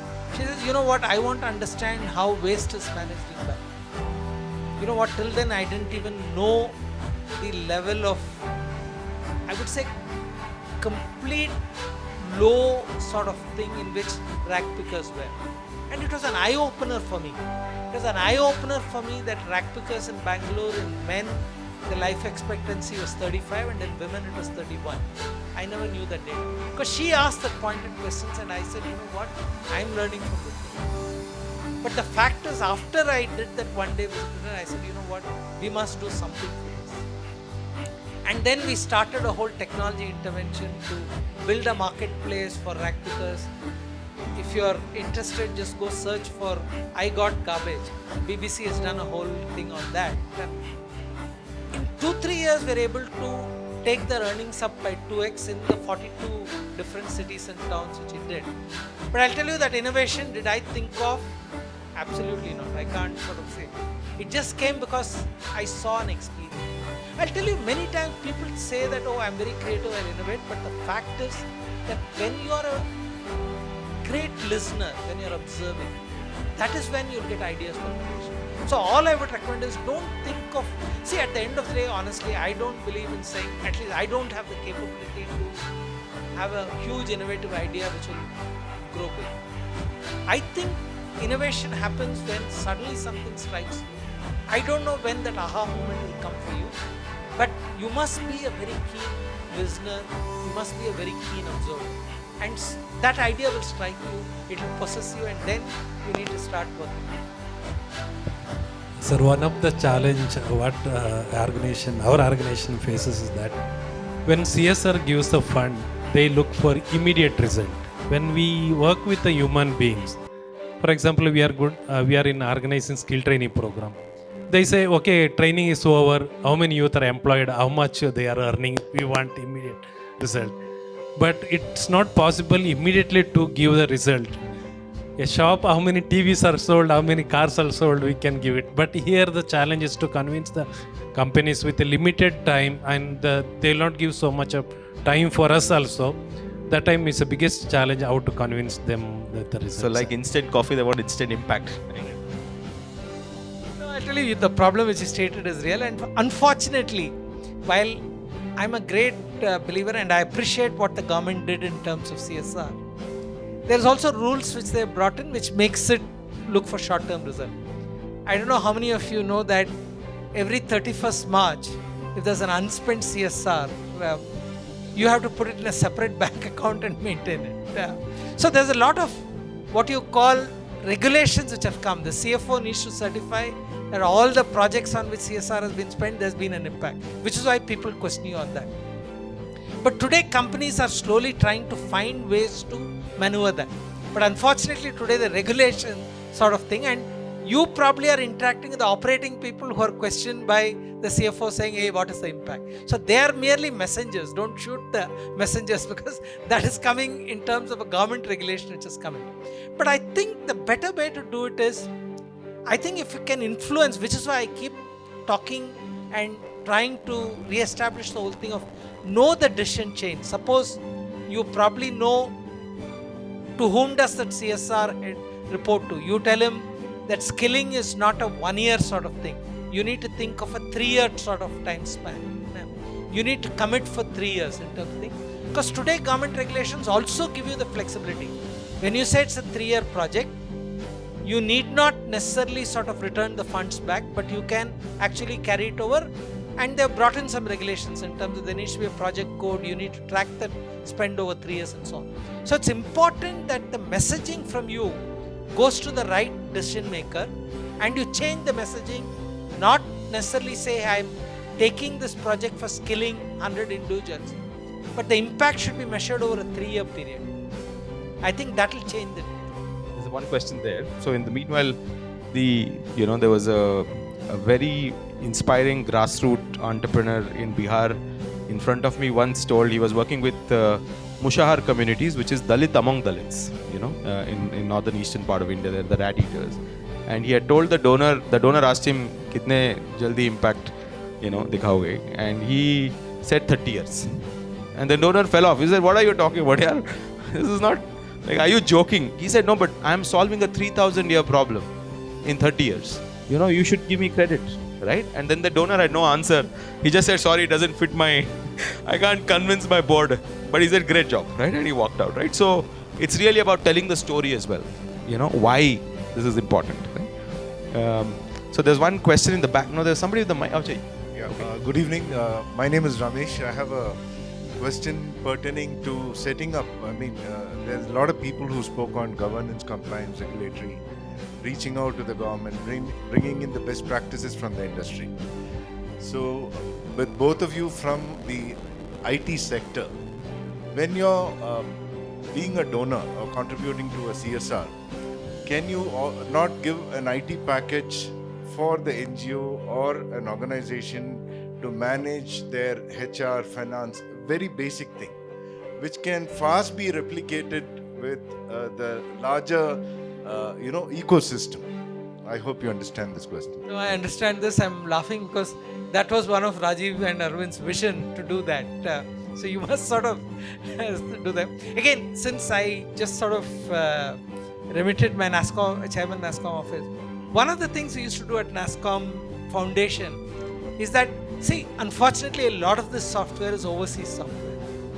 The moment you buy a Microsoft license, you have to pay an arm and a leg. What we did was we convinced these companies that you should give free licenses to NGOs, and NASSCOM Foundation used to distribute it amongst NGOs.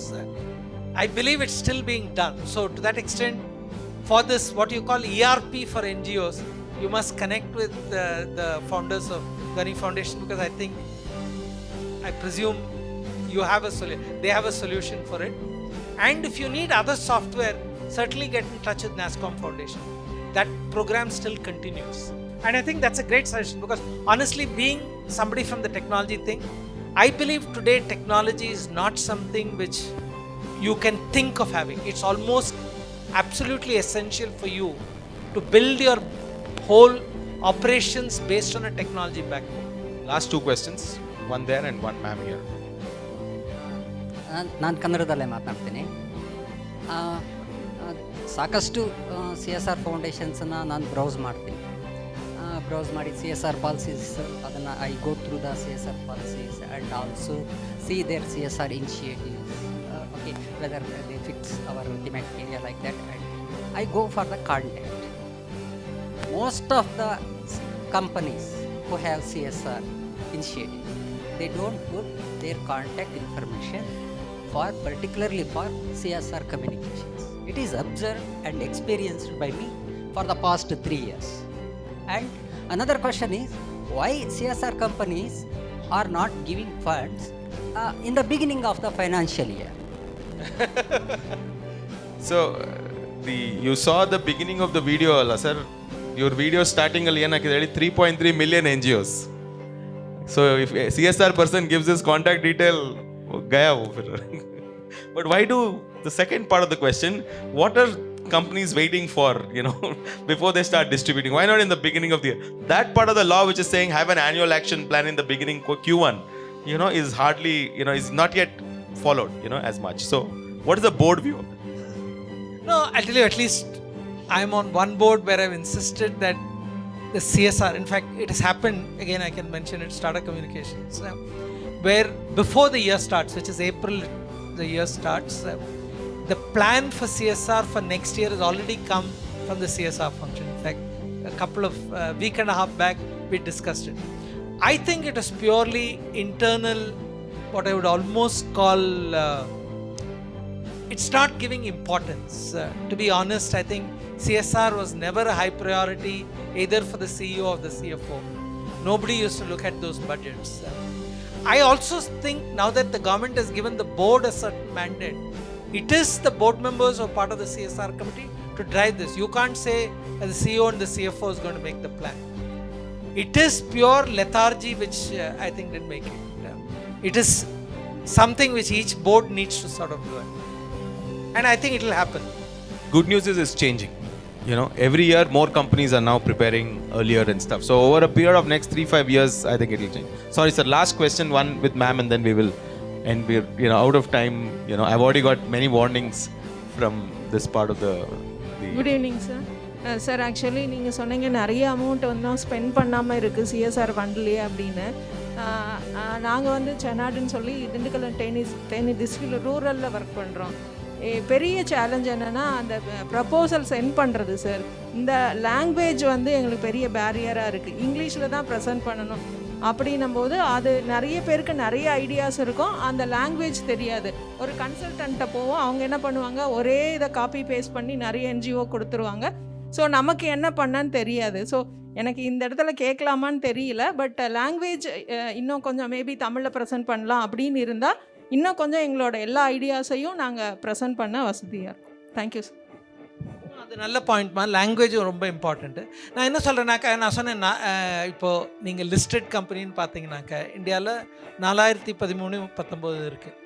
But நீங்கள் வந்து தமிழ்நாடு சென்னையில் பார்த்தீங்கன்னாக்கா அதுலேயும் பெரிய company விட்ருங்க, நீங்கள் வந்து Murugappa group அதெல்லாம் விட்டு கம்பெனி வந்து ஒரு 1000 கோடி இதில் இருக்குன்னா தமிழ்நாட்டிலேயே 500 கம்பெனி இருக்கும்.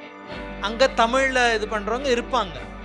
நீங்கள் வந்து அந்த மாதிரி கம்பெனியை பார்த்துட்டு அவங்களுக்கு ப்ரெசென்ட் பண்ணணும். ஏன்னாக்கா முதல்லையே நீங்கள் ஆரம்பிக்கிறதுக்கு முன்னாடி பெரிய கம்பெனியில் பண்ணாங்க. அவங்க பெரிய கம்பெனியில் என்ன பண்ணுவாங்க, ஈஸியாக கேட்குற கொஸ்டின் வந்து நீங்கள் இதுக்கு முன்னாடி இந்த மாதிரி பண்ணியிருக்கீங்களா, என்ன இம்பேக்ட்டு, அவங்க ஒரு 5 கொஸ்டின் வச்சுருப்பாங்க. எப்படி உங்களை வந்து முடியாதுன்னு சொல்லாமல் அந்த 5 கொஸ்டின்லையும் அவங்க முடியாதுன்னு சொல்லிடுவாங்க. அதனால நீங்கள் எதுக்கு அந்த பெரிய கம்பெனிக்கு போகிறீங்க? நிறைய சின்ன இந்த 1000 கோடி கம்பெனி பார்த்தீங்கன்னா அவங்களுக்கும் ஸ்பெண்ட் பண்ண இது இருக்குது. அவங்க வந்து யாருமே எங்களை வந்து பார்க்க மாட்டேங்கிறாங்களேன்னு அவங்க இது பண்ணுவாங்க. ஸோ நீங்கள் லாங்குவேஜ் ரொம்ப இம்பார்ட்டண்ட்டு. முதல்ல வந்து ஒரு இப்போ நீங்கள் இண்டஸ்ட்ரியல் செல்லில் பார்த்தீங்கன்னா ரெஃபரன்ஸ்னு இருக்குது.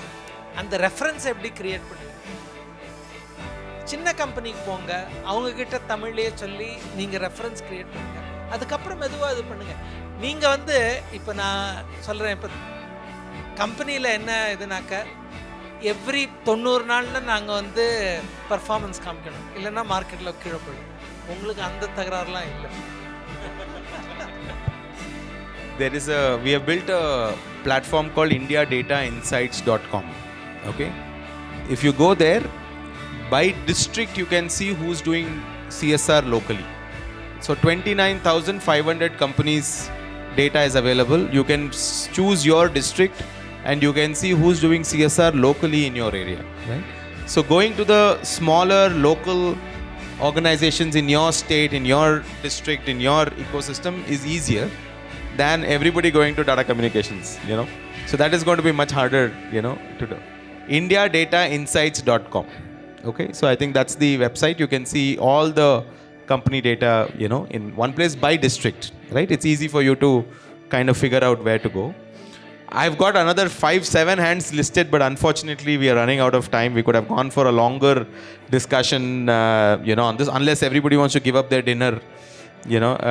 No, there's a round table dinner to be done, but you know, really appreciate all the questions and everything. Before we close, I just want to say one thing and also thank KK. You all the grassroots NGOs here, you need to realize how important you are for the ecosystem. Okay, unlike other sectors, work cannot happen without you. You cannot sit in Kormangla and solve problems in Kanyakumari. Okay, you have to go there. It's physical problems that we are solving, so you have to be there. So your importance in this ecosystem is very high. So please don't undersell yourself, right? You are very, very important part of the ecosystem. So you have to also then behave like that, you know, in the ecosystem, work better together. And I think things are only going to get better from here on. This is a wonderful time to be an NGO in India. It's only going to get better, you know, from here. Okay. So KK, thank you so much. It was a wonderful conversation. Big round of applause, you know, for KK. We'll continue with the questions as we go along. And Gopi will now announce the winner of the best question. So based on the assessments, we have 3 winners. So we would like to call each of them on the stage right now. At the 3rd position, at a score of 97.90, we invite Mr. Bose from Green to collect his award.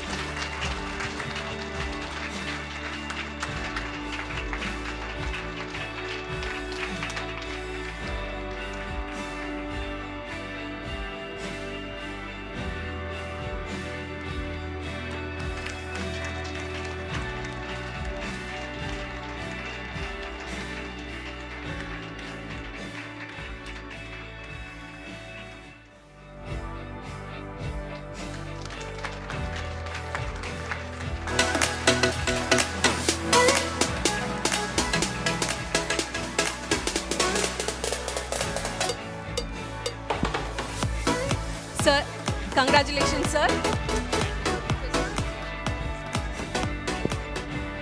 அனைவருக்கும் மாலை வணக்கம்.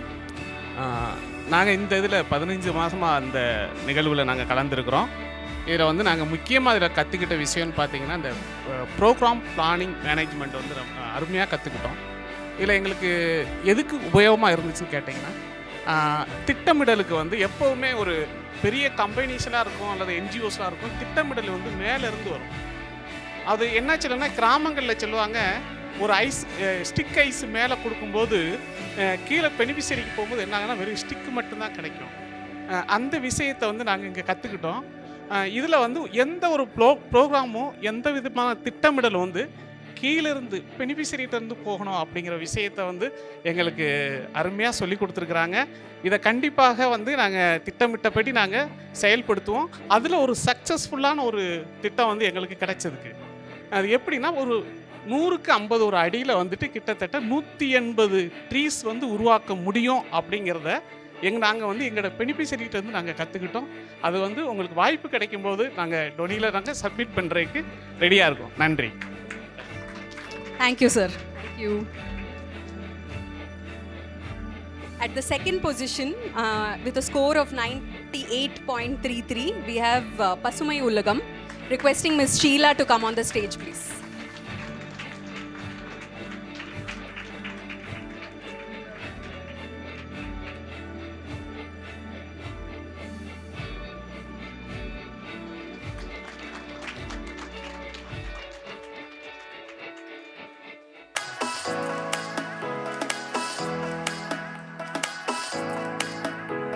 Request you to.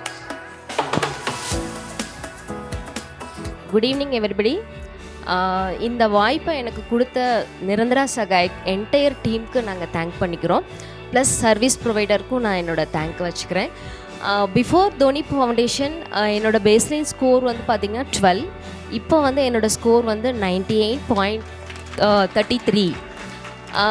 So இதில் major part அப்படின்னு நான் கற்றுக்கிட்டதுன்னா finance and accounts.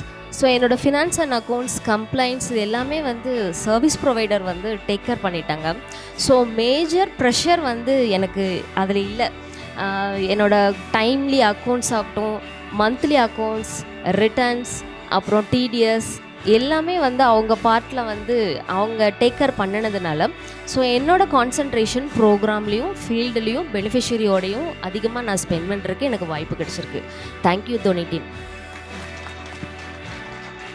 Thank you, Ms. Sheila. Last but not the least, first prize is 98.52%. Seeds is the NGO name. Mr. Sharavanan.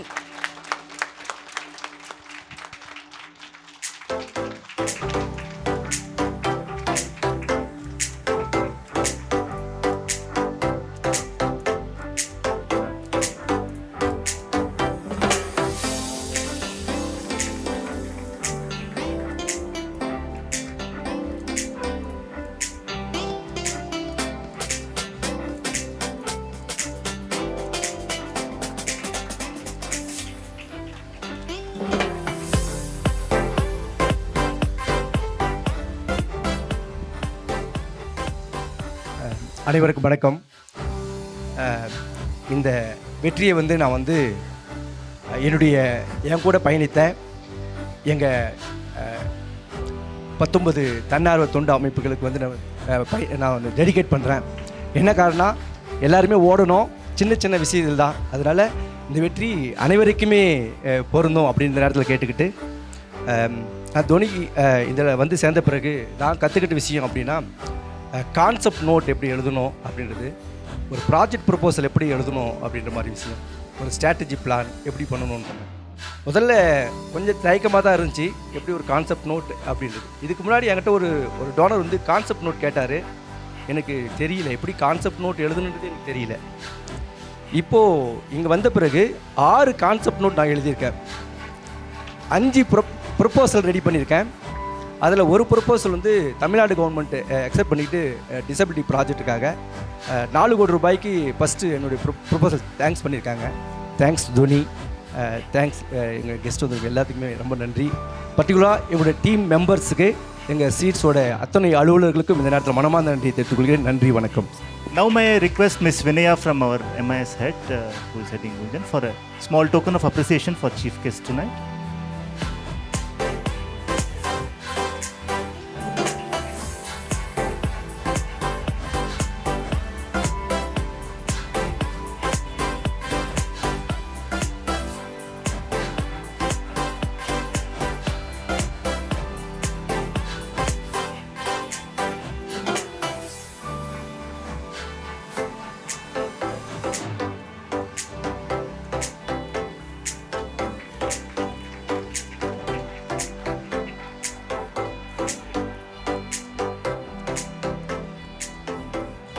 Thank you, Vinaya. Thank you, sir. Thank you so much for your insightful, valuable information. Thank you once again. Over to Sunita. First 3 winners meet பண்ணினோம். இப்போ வந்து equal effort போட்ட மற்ற 16 partners meet பண்ணலாம். I'm also requesting some of our guests to come and hand over the certificates to our 16 partners. Angarasu, Alayam Trust, requesting Mr. Mahesh Tellam and Dr. Usha Manjunath please to join us on the stage.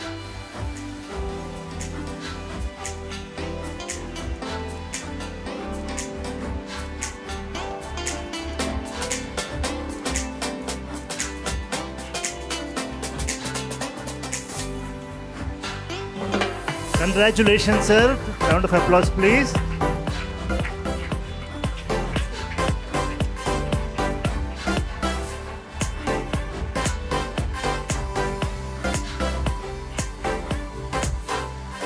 Mr. Shanmugam, Prosiga Animation Center, Arvam. Requesting Mr. Abhijit Mukherjee and Felix D'Souza to please come on stage, please.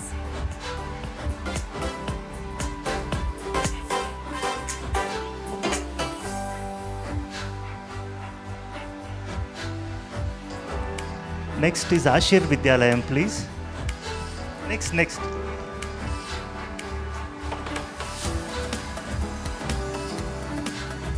Mr. Rohan D'Souza and Mr. Shanmuga for Ashir Vidyalayam, please.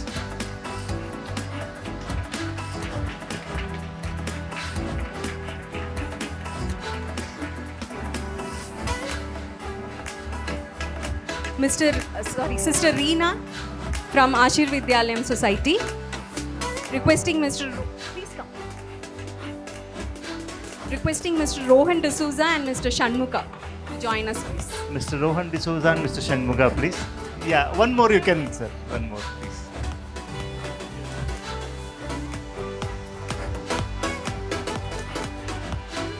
Friends, please cheer them up. Round of applause, please. Thank you.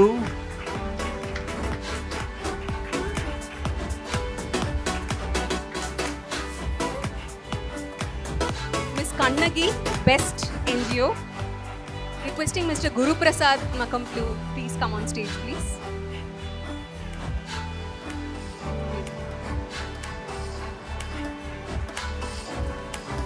Next is Blaze Trust, Mr. Sharvana Kumar.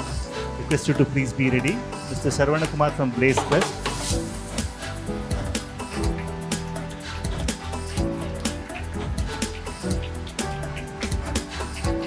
Ms. Chitra Arvind. Chitra ma'am, please. And Chetan Kosla, please. Mr. Chetan, please. Thank you.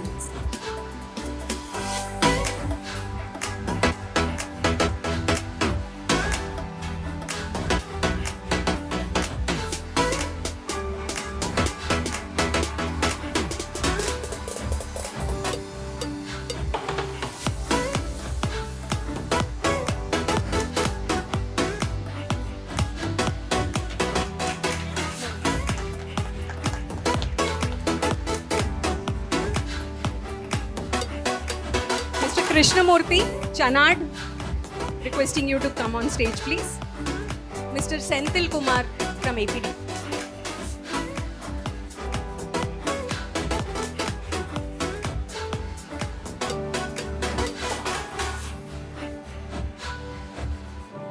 Next is Change NGO.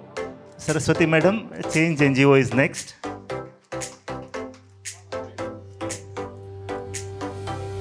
Miss Sujata, request Miss Sujata from our guest for Change NGO. And Mr. Ram Shastri.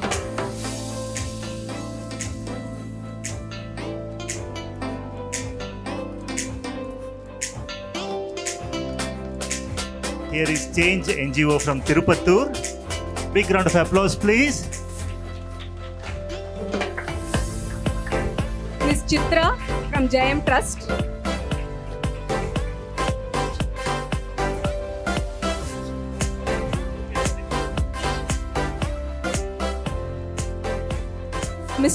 Miss Vaishnavi Ajay Anand and Mr. Ram Shastri.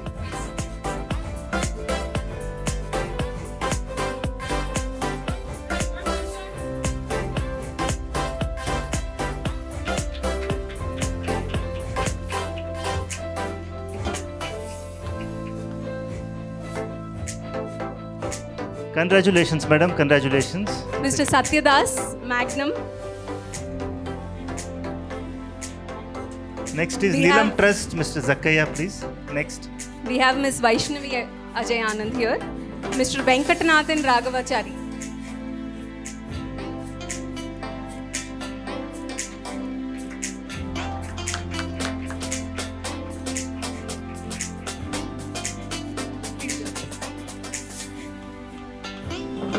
We have Zakaya, Nilam Trust, and Mr. Venkatanathan Raghavachari.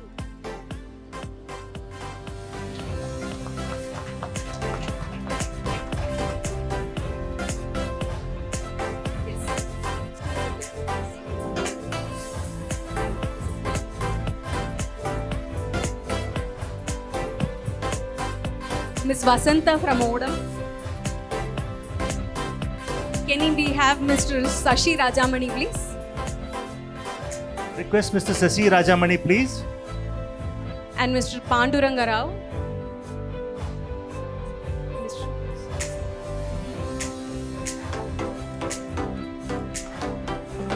Many congratulations.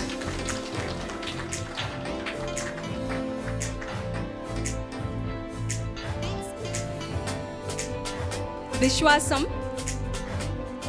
from SimCodes, please. Can we have Mr. Basavaraj?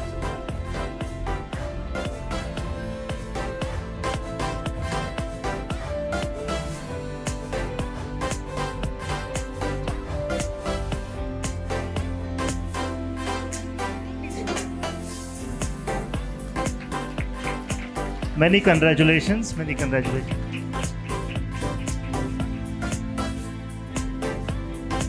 From Society for Integrated Development, we have Sister Ans Maria, Dr. Rajendra Prasad, and can I request Dr. Basavaraju Sreshta to join us, please?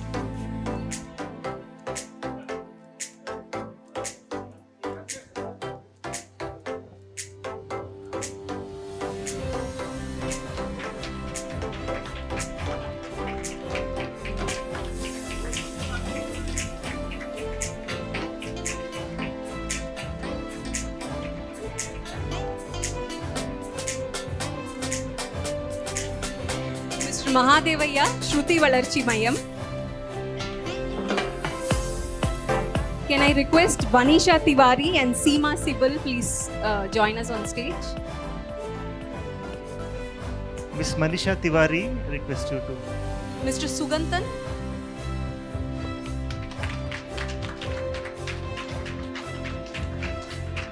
BDL Society, Ms. Maheshwari. Can we have Ms. Nivedita? Requesting Ms. Vijaya from V Foundation to come on next, and Mr. Gururaj from One NGO.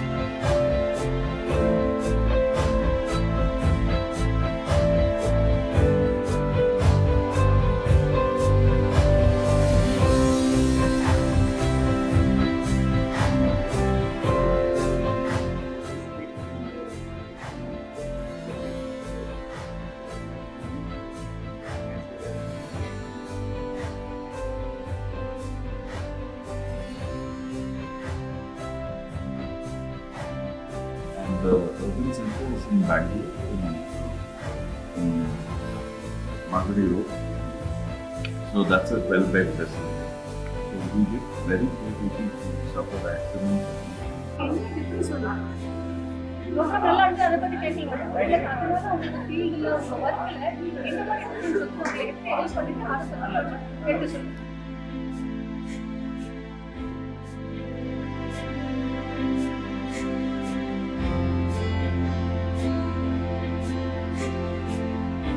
தாய்மை அன்பு பெருமை